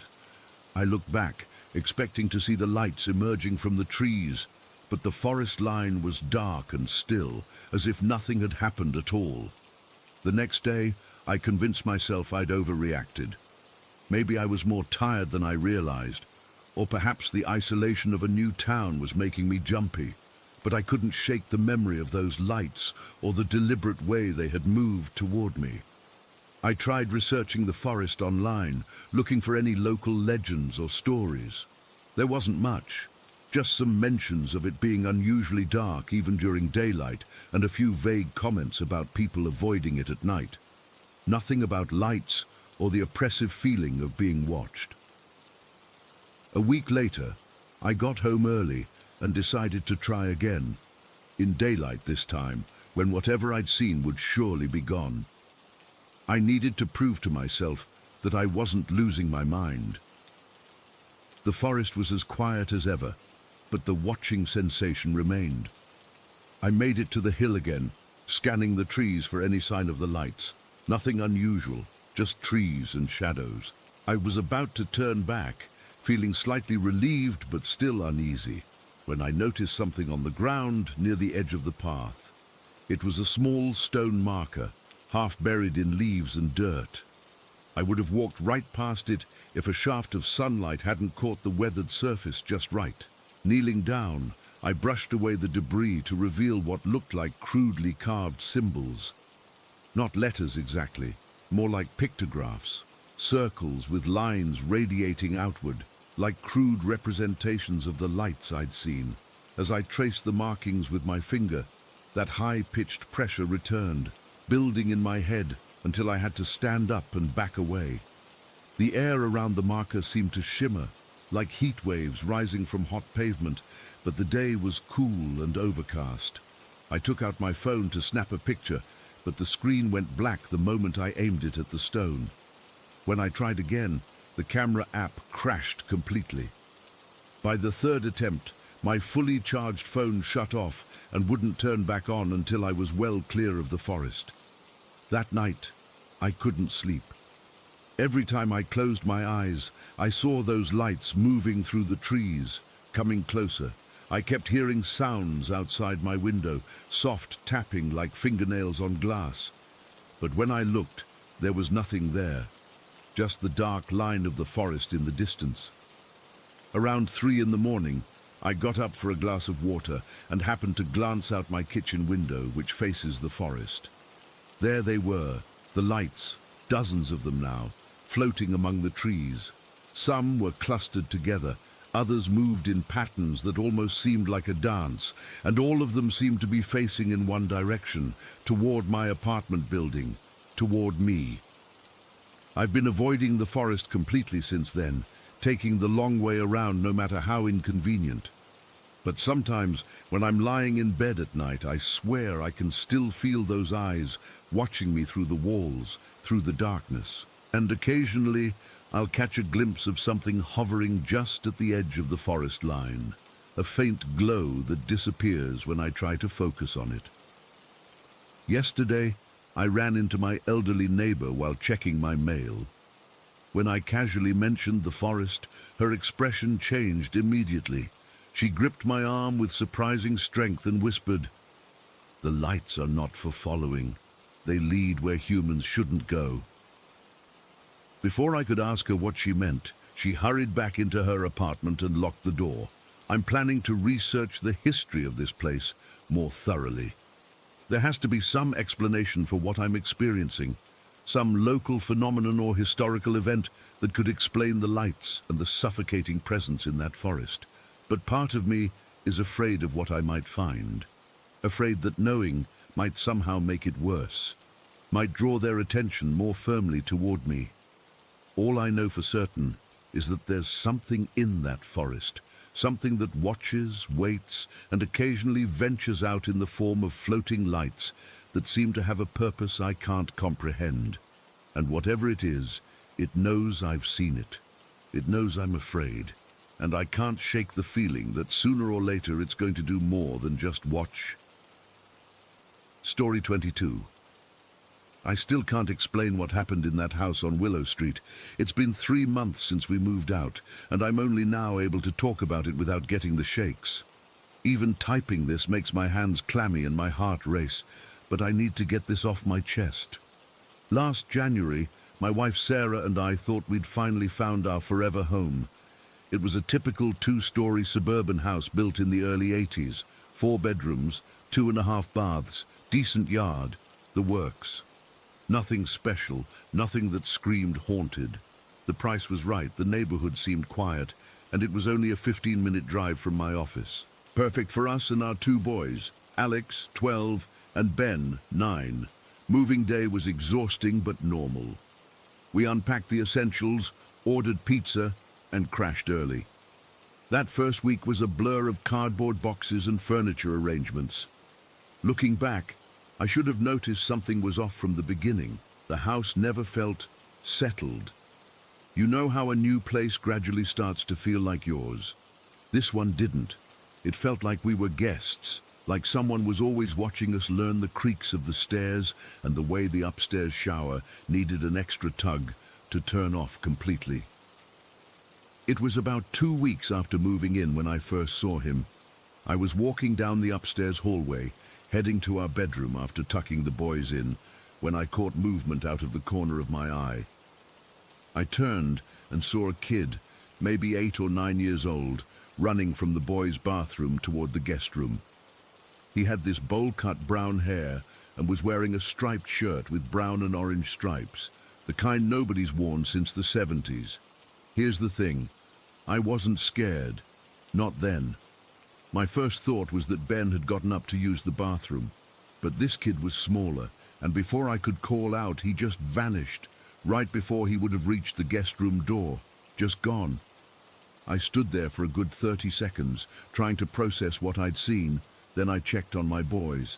Both sound asleep in their beds. I checked the guest room, empty. I told myself I was tired, that the shadows had played tricks on me. I didn't tell Sarah. What would I say? Hey, honey, I think I just saw a ghost kid running through our new house, so I kept it to myself and tried to forget about it. About a week later, it happened again. I was in our bedroom, getting dressed for work. Sarah had already gone downstairs to make breakfast. I was buttoning my shirt when I caught that same movement, that same kid running across our bedroom toward the master bathroom, laughing. Not a creepy laugh, but the genuine giggle of a kid having fun. This time I called out, "Hey!" My voice sounded too loud in the quiet room. The kid didn't react. He just ran straight into the bathroom and wasn't there when I followed 3 seconds later. The bathroom window was small and secured shut. There was nowhere he could have gone. My heart was pounding so hard I had to sit on the edge of the tub. I was fully awake. The sun was up. This wasn't a dream or a shadow. I had seen a child clear as day, and then he had disappeared into thin air. I went downstairs in a daze. Sarah asked if I was feeling okay, said I looked pale. I lied and blamed it on a poor night's sleep. Again, I kept quiet. I didn't want to sound crazy, and part of me was still trying to rationalize what I'd seen. The third time was about 2 weeks later. I was working from home, sitting at my desk in the small office we'd set up downstairs. I was on a conference call, half listening to my colleague drone on about quarterly projections. Movement caught my eye through the open office door. That same kid, running through the living room, laughing like he was playing tag. This time, I saw him clearly for several seconds. Brown, bowl-cut hair, striped shirt, corduroy pants, white sneakers. He looked normal, solid, not transparent or ghostly at all, except for the fact that he vanished into the wall that separated the living room from the kitchen. I muted my call and sat there, heart hammering in my chest. This was happening. This was real. I wasn't imagining things. That night, I finally broke down and told Sarah. I expected disbelief, maybe concern about my mental health. Instead, her face went white. "You've seen him too?" I asked, recognizing her expression. She nodded slowly. "About a week ago, I thought I was going crazy. I was folding laundry in our room, and this little boy ran past the doorway. When I went to look, no one was there. I checked on the boys, but they were both in the backyard the whole time. We stayed up late that night comparing notes. Same kid, same 70s outfit, same joyful demeanor. We decided not to mention it to the boys, no need to scare them. But the next day, Alex, our 12-year-old, asked us at breakfast if his cousin Ethan had spent the night. My blood ran cold. No, why? "I saw a kid in the hallway last night when I went to the bathroom. I thought maybe Ethan was visiting as a surprise or something." Sarah and I exchanged looks. 3 of us had seen this child ghost. Only Ben hadn't mentioned anything. We tried to research the house's history. The realtor couldn't tell us much. The previous owners had been an elderly couple who moved to Florida. Before them, a series of families had lived there, none for more than 5 or 6 years. No records of deaths in the house, no tragedies that anyone knew of. The neighborhood had been built in the early 80s on what used to be farmland. For a while, the ghost kid became almost normal for us. We'd catch glimpses of him every week or so, always running, always laughing, never interacting with us. We started referring to him as Tommy. We had to call him something. He seemed harmless enough, a residual haunting maybe, just a happy kid playing games for all eternity. Then came that Saturday in March. The day everything changed. We were having a late breakfast. All 4 of us were at the kitchen table, a rare occurrence with the boys' sports schedules. I was half listening to Ben tell a story about school when I caught movement across the kitchen. I assumed it was Tommy again, but before I could focus on him, the cabinet next to the refrigerator flew open. Not slowly, not a crack, but flew open, like someone had yanked it with considerable force. 4 glasses fell out and shattered on the tile floor. We all jumped. Sarah gasped. The boys looked terrified. "What just happened?" Sarah whispered. "Maybe it wasn't latched properly," I said, not believing it myself. That cabinet had been firmly closed, and the glasses hadn't just fallen. They'd been thrown, landing several feet from the cabinet. I cleaned up the mess, trying to keep things calm, telling the boys it was just one of those weird things, but my hands were shaking the whole time. After breakfast, I took the boys to their soccer practice while Sarah stayed home to do some work. When we returned about 2 hours later, she was sitting in the car in the driveway, pale and refusing to go back inside. "The Christmas tree," she said when I approached her window. We still had our tree up even though it was March. We'd gotten busy, and taking it down kept falling to the bottom of our to-do list. "What about it?" I asked. "It fell over. I was upstairs changing the sheets, and I heard a crash. When I came down, the tree was on the floor." "But Dan, I swear to you it didn't just fall. I was halfway down the stairs when I saw it actually happening. It was standing 1 second, and then it just toppled over, like someone pushed it." I went in to check. The tree was indeed on its side, ornaments scattered across the living room floor. Many were broken. It didn't make sense. The tree had been stable for months. We had a tree stand with a wide base specifically because we had kids and a cat. I set the tree back up while the boys collected the unbroken ornaments. As I was adjusting it, I noticed deep scratches in the hardwood floor, leading away from where the tree had stood, like something had been dragged. But the tree had fallen, not been dragged. It made no sense. That night, Things escalated. We were all in the living room watching a movie when a framed family photo flew off the mantel and smashed against the opposite wall. Not fell, flew, like someone had picked it up and thrown it. The boys screamed. Sarah grabbed them both and headed for the door. "We're not staying here tonight," she said, her voice shaking but determined. I didn't argue. We checked into a hotel nearby, telling the boys some story about possible gas leaks that needed to be checked. None of us slept well. The next day, I went back alone to grab some clothes and essentials. The house felt different, colder, unwelcoming. As I was packing a bag in our bedroom, I heard it, a child's laughter, but not the joyful sound we'd grown accustomed to. This was different, darker, mocking. "Tommy?" I called out, feeling ridiculous but desperate. "What do you want?" The laughter stopped abruptly. Then came the footsteps, running up the stairs, down the hall, stopping right outside our bedroom door. I froze, staring at the doorway, unable to move or breathe. The door slowly began to close, though no one was there to push it. It clicked shut. Then 3 loud knocks came from the other side. I'm not ashamed to say I ran. Out the bedroom window, onto the garage roof, and jumped down to the yard, twisting my ankle in the process. I limped to my car and didn't look back. We never spent another night in that house. We hired movers to pack our things while we stayed with Sarah's parents. We put the house on the market at a loss and moved to an apartment across town. The new owners, a young couple with no children, seem happy there. We drive by occasionally, mostly because Sarah worries about them. They've renovated the exterior, painted it a cheerful yellow. Sometimes I wonder if they've seen Tommy, if he's still running through the halls, playing his endless game. But I wonder more about what changed that day. What made him go from playful to threatening? What else might be in that house, hiding behind the innocent facade of a child ghost? I still don't have answers, but I know what I saw, what we all saw, and I know that some houses are never truly empty, even when no one's home. Story 23.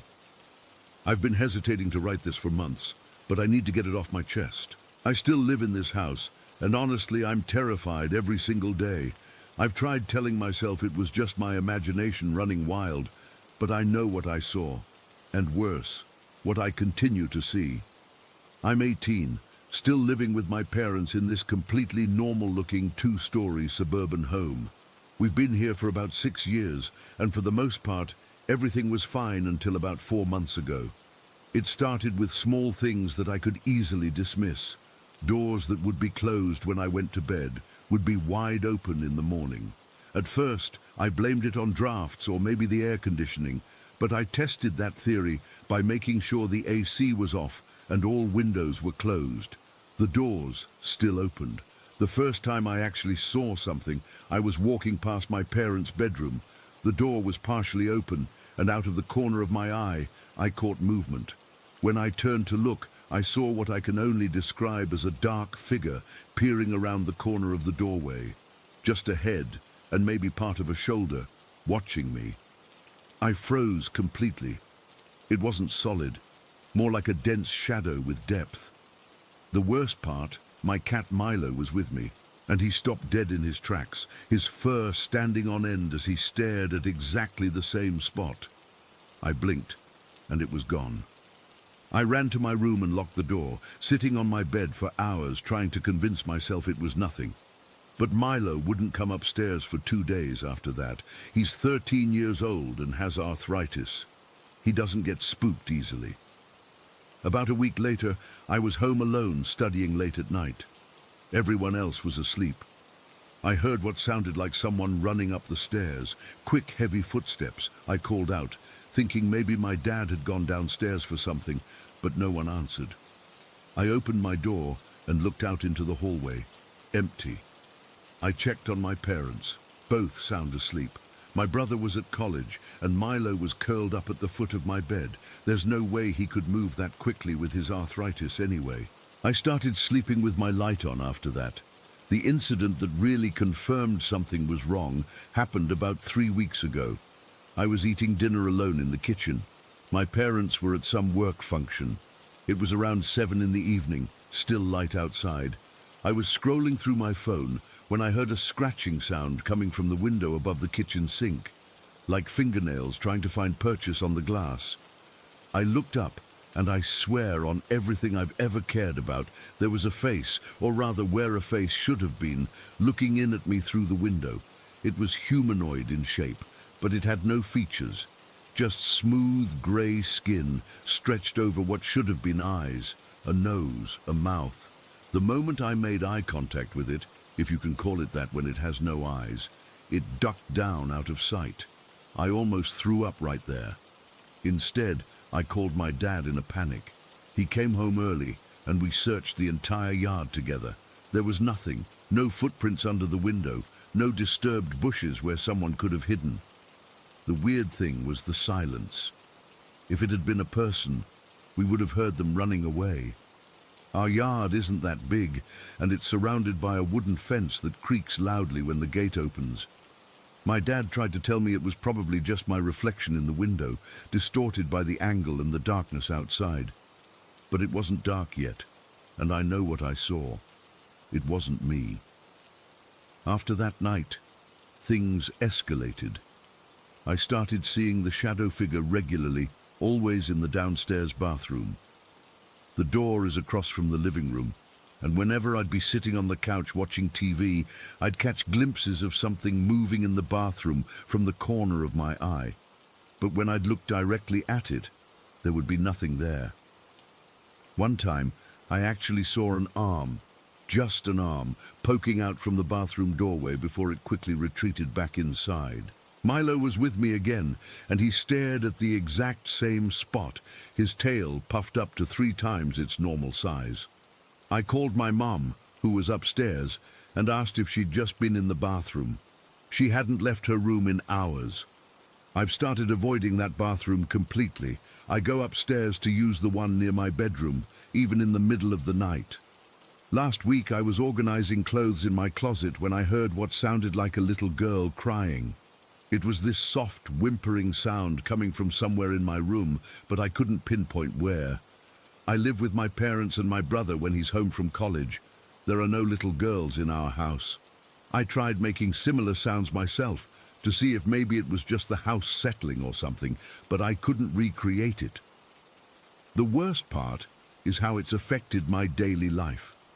I can't sleep without checking under my bed and in my closet first. I keep all the lights on until the very last second before I get into bed. I've started showering with the bathroom door open because I'm terrified of being trapped in there with whatever this thing is. My grades are slipping because I can't concentrate on homework when I'm constantly looking over my shoulder. My parents think I'm just stressed about college applications or something. They've suggested I see a therapist, which I might do, but not for the reasons they think. I need someone to tell me I'm not losing my mind. Yesterday was the worst yet.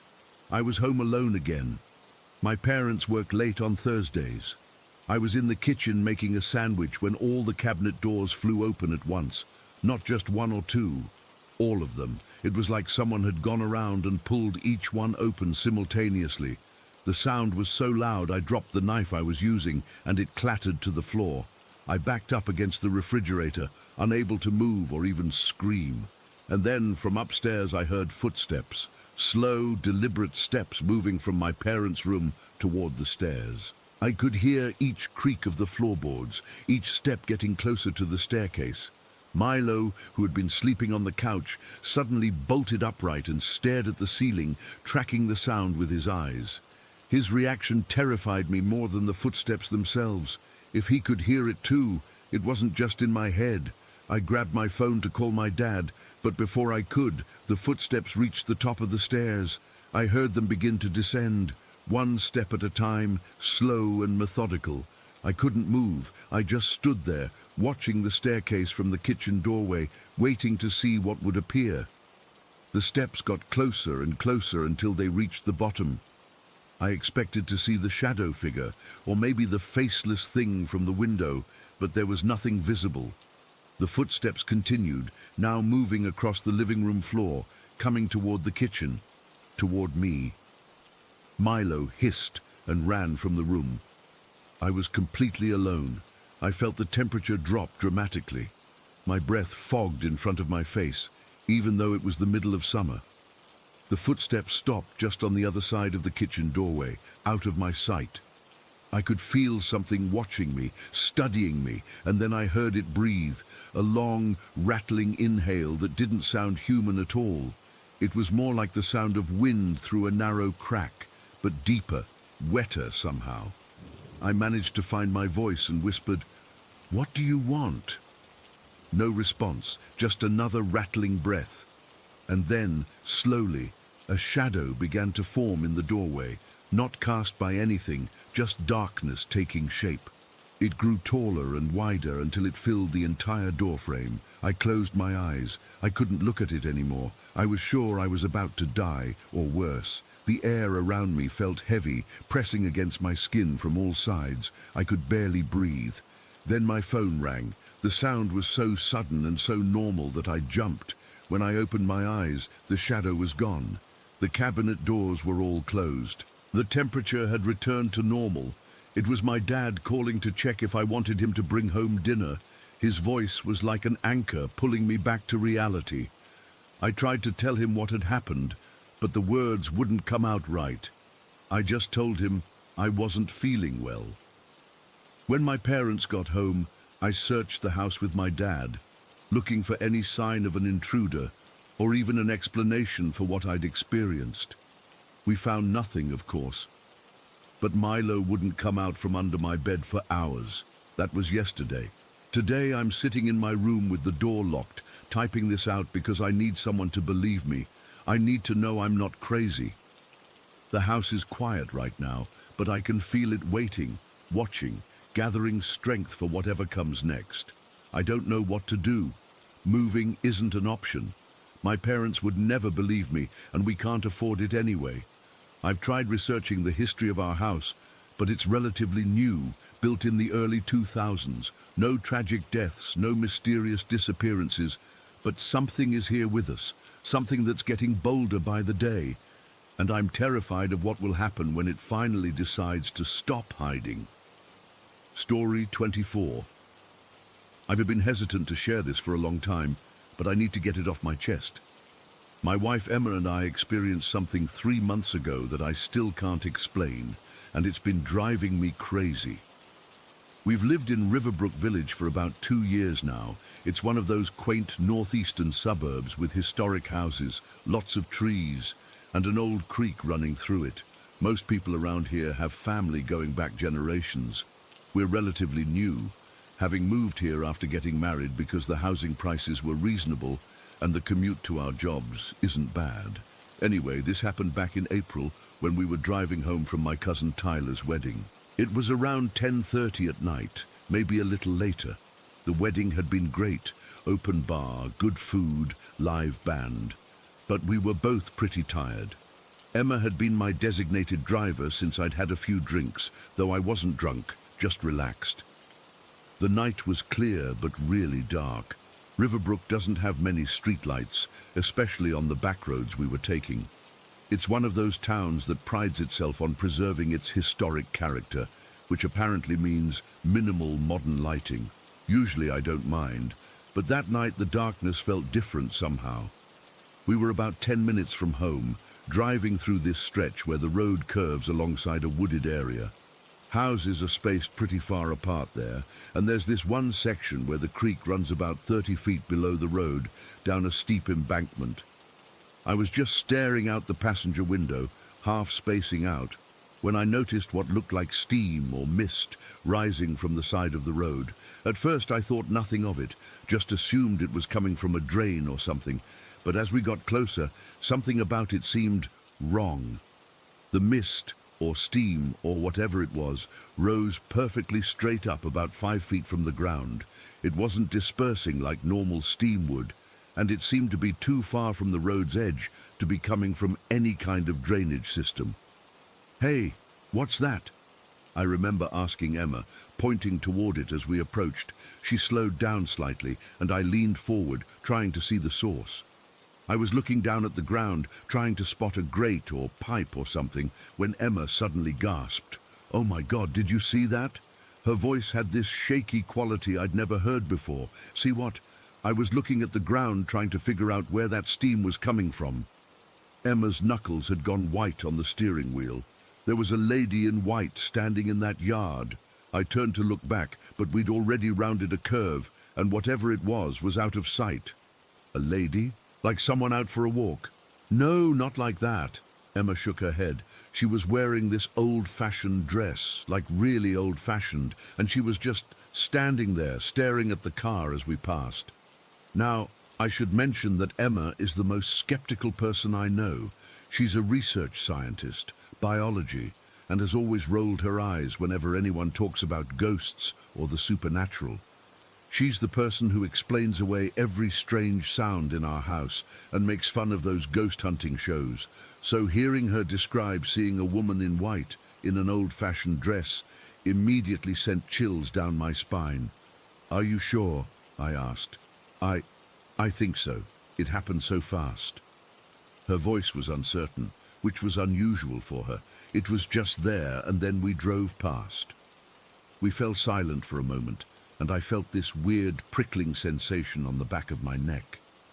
"That's really strange," I finally said, "because I saw something there too, but it looked like mist or steam to me, like a column of it, rising straight up from the ground." Emma gave me a quick glance before returning her eyes to the road. "In the exact same spot." "Yeah, right where you said you saw the woman." We drove the rest of the way home in silence, both of us processing what had happened. When we got home, we talked about it more over cups of tea at our kitchen table. The more we discussed it, the more we realized we'd both detected the same anomaly. I had interpreted it as strange mist rising from the ground, while Emma had seen it as a full apparition. "I don't believe in ghosts," Emma kept saying, almost like a mantra. There has to be a rational explanation. But I could tell she was disturbed. She's not one to make things up or exaggerate, and the fact that we'd both seen something, even if we perceived it differently, made it harder to dismiss. Over the next few days, I kept thinking about that spot on the road. I drove past it on my way to work each morning, and again on my way home. In daylight, it was just a normal stretch of road with woods on one side and a few houses set back on the other. There was no drain where I'd seen the steam, no grate, nothing that could explain what I'd seen.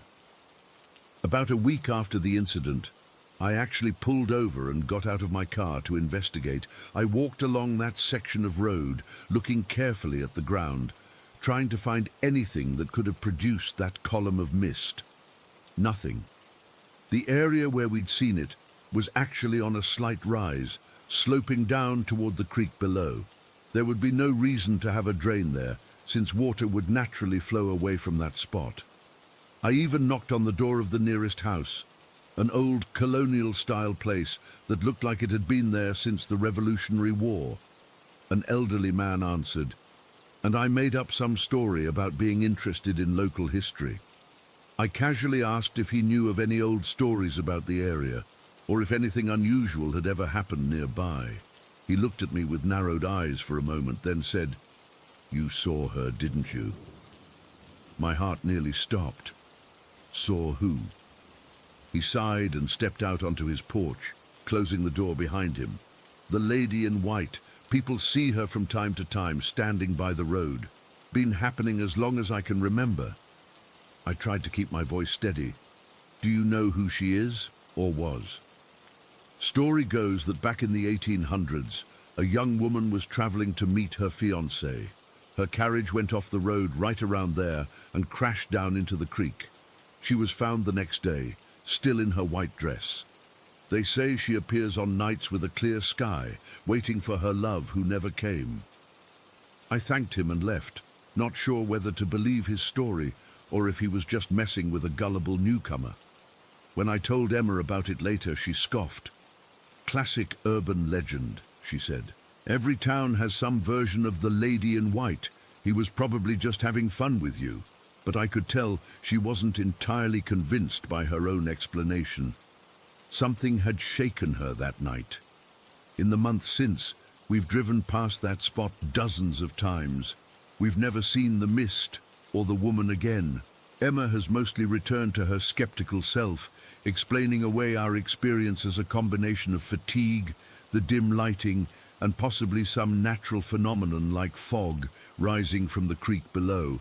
But sometimes, when we're driving home late and we pass that spot, I notice she speeds up just a little, and I find myself holding my breath until we've rounded the curve. What makes this whole thing so unsettling isn't just what we saw, it's that we saw the same thing differently. If I had seen a ghost and Emma hadn't seen anything, that would be one thing. If we'd both seen the same ghostly figure, that would be another. But the fact that we both detected something in the exact same location, at the exact same moment, yet perceived it differently, that's what I can't wrap my head around. Was it some kind of energy that our brains interpreted differently? Was it actually a woman in a white dress who, from my angle, looked like a column of mist? Or was it steam from some underground thermal activity that Emma's tired mind transformed into a human figure? I've researched local history since then, but found no specific records of a carriage accident in that area. The old man's story could have been made up on the spot. But then again, not every tragedy makes it into the history books. Last week, I was at the town's small historical society doing some research for work when I stumbled upon an old photograph from around 1900. It showed a group of people standing in front of what appeared to be the foundation of a new building. In the background, barely visible at the edge of the frame, was a blurry white shape that made my blood run cold. It could have been a photographic error, a smudge on the negative, or a person walking by in light-colored clothing, but it looked exactly like what Emma had described. A woman in a white dress, standing perfectly straight, almost hovering above the ground. I didn't show Emma the photograph. She's finally stopped having trouble sleeping after our experience, and I don't want to bring it all back up. But I can't stop thinking about it. What did we see that night? Was it a ghost, some natural phenomenon, or something else entirely that defies both scientific and supernatural explanation? I don't know if I'll ever have an answer, but I do know that whenever we have to drive past that spot after dark, I find myself staring intently at the side of the road, both hoping to see it again and praying that we don't.